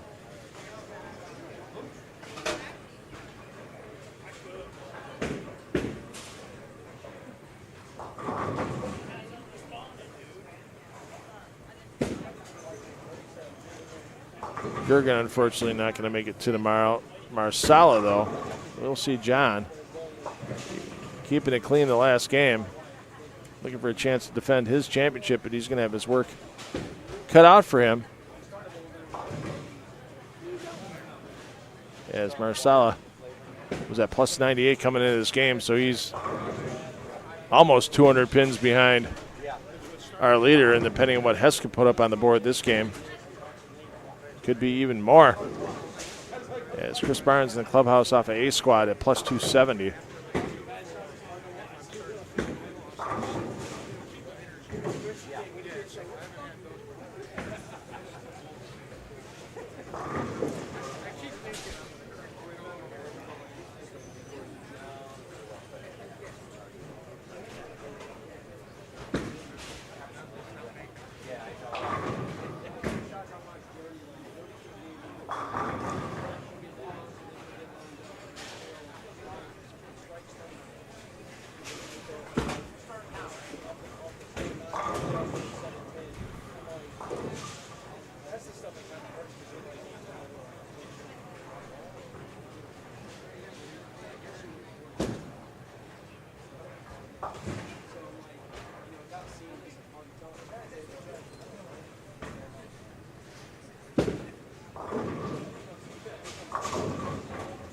So definitely see our defending champ tomorrow, even with a bad game here for Stuss. Well, he'll still be ahead of Carter, barring a double gutter.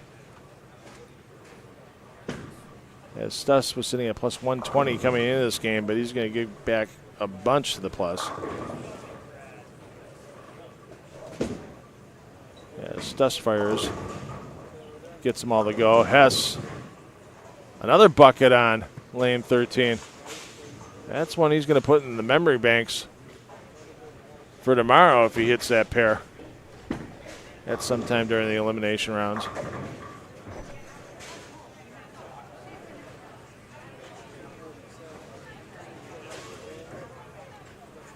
And not the way that Brad Snell wants to wrap up his otherwise quality evening. He's at plus 153 coming into this game. Still going to add a few pins to that plus. But youch. Over to Hess.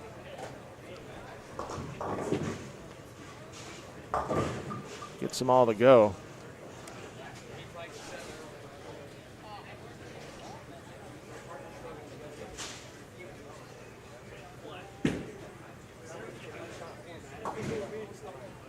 Snell ends up at 210 and plus 163 on the total. But yeah, that's a big bit of hurt to walk out of the building with tonight.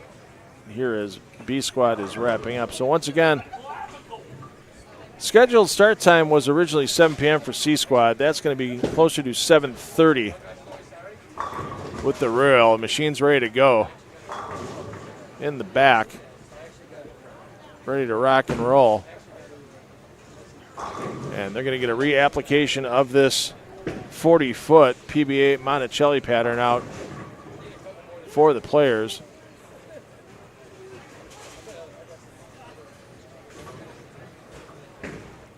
And they'll be hitting the lanes. They should be starting practice right about 7:30. We'll have that stream going regardless for you here from Almar Lanes in Bowling Green, Ohio. C-Squad coming up for the PBA50 Gary Schluchter Memorial Central Midwest Classic, presented by UE2 Chris Lindquist, Progressive and Gerdeman Insurance Agency. And once again, we couldn't do these live streaming events for the PBA Regional Program with me and 10 on the Deck Productions without our sponsors. And our season-long sponsors are H5G Brands. Be bold, be creative, be original. Beat the league rush. Order those new jerseys for whatever sport, whether it be bowling, darts, cornhole. Beat the fall rush. Get in contact with H5G Brands now. They've got styles already designed that might fit your desire. They can always come up with a style so you can be bold, be creative, be original. H5G Brands and the PBA LBC National Championships 2026 tournament information will be out before you know it. Bookmark that page, pba.com/LBC tournament, and check it for all that tournament information update to get ready for 2026, and also get your information on the 2025 PBA LBC National Championships Clash, where our 8 division winners are going to be coming back to take a chance at some big cash. That event date and broadcasting will be announced shortly by the PBA. C-Squad coming up next, 7:30 p.m. We will see you back here. I'm $2 Phil Brylow. Hey, parents, take the kids bowling because you know they're going to have fun for life. 8 more games and more people trying to make a bowling weekend out of a bowling night at 7:30.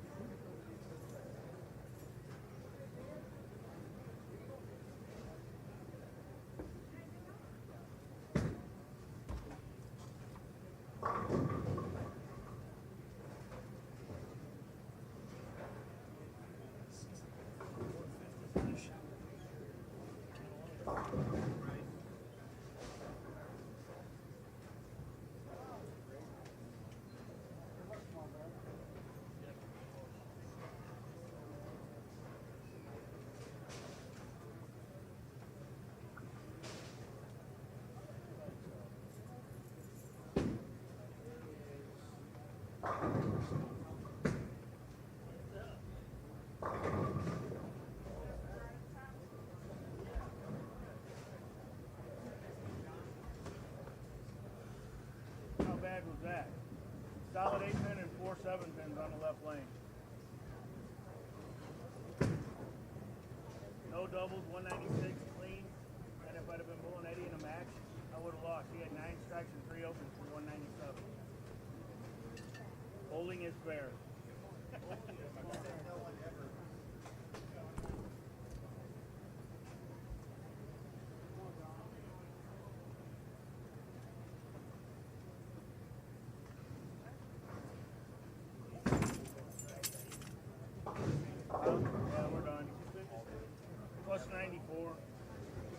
probably make the cut. Huh? I hope. I'm probably 15.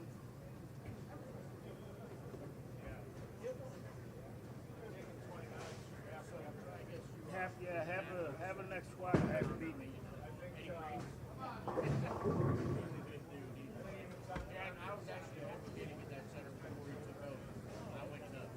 Really?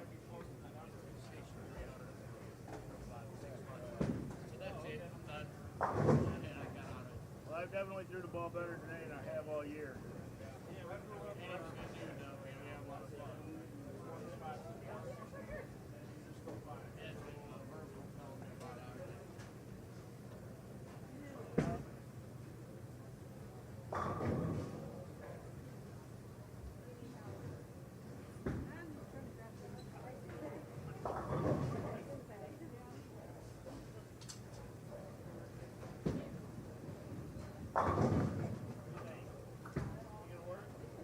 Huh?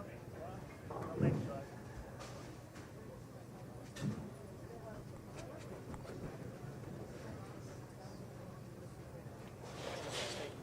Well, breaking news. Thought I was going to be able to sneak away and grab some Jets pizza, but back here at Rudy Revs, we mentioned we think plus 60 by Tom Carter is going to be close to the cut number. He's going to get jumped here by Rudy Revs, as Rudy Revs already in the 230s even with an open, or 240s even with an open, but Rudy was looking to put 270 on the board for his final game and get himself to over plus 100. He's at plus 35 coming into this game. Oh, and how about that for taking the 2-pin out from behind? So put Rudy in the 260 range, and we'll see Revs tomorrow. We'll see everybody else at 7:30 tonight. Change clothes real quick. I'll be out shortly.